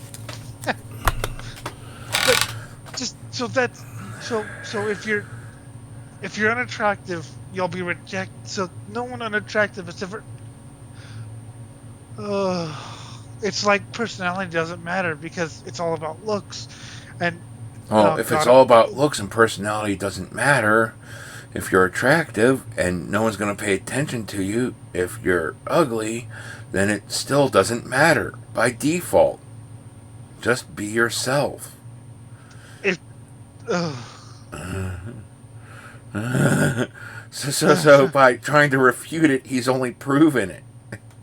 I've given up on the English language, I'm just gonna grunt from now on.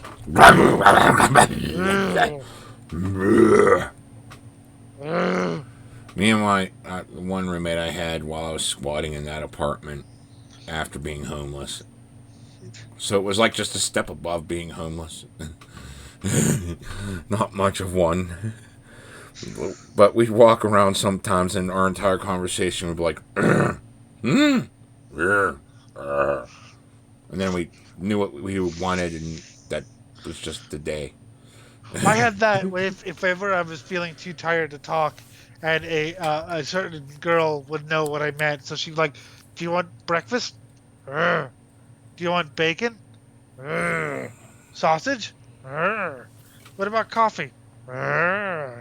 Okay." And her friend would, "What? He didn't say anything." She's like, "Oh, he's tired. He can't speak. He's given up on English." Then there was the time I just went "Buckcock" and hit him in the head with a fucking Cadbury egg. And he was just like, he didn't know what the hell to do. I just popped in the room and went "Buckcock," whap. Okay, Buckcock, you whap. laid an egg. Oh, Cadbury, okay. I had no idea what the fuck was going on. He just clucked at me and went to his room after throwing an egg in my face. Yes. God. Line number 2. Be someone you yourself would want to date. Reality, this phrase is in direct contradiction to the last one. First you say just be yourself, now you say be someone you would want to date. Well, isn't that you being yourself? I mean, if you being yourself is 100% against anything you would ever want in a person. There's some parts of me that I wouldn't want to date, and parts of me that I can't change, and I realize that. So, there's parts of me I wouldn't want to date, but I know chicks find attractive, so whatever. Yeah, right. But or can put up with you. That's another thing, because there's some personality flaws that aren't going to come out. So you need to find someone who can put up with whatever. Oh yeah, that's a must. You know, are you looking for 100% perfection? Yeah, of course not. But the point is, be someone who you can yourself tolerate. want to date. Yeah. So be someone that's impossible because again, I have character flaws I would not want to date, but at the same time, I can't get rid of they're me. Yeah. But then, on the flip side, what you can correct, you do. If it's something Exactly. you don't like about yourself, then change it. But I mean, I brag, I'm condescending, and I'm stubborn, and I can't get rid of the stubbornness. Sorry, I'm too stubborn to get rid of the stubbornness. So essentially, this is just saying, just be yourself. Twice, okay. Which is it? Lie number 3. Just be confident. Reality, your looks is your confidence for the... Jesus fucking Christ, Jesus fucking motherfucking son of a bitch, goddamn. I'm gonna shit in my own hand now. Bitch, son of a... That's how confident I am. I could shit in my hand and still get a blowjob. Fuck, I need more coffee. I need more life. This is like...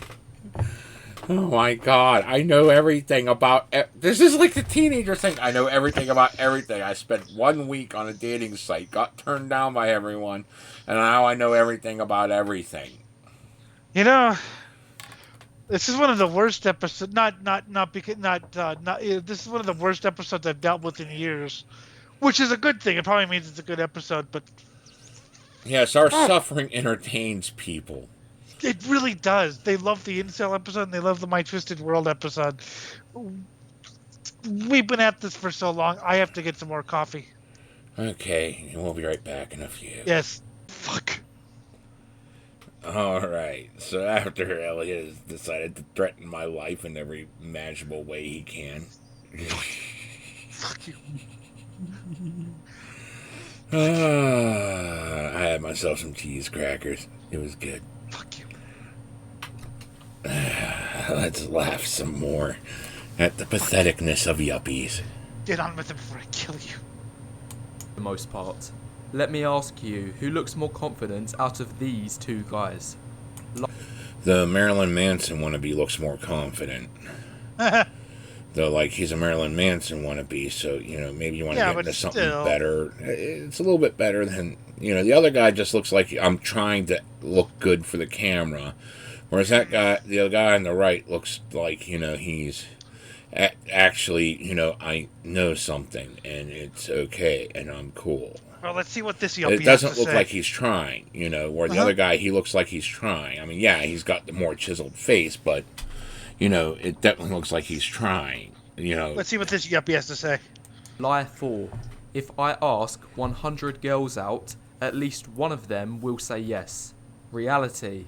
By the time you've asked out 2 or 3, your reputation will be in tatters. No, it won't. What? Huh? God, no. Because if they keep saying no, you're not getting laid by them. I mean, that's... Oh, fuck. That's one of the main disadvantages about being me, is I got a high body count. It's over 30, which is pretty high for a guy that's... especially one that's ugly, Such as myself. So it's like, yeah... And that is a hindrance to the dating market, because some girls want someone closer to like maybe 4 or 5, not 30. I mean, I also know girls that are like, oh, those are rookie numbers, bragging that they had like over 100, but it's like, well, okay, whatever, I don't care. But, because it's a lot easier for a chick just lie there and get boned. Because, there's plenty of guys out there that'll say, hey, wet hole, I don't care. Versus, chicks who do tend to be a little bit pickier, at least in the terms of personality. So, Yep. Guys got to work a little bit harder unless you hang out with the really rough and tumble bunch, where you wind up with, like, the generic crew slut archetype, but instead of fucking the crew, she's like, I'll just fuck my friends who are male. And from now on, you'll be forever known as the man who hits on every girl. Lie 5. So?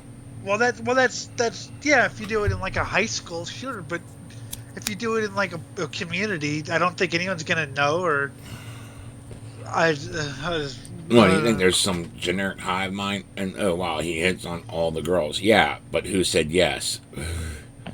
If someone said yes, all of a sudden he's not Yeah, but you flirting with can't all the girls because anymore.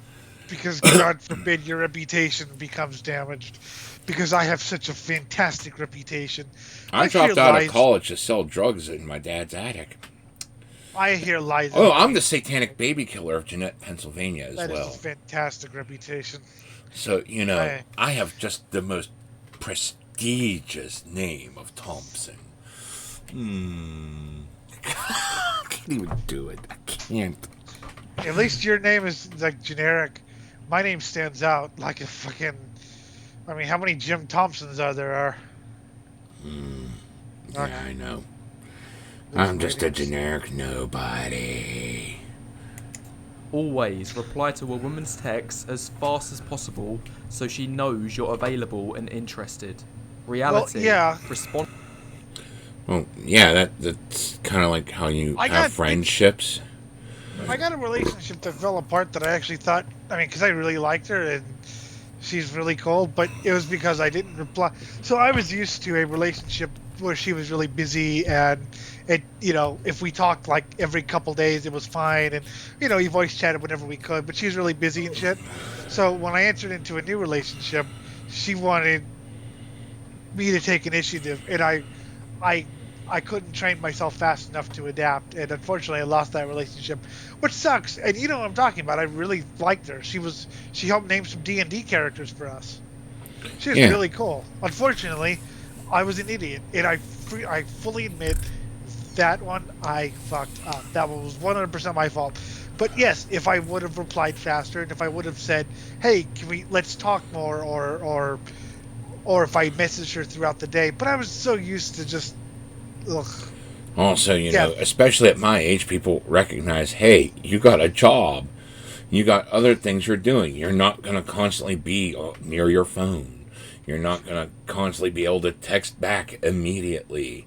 So they well, wait for a response, and sometimes it takes half a day or a if night. I would have said, sorry, I'm really busy with the show, but I was just fucking lazy. But so I tell a girl I'm dating, hey, I'll be out of town. I won't be, because I don't have a phone with fucking text or whatever. So yeah, I'll be unreachable from whatever Thursday through Monday, and then the first thing I do is I message her, hi, I'm back, even before you, because I don't like you. I know. You, But you only message me to let me know how much you have unbridled hatred towards me and wish my entire bloodline to cease, feeding me the cooked remains of my family. Exactly. Oh God, I just had a. Oh God, I know what that's a reference from. Move on quickly. Responding immediately every time a text comes through is probably the fastest way to make a girl lose interest. Lie 6. What, are you like texting her 60 times a minute? Because that does scream creeper if you just keep texting her Yeah, and not that's waiting weird. for replies. That's weird. I mean, I hate it whenever it's like, oh, I forgot this thing, so I gotta text twice, maybe 3 times, Yep. but I leave it at 3, even if it's like, oh, I forgot this, but yeah, whatever. You Well, know. yeah, sometimes that'll happen when I'm high. So the one thing I hate is short. Like, I always tell a girl, I prefer one long message to 1,000 short ones. But when I'm high, I get really rambly in my messages. So sometimes I'll send like 10 long messages, and she'll be like, "You were high last night, weren't you?" I was like, "How did you know?" She's like, "Because you sent me a fucking novel." And the funny thing is, do you think there's any substance in any of those messages I sent? No. It's like it's just rambling, like, "Hi, how are you? I like race cars. Do you like race cars?" Boom, boom, boom, boom. Have you seen me? Have you seen me? Well, Jim, you know what I type like when high. Yeah, and I fuck with you all the time with it. I My, know. my, my favorite is just turning on my voice to text and just going, and God, I hate that. then it just comes Fucking out as this weird stream of whatever. And sometimes I'll try to make words out of it. Other times it's just whatever's coming out of my mouth. Then I'll post so it, and it just comes out as this random gibberish. And he he's too stoned posted to know anything. So it's he like, posted Solomonizer lyrics. A drunk, a junkie, a pervert, and a womanizer. or I think it was sodomizer, but you can call me the sodominizer. But it's a drunk, a junkie, whatever. And I saw him Izer, but you can call me the Salmonizer. And I thought that was the funniest because it didn't understand what sodomizer was. So I laughed so hard. I think I broke my stomach because it was. I knew the lyrics, but I was also incredibly high. So I'm like, Jim, you don't know what you're doing to me. Fuck. That's great. That's just great. And I melted your brain. I wasn't even trying. And I saw him Izer. I was just singing lyrics to a song we both know. Yeah. And it's funnier if you're high, by the way.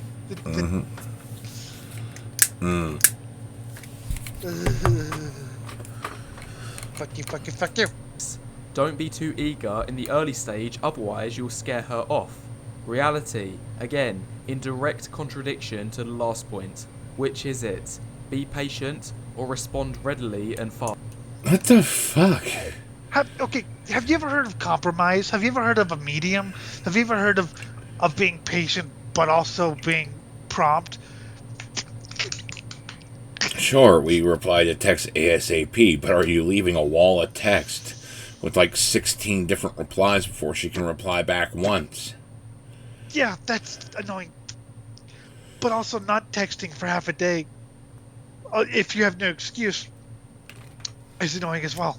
Granted, I've seen it the other side. I remember one girl you dated who was way too fucking pushy. Yeah. And oh, why didn't you call me? It was 6 every day. It's like, yeah, that's a little much. But I didn't say anything because I just waited for you to see sense. Yeah, I did, but things happen. I just sort of sat there and emanated disapproval. Fast. Lie 7. If a girl doesn't respond to your text, send a follow-up. She probably just missed it. That's no. sometimes true. That's one of those things that, okay, if it's been a day, sure. But, like, only if, like, you... whatever. But I try to avoid that and just say, yeah, okay, she'll get back to me when she gets back to me. And sometimes you lost it, and it's like, oh, Sometimes, if you're doing one of those dating apps, it doesn't tell you whenever someone's texted you again after you have your first dozen. So then you have to go back to the app to see it, and it's like, oh. And then you learn, yeah, I gotta check this every now and then to see if they replied. I'll generally try it like, oh yeah, I hate that. I remember, I don't remember what app it was, but someone messaged me. I was like, sorry, I didn't get your thing. It was like 2 months ago. I was like, sorry, this thing doesn't say. It was someone I know. So I was like, this thing never says if you get messages, whatever. But generally, if it's like been a day and a half, I'll text one more time. But after 2, I leave it and see what happens and whatever. Yeah. I got shit to do, man. I got a life. No, you don't. Reality. I guarantee she did see it, but she just didn't care enough to respond. You're correct. I don't have a life, but I like to pretend I do. And how many women have you had, person? I'm guessing the last tit you saw was leaking milk. Yeah, while you cried and shat yourself. Yeah, I don't mean you have a fetish for... Yeah, I don't mean that either. Yeah. Let this be a rule of thumb to never double text under any circumstances, guys. Lie at 8. Just put yourself out there. Reality. Yes. Any number multiplied by 0 is 0. Yeah, but any number added to 0 is that number. Wait a minute. Are you projecting there, guy? Are you? I think he's actually calling himself a 0. Wow, some self-awareness. It's only been 5 hours. Mm-hmm. I'm sorry. Yuppies are always zeros because they're just vapid shells of human beings that prey on others and try to make others like them and just as joyless as them. Kids, we've done this in one night with like 2 little breaks, which is I kind of prefer that to how we used to do it live when we just did it in one night. I like the 2 little breaks, but I'm losing my mind here. Yes. Putting yourself out there via either online dating or cold approach won't help you if you're not getting any interest in the first place. Then why aren't you trying to initiate conversation? Well, okay, if you're not getting any interest in the group you're hanging out, maybe you need to try something else. Maybe you need to look for a deeper meaning in your life. How about you get a real personality? I got a tip for you guys. A real personality's free. It doesn't cost anything. And another thing is sometimes you're just hanging out with the wrong people. I mean, there's plenty of people I cut out of my life because they weren't good for me. Because, well, okay, I was selling drugs at the time, and when I stopped selling drugs, I cut out the people that were just around for drugs. But I kept like four friends out of 50. Why? Why can't they get a real personality? It doesn't cost anything. I know. It just means you have to go out there and do something. Maybe lurk around the woods some. I don't know. And drop your pants. Get some sunshine on your balls. Then you could say, look, I just tanned my balls yesterday. Maybe feed your head through a wood chipper. Oh, that works too. That gives a great personality as you just spurt blood everywhere every time you try to talk. And the screams. So that tracks. Some chicks might be into those little, throat muscles trying to suck on it, And the screams. Yeah, the screams are always hot. People love the screams. Lie 9. Just tell her how you really feel. I feel really horny. Let's fuck. That's what all these videos have sounded like. It's like, I'm horny, but I'm going to pretend to want a relationship so I could get laid. In my opinion, I tell people how I really feel. Not just women, but men, whatever. Just, guys I'm friends with, people I want to date, women I want to date, whatever. I fucking hate games. I hate psychological games or, Elliot. Not being open. Elliot, I'm going to tell you how I really feel. You should shove a nail up your nose until it taps into your brain, but just so slightly. I don't want any brain damage because I want you to yank it out and let the blood start flowing into your mouth as you lap it up with your tongue. That's what I feel you should be doing right now. Jim, I want to take all 4 of your limbs, and I want to rip them off very slowly. And then I'm going to fuck you to death with the right arm. There we go. That's discussing your feelings. God, I hate you. Reality. Guys, trust me. If a woman likes you, she'll make it obvious she wants to push things forward. Actually, no. No, she won't. Not all the time. No, and that's what I have to deal with. Because you also have socially awkward women. God. And I've dated more than enough of them, and it's like, okay, well, I'm going to stop now. And she looks all confused, like, why are you confused? Well, you're stopping. Oh, you wanted me to go further? Yeah, okay, your body language wasn't saying it. So I slip my finger down her panties and see what the hell happens then. Have you ever had a woman's friend actually tell you, she likes you, right? Mm-hmm. That happened because, I can't read body language. And this one was a little bit shy, but she later opened up. She's like, she likes you, right? See, you got an excuse why you can't read body language. Sometimes I'm not receptive to it, and I gotta be told, you know what, she really wants you. Okay. I didn't know that. As a girl from the puke days once said, you can read body language. If I punch you in the face, the meaning's pretty clear. I was like, you're saying hi. I mean, as of right now at work, the one girl that I keep thinking, okay, maybe I should flirt with her, maybe not, and all this, because a lot of her activity has been like, maybe she is flirting with me or maybe she's not, and I can't tell because I'm at work. I'm in work mode. I got to get job done and get the fuck out. But, it's like, okay, well, what do I do? Yeah. Because I don't want to lose job. I don't want her to quit. And those are the worst 2 outcomes.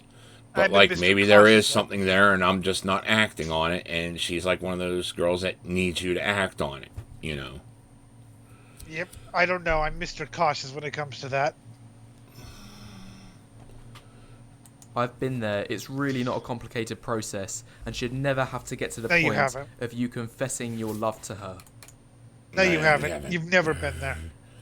God. You've never been there. You don't. Blow up dolls don't count, bud. Mm-hmm. Nor does watching movies. God. Or anime. Hi, I'm here to clean your pool. Thump. All right. Bong chicka wow wow. Lie 10. If she flakes on a date, she was probably just going through an emotional time and you should ask her if it's okay for you to offer a second time. Reality. Never tolerate a flake. If it happens, the ball is in her court, and if she really wants you, she'll be the one to come chasing. So I'm a guy.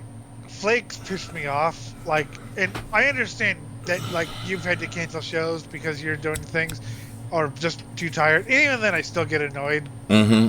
I remember that one time you said, I woke up specially, and you said no Swine brother, and I was like, I'm not talking to you for the rest of the day. Fuck off. Yeah. But I hate flakes. I absolutely hate flakes. Flakes to me are worse than lawyers. People who are late suck, but flakes suck even more. Hey, I'm punctual. When do you want to meet? How about Wednesday? That's Lie why I 11. If she rejects you, keep pursuing her anyway. It shows you care about her and want to see her. Nothing doesn't. will make her appreciate you more than that. Reality. This is like the first thing I agree with. By the way, that's why I like King Valley. He said, what is it, 2 o'clock? And we were there at 2 o'clock. Like, on the fucking dot. Mm-hmm. That was awesome. Yeah, and like, fucking, if she rejects you, well, fine, I'll just move along. There's another girl right next to her. You know? I mean, yeah, right? Hey, how's it going? Pursuing someone if they reject you, I mean, unless it's deliberately stated that it's just not right now, but maybe later, that's kind of creepy and Elliot Rodri. Yeah, I'm gonna get drunk and bitch at you because you get all the chicks and I get. That reminds me, I have to tell this story because this was like a really. This is dumb. Okay, it wound up just being a 3-month, 4-month dry spell for me. That was it.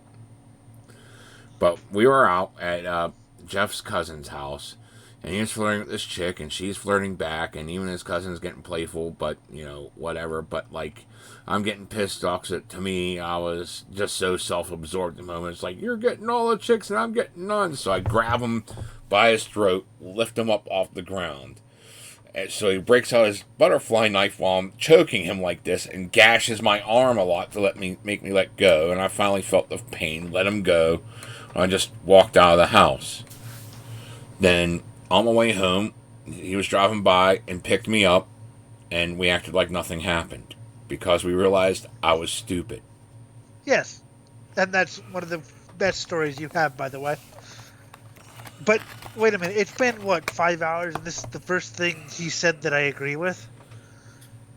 Oh my god. A revelation. Yeah, don't fucking, keep pursuing if she rejects you, because she'll come back if she was just being playful. Okay, there's playful resistance and there's flat-out rejection. Okay? And playful resistance is usually after something has been established. Yep. Flat-out rejection, you can definitely tell the difference, even in a wall of text, Yep. Playful resistance is fun, by the way. If you do this after a woman says no, it will get to the point where she'll get annoyed and angry with you for not getting the gist. Lie 12. Humour is what women care about the most. Just be a funny person and women will start being attracted to you. Chainsaw launcher. Oh, that is actually... Well, okay, I want to hear what he has to say before I comment. Reality. Women will voluntarily laugh at jokes for guys who they find attractive. Meanwhile, a joke told by an unattractive guy will be seen as offensive or creepy. Okay, first off, you can tell the difference between fake and real laugh, or at least I can. Second, again, I'm not very attractive, and I've had your girlfriends giggle at shit so okay, I remember this was Princess Punk when we were doing the first Pathfinder thing. and I went out to get something to drink, and he went out to get something to drink, and she was the only one still at the microphone. She was singing something about how it's lonely and all by yourself, and you're just being bored, right? Mm-hmm. And I heard, so I opened I still had the microphone on. This is back in the days of wireless microphones. I set the microphone on, so I opened up the, I like, rah, just make a dumb noise because I'm all by myself, rah, and so we busted up laughing. You come in and you were trying to get everything back, and the two of us are just like hysterically laughing. You're like, okay, something happened while I was gone. I love that because I just imagine what you were thinking. Like, what were they doing while I was gone? My instinct was to go to. They were making fun of me, which I'm not. I've never been pissed at. Oh I yeah, may no, I may go over the top, acting it out just for comedy points, but of course not. No, of because course I make wouldn't. fun of myself all the fucking time. Of course not. And if I was making fun, I'd probably say what we did. But yeah, it's so we're both laughing so hard, and you're like, what happened?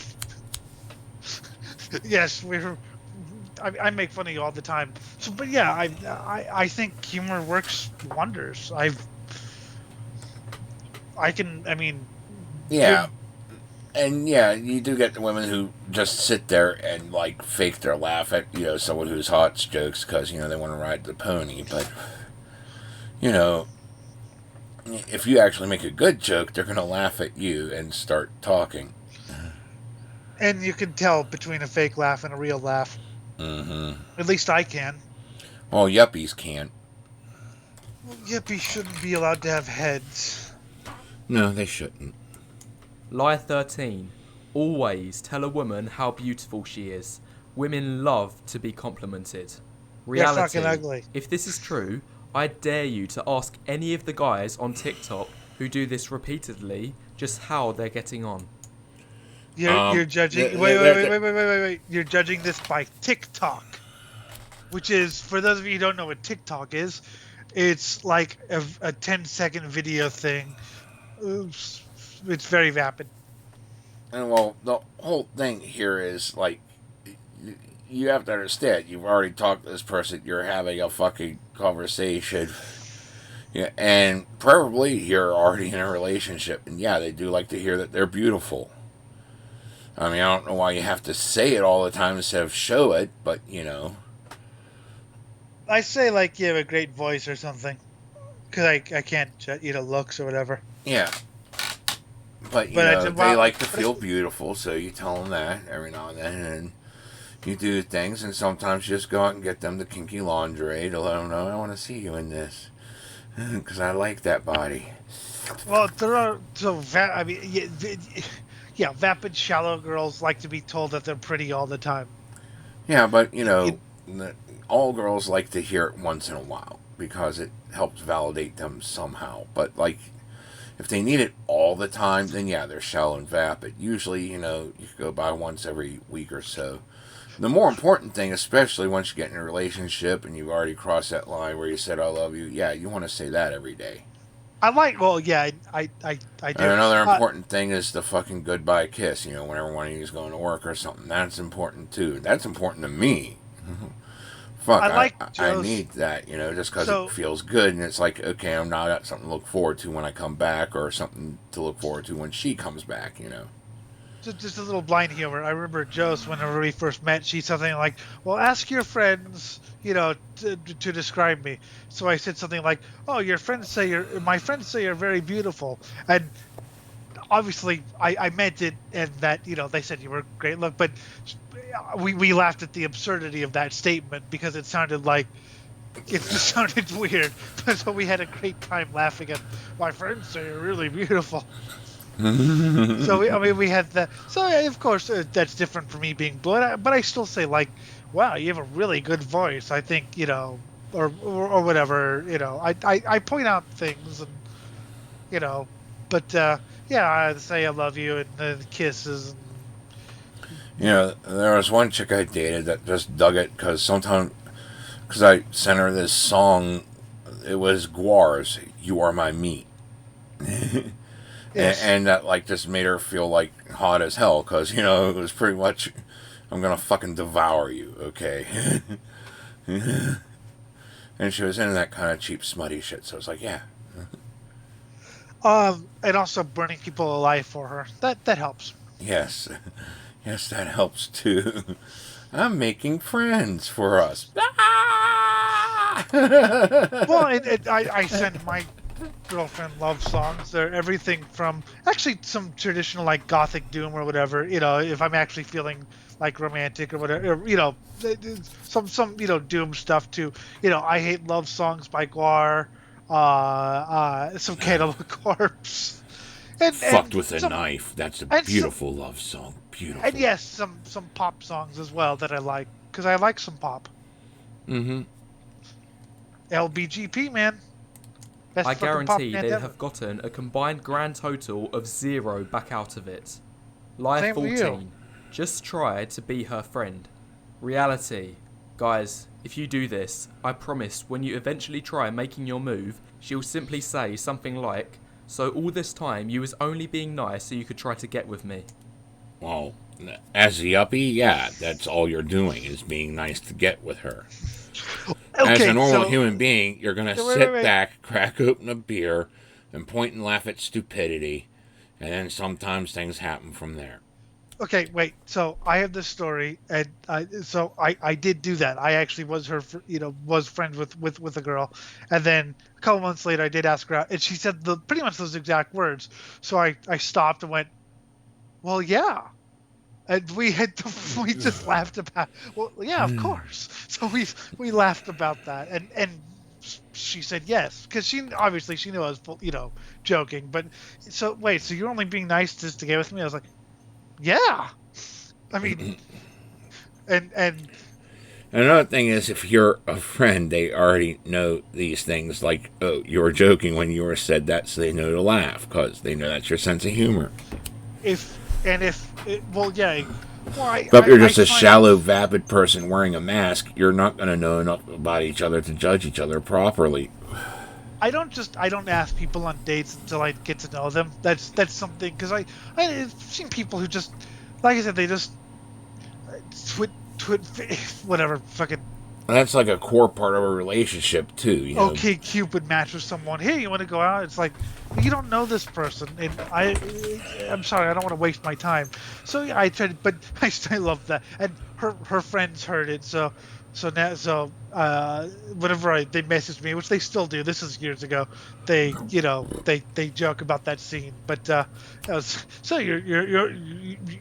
you're only nice to me to get in my pants. Well, yeah, and she loved it. But you see, when it comes to these yuppies, they're just wearing the mask all the time, so like there's no actual getting to know you.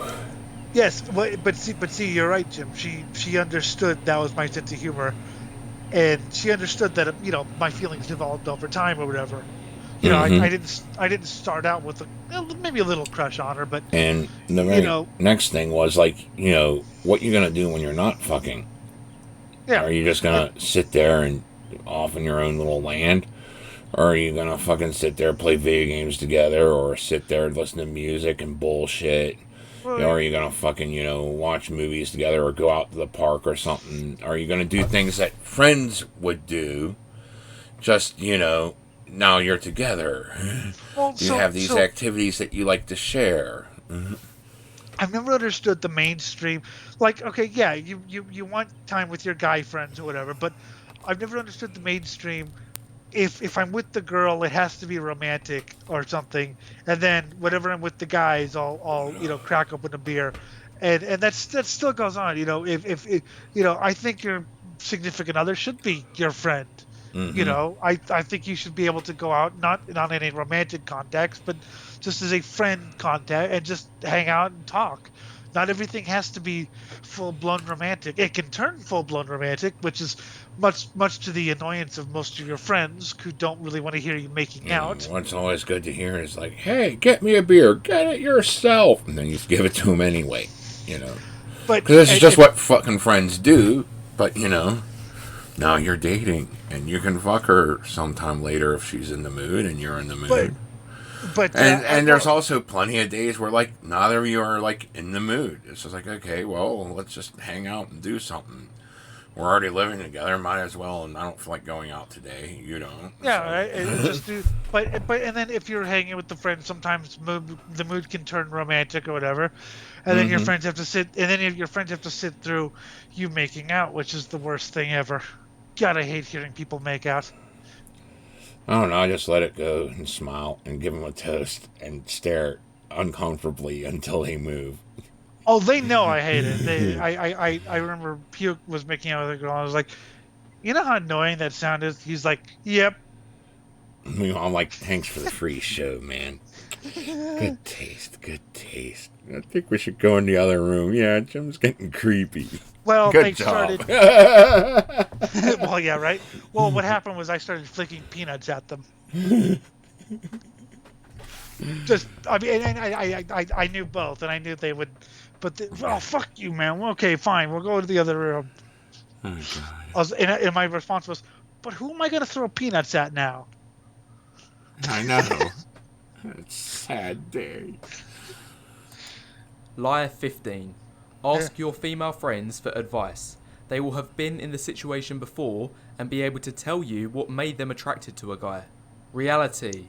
Women don't know themselves what they're attracted to half the time. And if they do, they're hardly going to tell you that because they're afraid of offending you.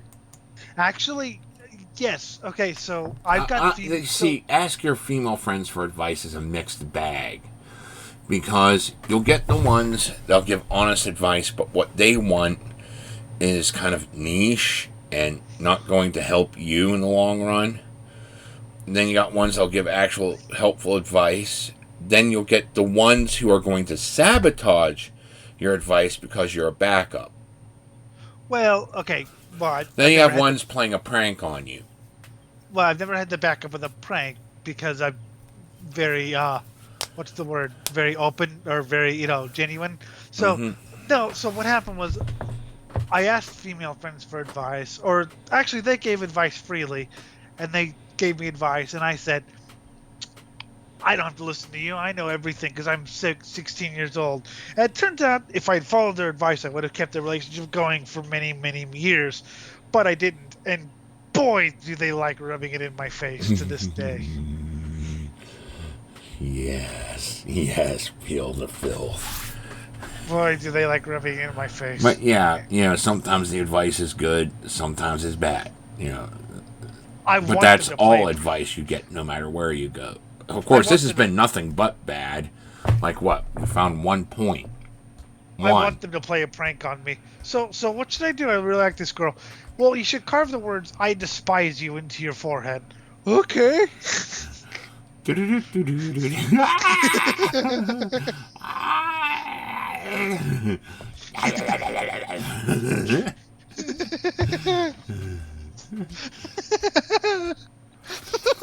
I'm sorry. I'm lightheaded. This has been going on for so long. I know. So sorry if everything gets weird, guys. It's great. Lie 16. Make it a priority to meet up with a girl's friends. It's a great way to get in her circle and make her comfortable. Reality. If you meet with her friends, I guarantee they'll have nothing but bad things to say about you afterwards. I find it a mixed bag, to be honest, but I do like to get to know the girl's friend and the girl. I don't want to do it because he has it written here as soon as possible. It's like, you don't really want that as soon as possible. The whole entire meet with friends, meet with family, that's something you wait until it's like, okay, yeah, there is something here. No, the family, about, a few dates, maybe a couple months, even a year, but to me a year is pushing it a lot, but still I do want to meet the friends and try to figure out all this other stuff, but at the same time the main focus is, okay, are we gonna get along? I think a year is fine for the family. I'd push it back to 10 years because the last thing I want is the dad to, what the hell is that and how can I kill it? But no, okay, in all seriousness. So I find friends to be a mixed bag, but I do want to meet them and stuff like that. And fucking shit, I tell every girl I've dated about you, unfortunately. I show them Fright Night Theater. I show them Swine Brothers. Weird, huh? So Like, so this the is thing the is, weird guy I talked to online. He wants to yeah, kill me. I threaten to he, kill him daily. he What? has a TV show. What? So here's a TV show. Here, check it out. So the thing is, but the thing about me is I'm very good at um just kind of taking it into the group. Like when I join a Discord thing, I don't really post an introduction. I just kind of get into the conversation. So whenever I meet someone's friends, I just kind of put myself in the middle and like, yeah, I'm here, whatever. I don't really make a big deal out of it, or I just kind of I try to get into the world, so to speak. Depending upon what conversations are going on, sometimes I'll Yeah. just sit there and watch. Other times I'll participate. Because it's like, okay, I'm getting weird vibes off of them, and I don't Well, know people have if a I can. I gotta sit here and go through my thing. Well, okay, how do I do polite conversation without bringing up about fucked with a knife or well, people have gutted, cleaned, and fucking force a fucked habit of intestines. bringing me into the conversation, mostly because the blind thing. People want to know, you know, how I exist or whatever. But I mean, well, I talk about obviously it's more like just racing music and horror. But yeah, I mean, I'll jump into a conversation if I think it's interesting or whatever. But I'm very good at just kind of being there. Like, yeah, okay, he's here, and I mean, I hope the girl has an interest in who I'm hanging out with, because you're gonna find out. I I mean, mean, I got many different modes of conversation, but there are sometimes I'm just in the mood to go off the deep end, and it's like I realize this isn't a good time to go off the deep end. I like when you introduce your girlfriends to the show and they're like, "Hey, that Elliot's pretty cool." Yeah. I like it's a little ego stroke, but so yeah, I mean I hope I mean I'd like to get to know her world, and I want her to get to know my world, because to me that's part of knowing if we're gonna get along. Danamon has said she's wanted to fuck you. Just Nice, saying. nice. I'd do it. Uh, But that's that, because she's like open with this shit, so I'd still well, be yeah. getting mine. Shit. Well, yeah. Shit. That's on record. Oh wait, I think I told it to her before. Oh well. But anyway, so the thing about you know, uh, to me getting into her world and her getting into my world is finding out if we're going to get along, because if she doesn't like my world, then how how is she going to you know how are we going to get along if she doesn't like anything I like, or at least tolerate something I like? If she thinks that what I listen to is actually harmful, or the people I hang out with are harmful, then how are we going to get along? I mean, I'm harmful. I got you going. What's it called? Fucking Stockholm syndrome. Yeah. I'm doing that that thing. that Jim guy, he scares me. And then good old Christian girl, I like Jim. Make him curse more. Fuck. So, I mean, because I'm sorry, I'm not giving up metal for pussy or racing. That's not happening. Yeah. That's never happening. I'm not gonna stop playing video games. I'm not gonna stop watching anime. I'm not gonna stop metal. I'm not gonna stop being a ball of vulgarity whenever I get the chance. You should stop watching. I can watch my tongue when I'm around the kids if they're too young. I can too. I can watch my tongue when I'm around family, but there's got to be that point where it's just like, yeah, I want to fucking jam my fist up my own asshole and pull my own shit out and then force feed it to that fucking cunt over there, because that's what pissed me off about one girl was that. So she liked K-pop, and I knew I wasn't gonna like K-pop, right? Mhm. That's just something. But I was like, okay, fuck it. She likes it. I'm gonna try it. So I tried K-pop. It wasn't my thing, and she liked anime, and I'm still not an anime guy. Whatever. I like some of the ideas, but whatever. But anyway, I had to beg and plead for her to try out anything I liked, and finally, what turned her off was reading your Satanic Baby Killer book thing. But I had to beg and plead for her to actually even get that far. But it's like, well, don't you want to see my world? I mean, this is what I do, man. Yeah, I But try to show people all my world, so it's like, yeah, whatever. Here. she was afraid of you, which is funny. You're fucking harmless. That's great. No, I'm not. I'm the most Yes. dangerous person on the planet. I I just have it under control because I realize No. prison is a thing. No, Jim. I didn't say harmless. I said armless, or you will be armless. All right, let's do it. We're gonna duel with chainsaws. Round 1, fight. My face. Oh wait, I got it him. But my face is still open. Fuck. All right, let's continue. Lie 17. Just get a haircut. Chainsaw. Reality, I thought you said- this one's simple. At first, Haircuts only work on guys who are already attractive. I haven't had a haircut in ages. I thought and he it said, still works. Jim, I'm so lightheaded. I thought he said, just get a hand job. Just get a... Yes! Yes! Just get a hand job. There's plenty of hookers out there. It's $20. Okay, it might have gone up to 50 due to inflation, but, you know, Queen. just get a hand Sick job. and obscene. Clap queen. Lie 18. Just take a shower. Reality, although showers will improve your hygiene, they cannot wash away flaws beneath the skin. What about your flaws beneath the skin, like your So amazing you're saying shallowness? taking a shower is useless. Don't take a shower. When that's like the most basic thing you can do to increase your attractiveness, regardless how much acne and fucking shattered fucking facial features you got. Yeah, so you'll smell like how Jim looks. Exactly. You don't want that. Nobody wants that. Okay, so they were the first 18 lies you would have been told when you were younger. If you've enjoyed what you've seen so far, be sure to press the like button and leave any thoughts you have. Wait. So you're asking me if I enjoyed being... If I bought into this, it's like, I enjoy being depressed. Oh yeah, and don't forget, guys, if you enjoy this show, press the like button and subscribe and click the bell and leave comments.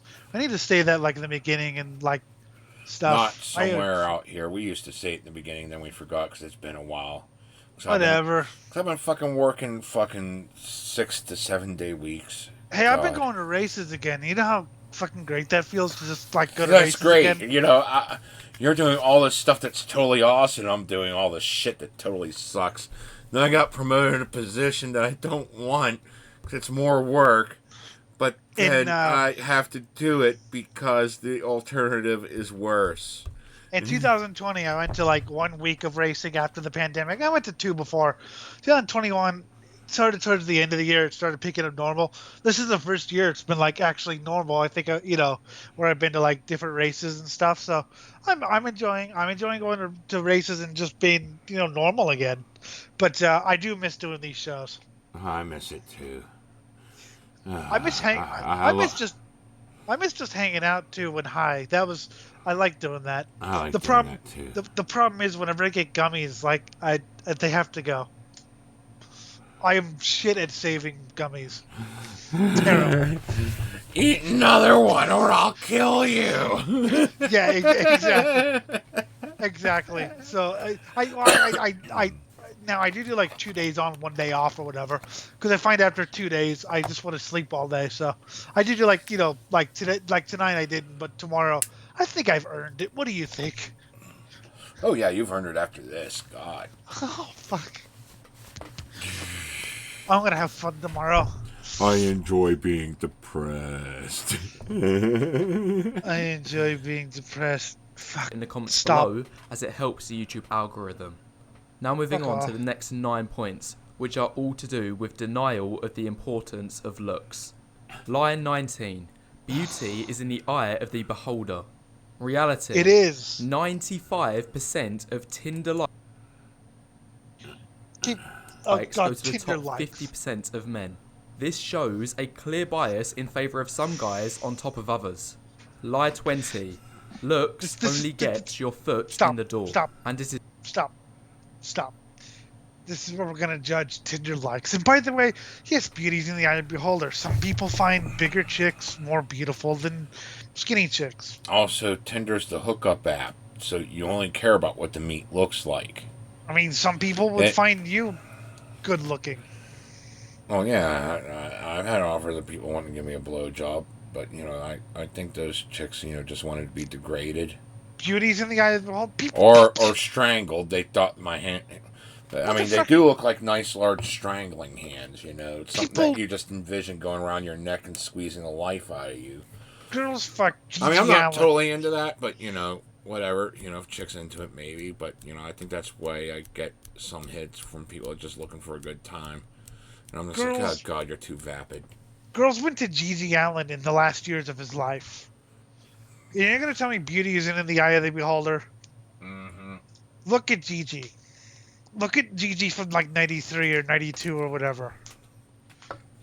All strung out on everything. Need more cocaine. Dad. But of course we're gonna judge mainstream likes. This is all we're gonna talk about is mainstream. Mm-hmm. It's personality that makes a relationship last. Reality. If you don't maintain your attractiveness, she will lose attraction for you. Lie 21. Well, okay, the example he gave there was like this guy that it wasn't like normal aging or like, okay, she plumped me up a little bit with her cooking. It was the guy that pretty much went from bodybuilder to Reddit mod. That's like just a complete dump of looks, and he just stopped caring about himself, period. And that was the example of him, like, she only cares about you for your attraction. It's like, dude, there's other problems here if he's going that far. Yeah, that would be a sign of deep personal self-destructiveness. Mm-hmm. I don't know. This guy needs Age to is be... just a number. Reality. Every passing year, after around 28, your looks will get worse and worse. Okay. Yeah. So, and chicks don't want to bone me. Yeah, so, again, how old have I dated before? I'm much older than you. It's 30 years older. Well, I would have. If she had come to... if she had come to town, I don't know. Maybe. But 22 is the oldest. Fuck. God. I was squatting in an apartment, like I said, right after being homeless. It was just a step up. And I was in my mid-30s, I think 34. And this chick just turned 21, and she wanted to jump my bone, and I said, okay. And we dated for a while. And then it ended up not working out because she was just like, well, the apartment's got to be beautiful. We can't afford beautiful on McDonald's, honey. We can afford this. But it's just a room. It's what we can afford. Oh, my God. You just gotta wait, man. See So what it's happens. like, so that's kind of like why we fell apart. So it's like, okay, whatever. Well, and some people care about more than just looks. Yeah. Your hairline will recede, you'll start to wrinkle, your hair will grey, and so on. And sometimes My your cock hair- malfunctions because, that testosterone drop can be a bitch. So My you might need hair's to get already yourself some gray. happy blue pills. My hair's already gray from this fucking show. I Kill know, Jim, you're kill Jim, balding kill Jim, now kill Jim, because kill I Jim, just kill fucking Jim. killed you. I killed your spirit. Lie 22. Height doesn't matter. If height mattered, the giraffe would be the king of the savannah. Reality.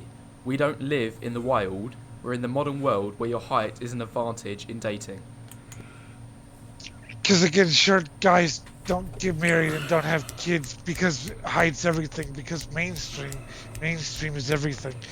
Ugh. God, I'm only chasing whatever the hell's on fucking commercials. Not even what's on the TV show, just the commercials. That's what I want. It's just everything on the commercial. Consume. Besides, we do live in the wild. You haven't been alive till till the cops. This is great. We were having this party Oh. at Stuttering Dave's house. And, like, everyone's underage except for me. And there's booze everywhere, and of course drugs. Then there's a pounding on the door. Look outside, it's cops. So we hide everything, and people just all cram into the fucking bathroom. Well, I'm too trashed to move, and I don't care if I'm going to prison, I'm going to prison. Everyone else hid their booze. I'm still drinking. I'm 21. Fuck you. Nice. Do you know anything about the dead body on your lawn? Uh-huh. What? Apparently, someone got shot on his front lawn. And we were partying too hard to hear the gunshot. I wish I was partying.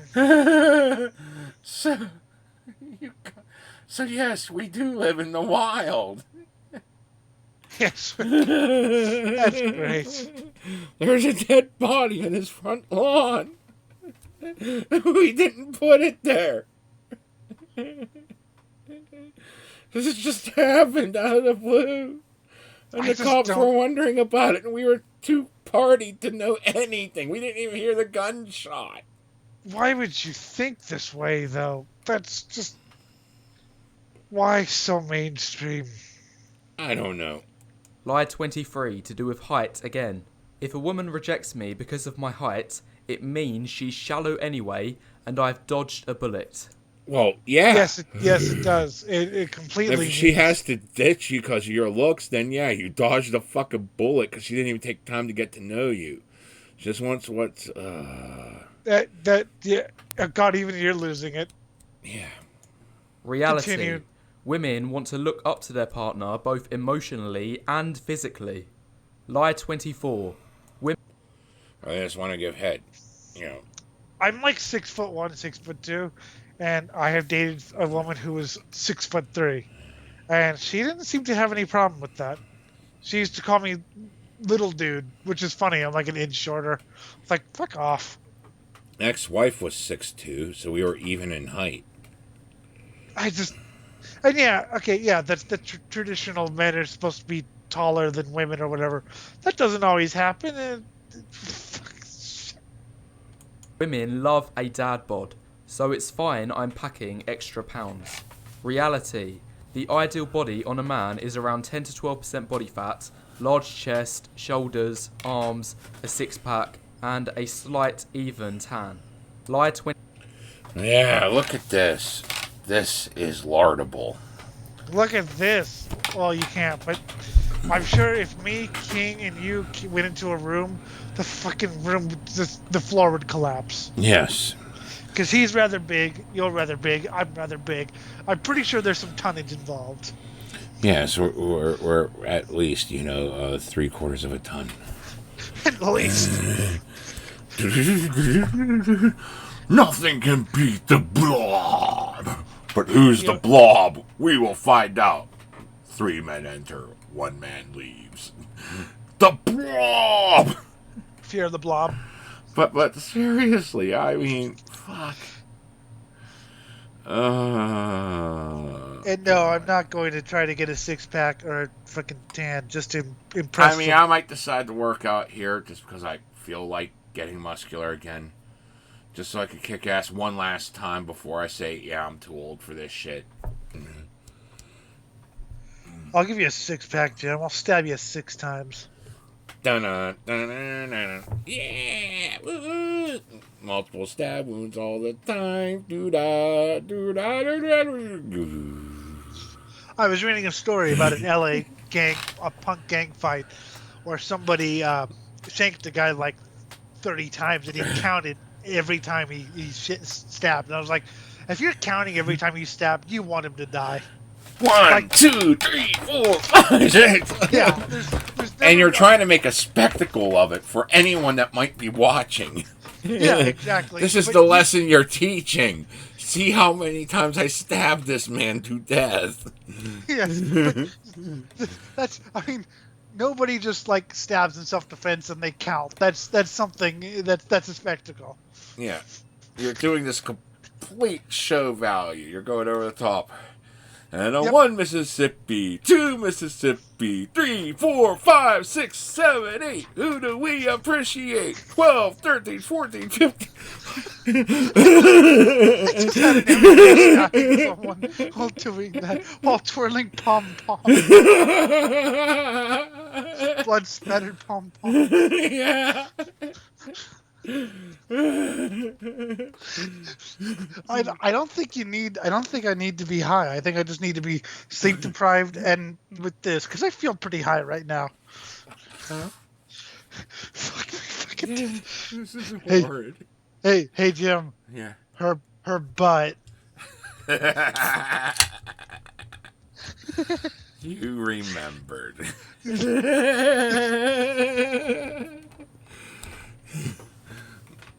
This is 25. the. Personality matters more than looks because looks will eventually fade. Reality. Duh. Most guys are struggling in dating because they lack the looks needed to attract, not because they lack personalities. Okay. No. I'm not letting this one go. They're struggling in dating because they either have no personality or the personality they have is an abhorrent, selfish, nice guy. I'm a nice guy, which is why I throw Starbucks coffee on people for dating, or I get a super soaker full of orange juice and shoot people in the park, or I run people over with my car. I'm a nice guy. I'm a supreme gentleman. Yes.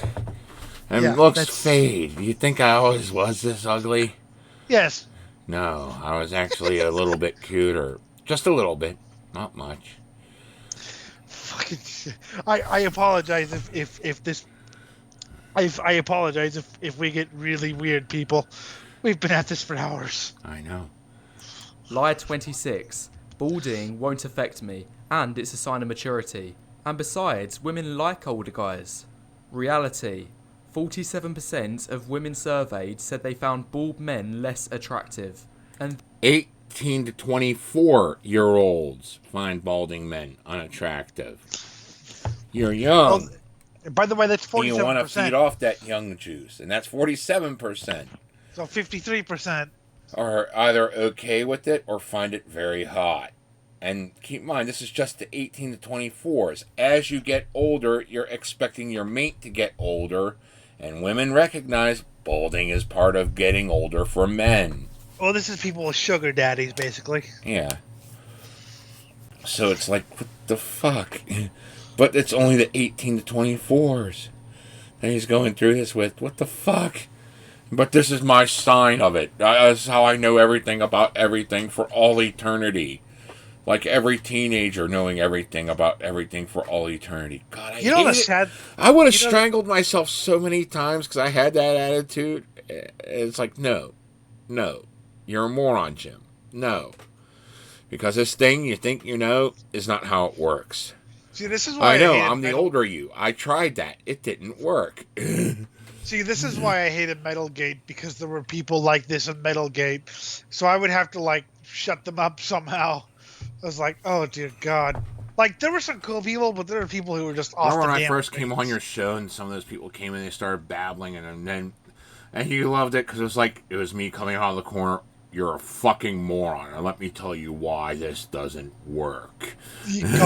Oh, yeah, well, that Jeremy guy with the George Washington was honest or whatever. Oh, God. I just burst into laughter. I had heard you kind of giggle. I heard you giggle. Oh, George Washington was honest. And all he could say, well, because I didn't stop laughing because it just hit me as funny, like, oh my God, he actually believes this. This was PTR episode 7, okay? So I had talked to Jim a couple times, maybe like 1-2 other occasions. So I kind of heard him giggle, but I haven't really heard him with that insane laugh. And so this guy, Jeremy, who used to be on the show, I think he's still around somewhere. Anyway, he was talking about, he's a lot better now. He's a lot. He was like, you know, a libertarian type guy. But anyway, he was talking something about George Washington didn't want to be president because he was honest. You know, he was always honest. And I remember when you challenged that, he was like, read a book, sir. like the most douchey way possible. But anyway, when he said that, Jim just burst into this insane laugh, and I was like, "What kind of creature is this?" Exactly. It was PTR episode 7, by the way.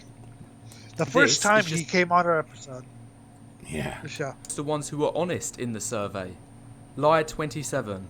Size doesn't matter. It's how you use it that counts. Reality. Yes, which is what I've heard length from a 6 nympho. inches or more is seen as ideal. Okay, yeah, chicks like a big cock. A lot of them do. But let me tell you something.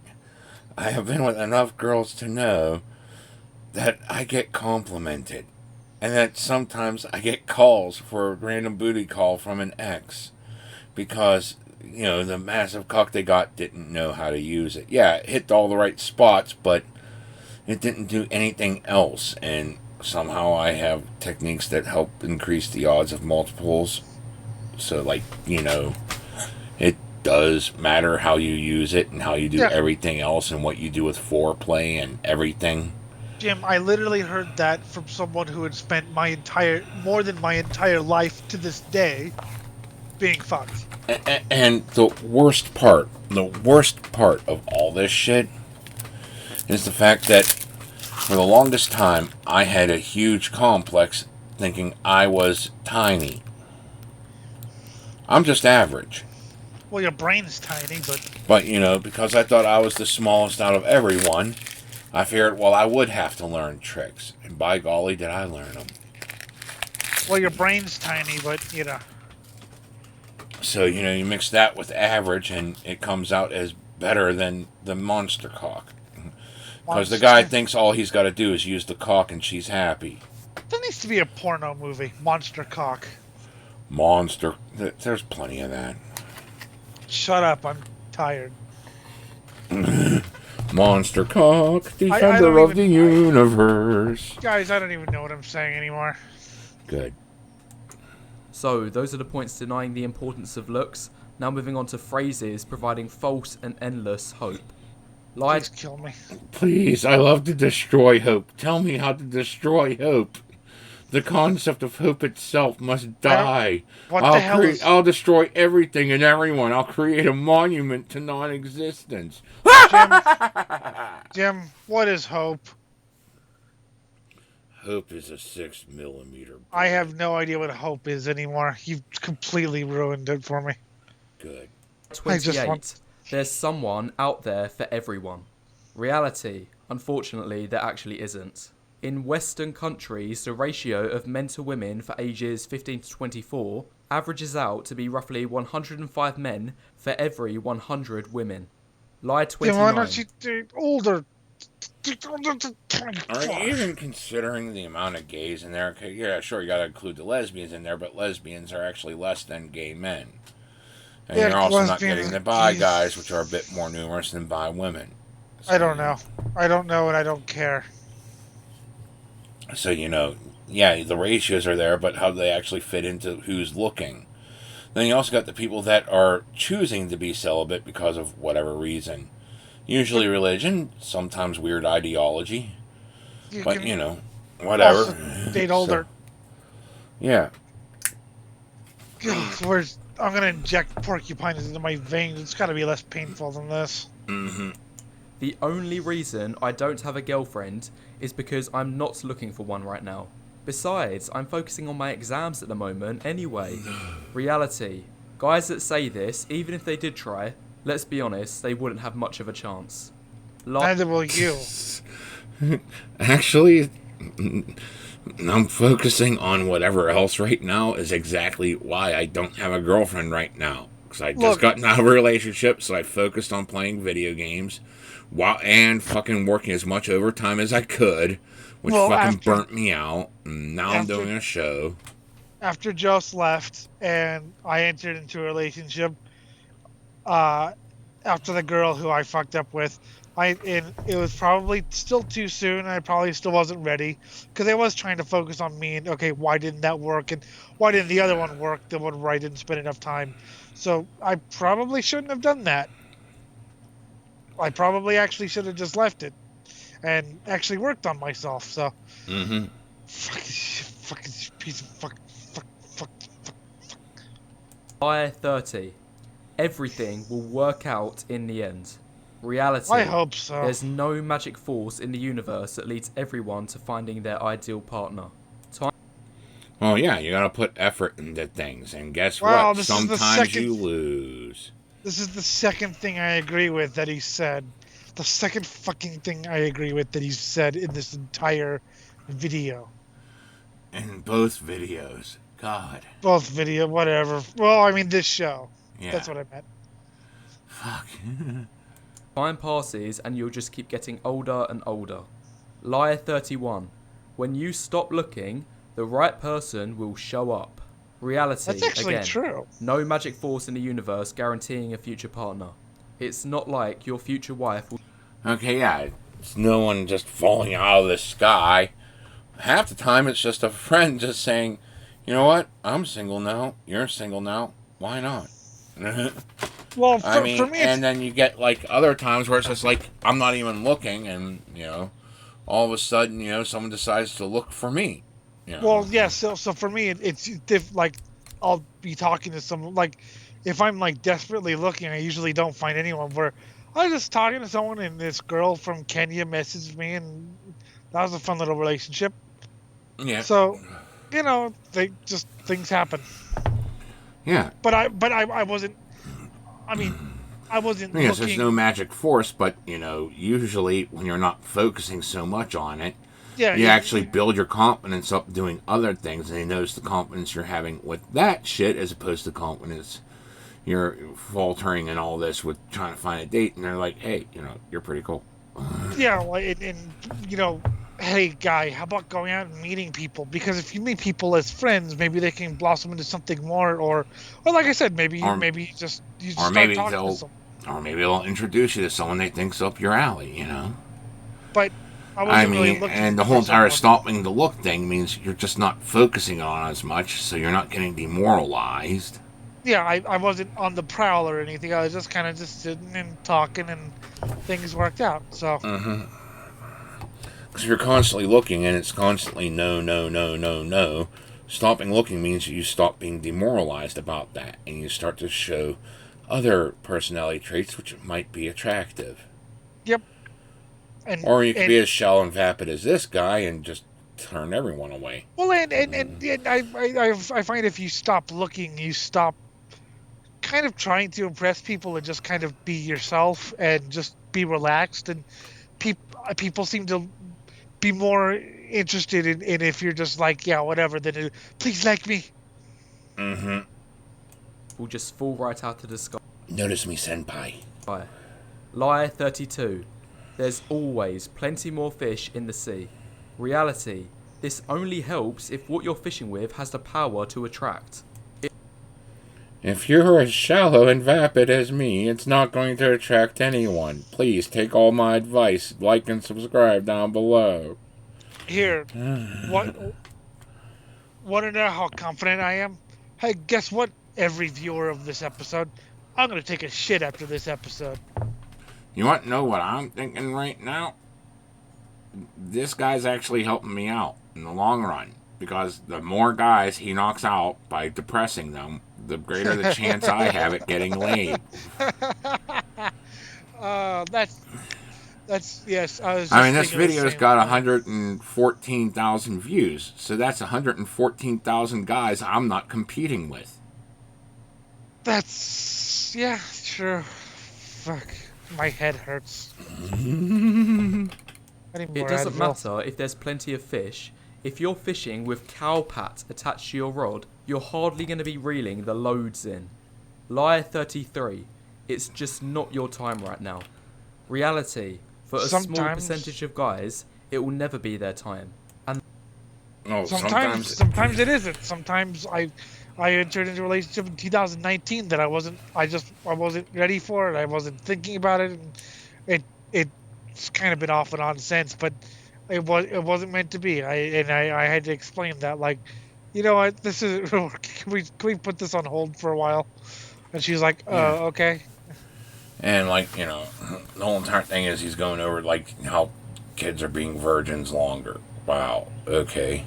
So are you getting off your phone and doing something like talking? Or is it all the online dating app? I Is guess it's that the just only online thing you're dating. doing? It's just waiting for something to happen. Because Yes, there's like some magical force by swiping right. God, the- you know what the funny part is? I go on these dating sites and I'm still gonna be looking for chicks in reality. I don't know. This is too pathetic. I feel like a robot with like brain overload. I feel like I'm just patheticness overload. And the rate of men who fall into this category seems to be rising.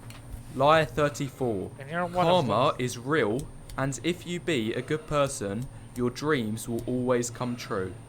Reality. Guys, there's no such thing as karma. The dating Finally. market always wins, and there is no safety net. Lie 35. The third thing I Romance agree is- with. The third thing I agree, because people like the one thing when someone does something to the well, karma will get them in the end, and I'm like, no, it won't. It's a fucking karma doesn't exist, other than unless you just think life is karma. But there are plenty of horrible people who get rich and famous. They're called politicians and celebrities. Mm-hmm. Where's karma for them? Exactly. Well, they fuck little children. Anyway. God, yes. Isn't dead, you just haven't found the right person yet. Reality. It's not dead, but it's certainly on the way down. The rate of single motherhood is at an all-time high, and divorce rates are following a similar trend. So, That's they're the points about because- endless hope.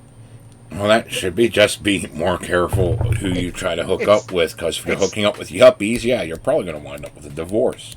It's not because romance is dead. It's actually because people are getting into relationships and leaving, and people are leaving relationships because the romance is gone. It's not the fucking 60s where, oh, he beats the shit out of me, but hey, I can't divorce because that's a sin. So I'll just put up with it for 40 more years and inflict all the fucking neuroses I have on my kids, and that leaves.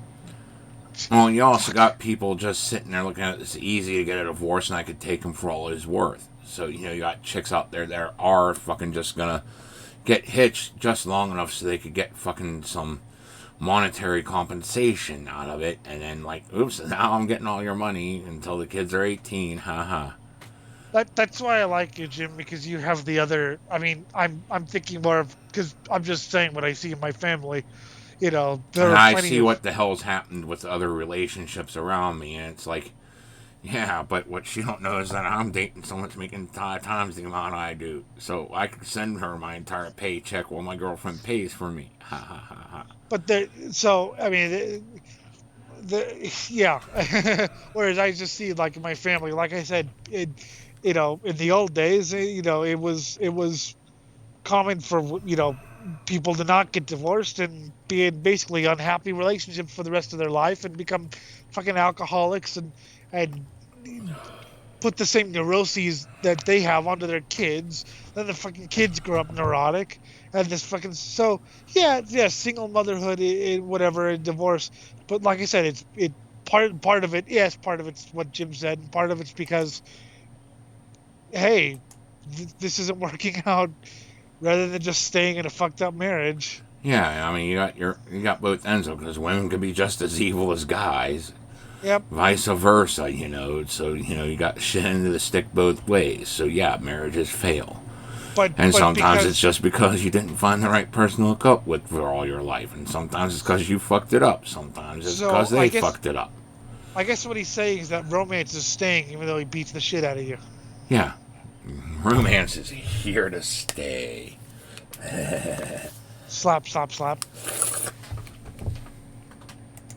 Now moving on to the next category, which is all things to do with relationship advice, for which there are 9 of these. Lie 36. A man who truly loves his wife will forgive her for cheating. Reality. This also shows he doesn't truly love himself for letting this unacceptable behaviour slide. Lie This 37. is complicated. If you're That's kind of complicated there, because, I mean, I think it depends on the people. It depends. Some people Like, can I- forgive it. Some people can't. I mean, I remember, like, even earlier, I talked about the girl that was like, oh, wow, maybe it was meant for the long term, but, you know, I couldn't forgive myself for cheating on her. Not once, not twice, but 4 times. And 3 of those times was in the same day. That's well, okay, but I think it mostly. I mean, She would have forgiven me for all that shit and stuck with me, okay? And if I would have just learned my lesson and never did it again, you know, I might still be with her. Or it could have been a fucking hellscape nightmare, and, you know, I'm glad I'm out of it. I personally don't know. I mean, we'd have to talk first off. I mean, I'm pretty sure I was being cheated on with one girl, but whatever. But we'd have to talk at first. But I like I said, it depends on the person. Some people forgive, some people don't. Talk it over, see what happens, and you know. It all depends on what all else is going on too, you know. There's like so much that goes on with the cheating thing, and like, yeah, it's not pretty, but you know, you shouldn't automatically forgive, nor should you automatically condemn. Consider all things and how you feel. And if it's like if you're looking at it from this moment of weakness, like I can't find anyone better, no, that's time to leave. If you think you can't find anyone better, and that's why you gotta forgive her cheating, or do anything with her, you know, that you can't find any better, no, she's fucking reprogrammed you. Get the fuck out, you know. But, you know, if it's from this point of more strength, it's like, okay, yeah, you drank a lot that night. Okay, whatever. I'll forgive it this time. Just no more drinking like that when you're out with the girls. You know. Well, again, I think it's hard to give drink advice. Like that, the girls drink at home so that the cock you suck's mine. Well, I'm not going to give advice here. I'll say, figure out what you believe and what you're willing to forgive. Because it's a complicated issue, and yeah, I mean, I totally agree that like a lot of the time you should probably just say fuck it, no. Yeah, because if it's a monogamous relationship and you break like that, okay. But after 10 years of marriage, maybe, okay. And, you know, sometimes mistakes happen or, you know, whatever. But if there's a pattern of it, no, you don't want that. You don't want the pattern. So there's a guy named Barry Sheen, a motorcycle racer, and he married a woman, but he was fairly open with the fact that he engaged in extramarital affairs or whatever, and she kind of just accepted it because that's, you know, he was a big sports star, right? And he was, that's just who he was. So it's weird to hear her talk so openly about it, but she's like, you know, yeah, it's who he was. I had to get used to it and just know that he was mine whenever got home. That's another thing, you know, if you accept the fact that she's going out and getting it elsewhere, then, you know, before you even, like, you know, set anything in 100% stone, then you're okay with it. Just say, you know, be careful. But just always be upfront. Honesty is the one thing you want, you know, about the whole damn thing, you know. Well, yeah, if there's a bunch of hiding and shadiness and, like, you bust them in on the act and they were lying the whole time, yeah, that's time to leave. Well, yeah, but if they were honest, saying, you know, I might get fucked by this guy tonight, you know, and you're cool with it, fine. If you're not, tell her no. And if she persists, then say, fine, we're gone. You don't want to be too honest. You don't want to be, well, so you ran into your old high school friend. Did you fuck him? Well, no, but I mean, like, it was weird because, like, you know, he wanted, you know, he told me he loved me, so I kissed him, and then, you know, and she goes into this all details, like, I just tell me yes or no. So yeah, you don't want to be too honest there. Sometimes it's better to just say yes or no. Mm-hmm. Your girlfriend says she wants a break from the relationship. You must give her as much space as possible, and when she's ready for you, she'll come back.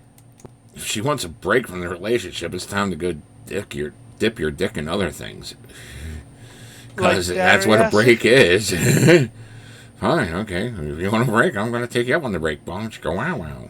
Electrocute your cock. Electrocute your cock. You're looking for a hand job sticking in a clock. Exactly.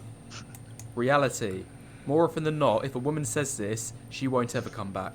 And if she does, chances are it will be because she failed trying to make things work with another guy so she's come crawling back to you. Lie 38.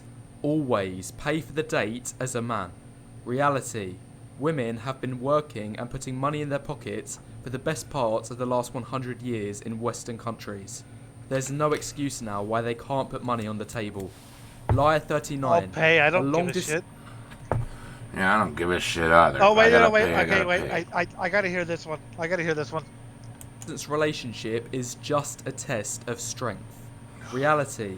Long distance relationships, more often than not, are a compromise and simultaneous balancing act, not a test of strength. Okay. They're both. I mean, so you have to but if you know you're going to meet, or if you plan to meet, it can work. I don't think a lot of people can make it work, but fuck it, I can. As long as you know that you'll meet. I mean, I've been in a long distance relationships that I had every intention of meeting the person. I never I made it to this because I know I never have to see the person. Fucking shit. All relationships are a compromise. What you're willing to give up for what you're gonna get. Yeah. Well, all relationships, fucking all friendship relationships are a fucking compromise. Yeah. There's shit I can't listen to. I know I can't talk about racing, and I mean I can, but you don't know what the hell I'm talking about. I'm certain I have compromised my sanity just to hang out with you online. And there's certain metal records I know I can't play. Yeah.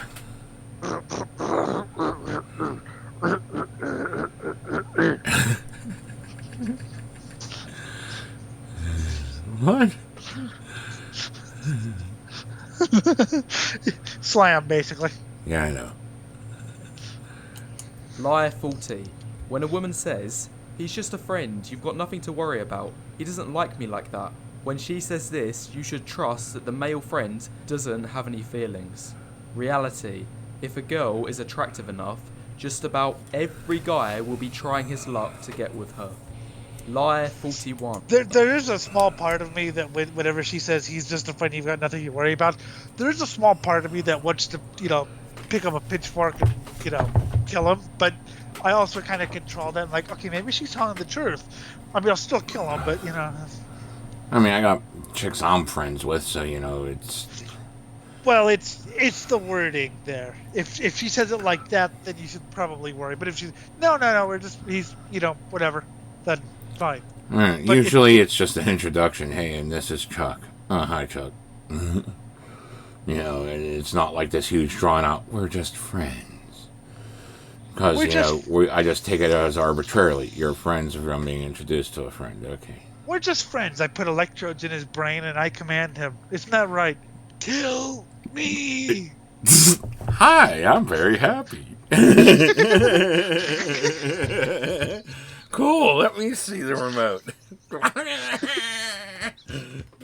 He's eating the tree.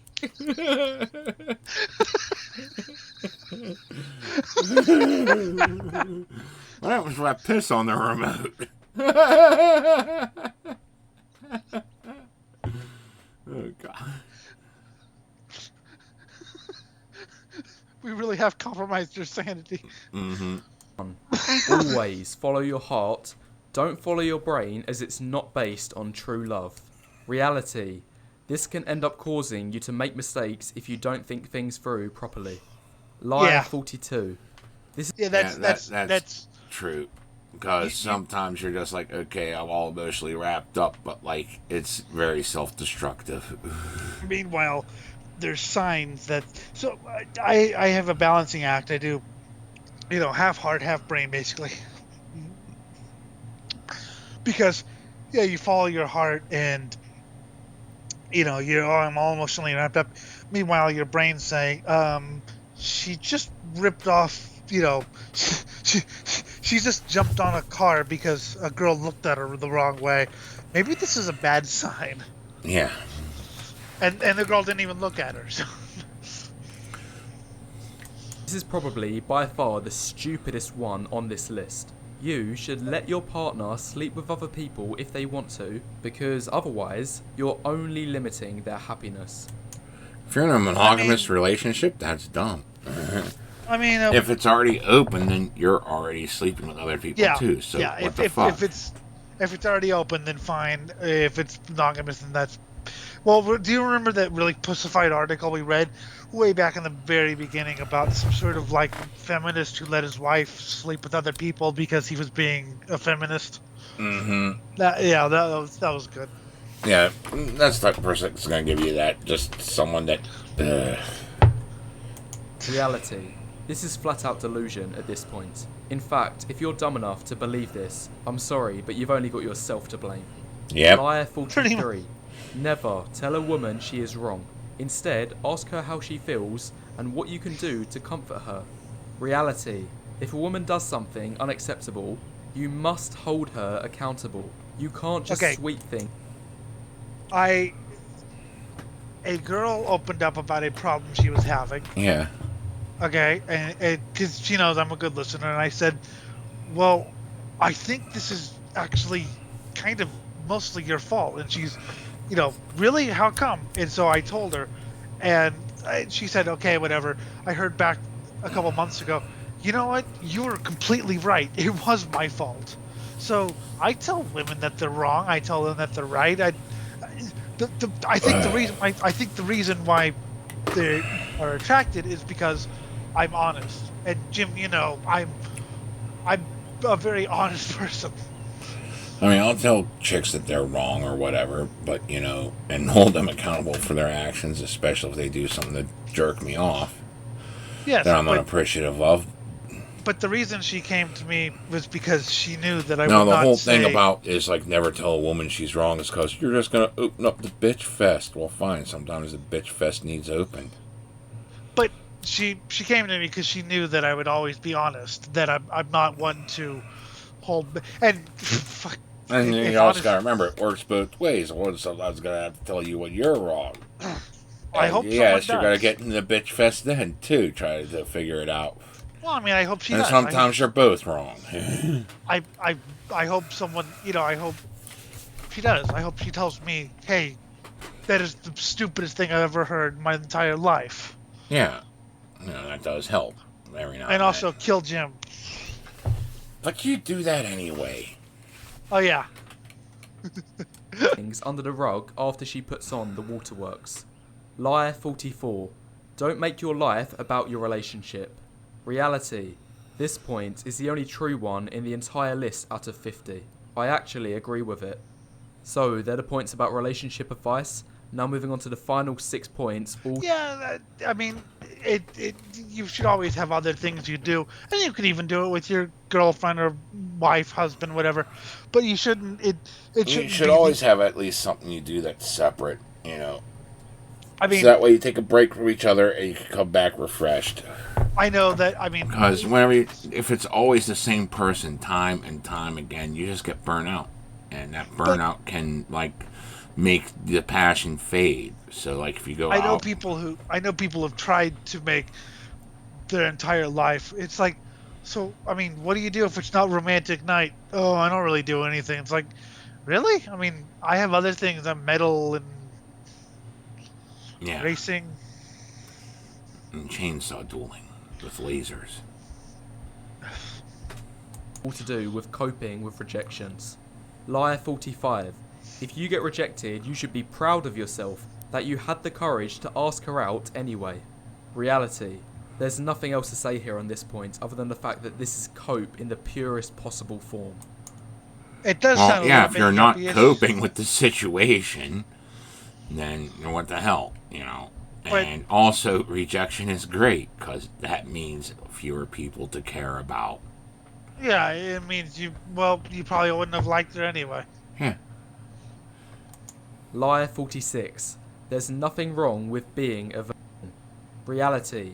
I believe every year past the age of 20, it becomes a bigger and bigger cause for concern in the... Then go fuck a prostitute. If you're that concerned about losing your virginity, go fuck a hooker. Did he really just censor the word virgin? Yes. What the fuck? I don't...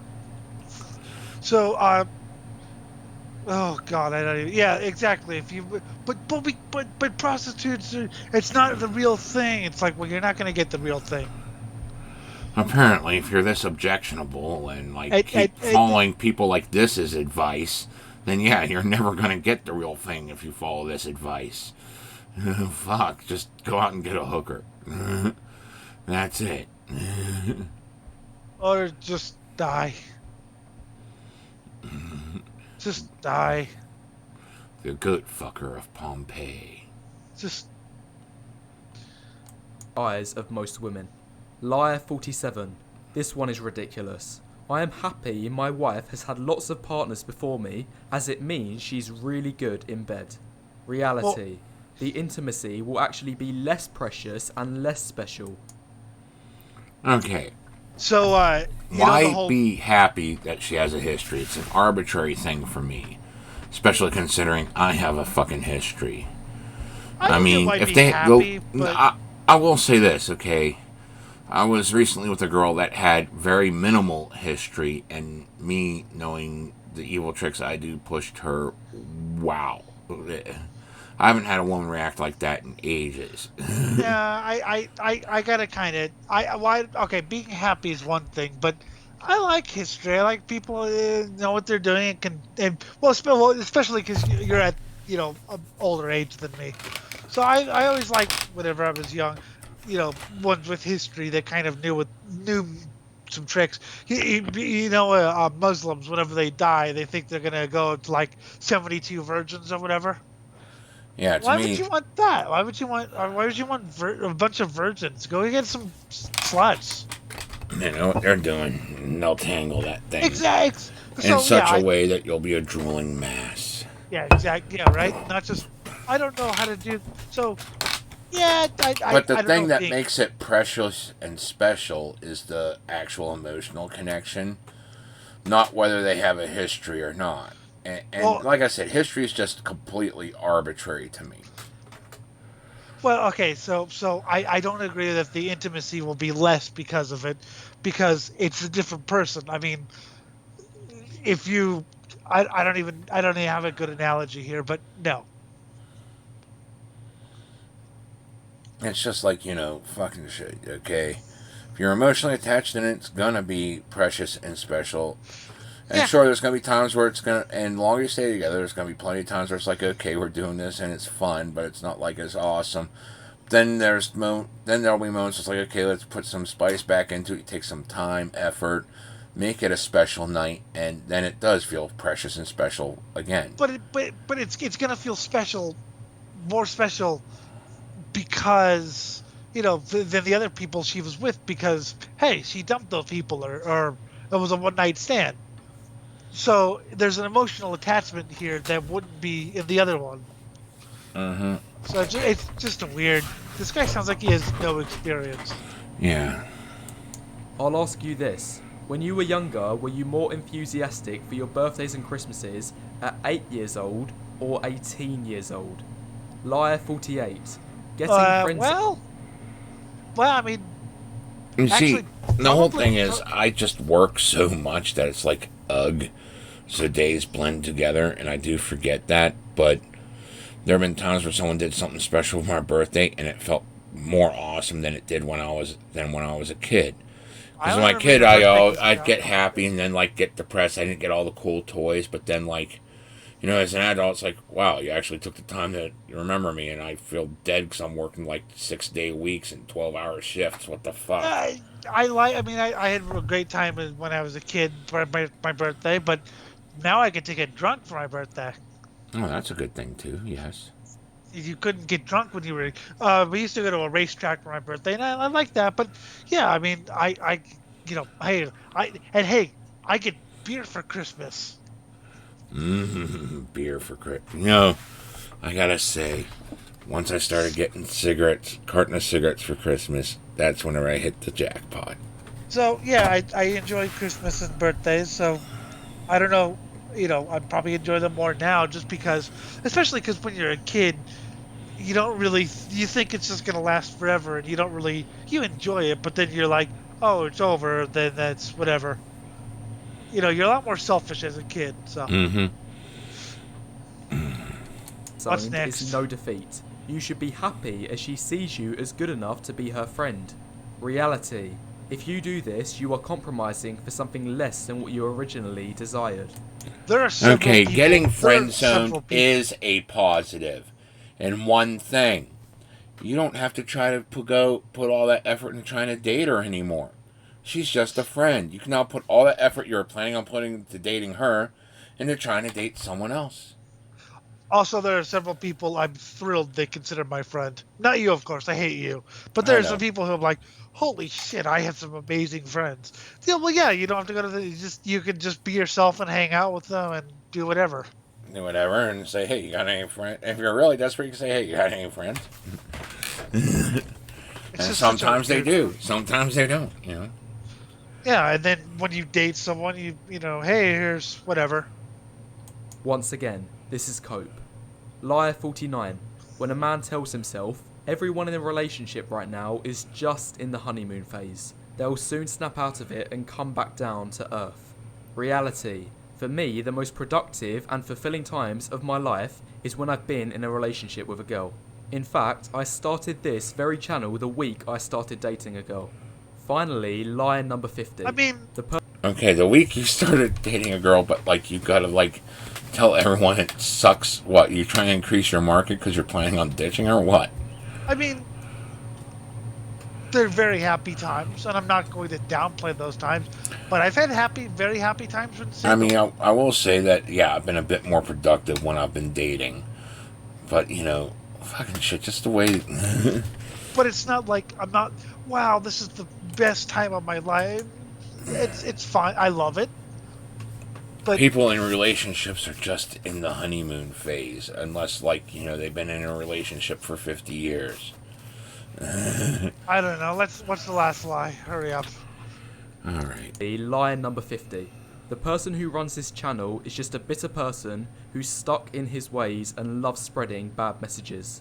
Reality. That's true. Nope, I actually know what I'm talking about, and you should subscribe to this channel now to keep up with my future content. Finally, here's 10 more lies that didn't make the cut of the video. Oh, Also, God, check no, out my not video 10 giving more. 100 points. No more, we're not going through that. We are not going through the 100 thing. Oh yeah, we already did that. Yeah, we did the 100. God, I thing. hate this fucking channel. God. I Real men hate- date single mothers. Well, yeah, if you're over 35, that's kind of Well- your dating pool then. I've done that before, and I I'd mean, do it again. I don't advise it for the young kippers, but if you feel like it, go ahead. But usually once you're getting around 34, 35, 36, that's your dating pool now. Eh. Because I've done it you're before. at the age where you should have kids of your own, and if you don't, or had circumstances similar to mine where you're fucking unable to see them for years, You know what my advice is? You know what my advice is adapt to your unique situation and take our advice, take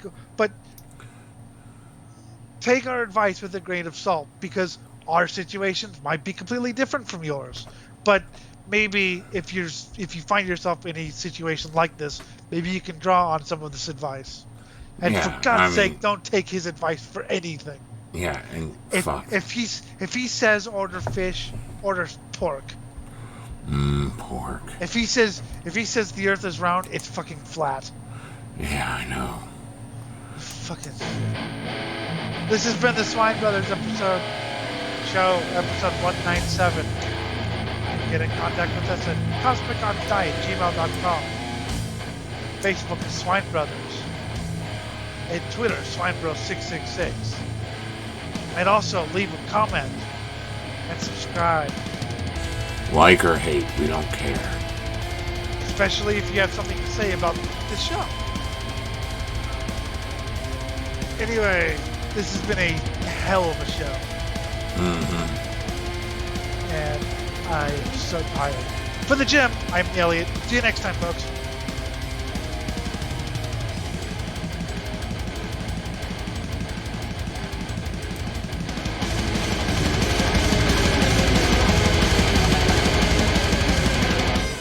Cocaine is the spice of life. Now let's go get drunk and beat up some midgets. Yeah.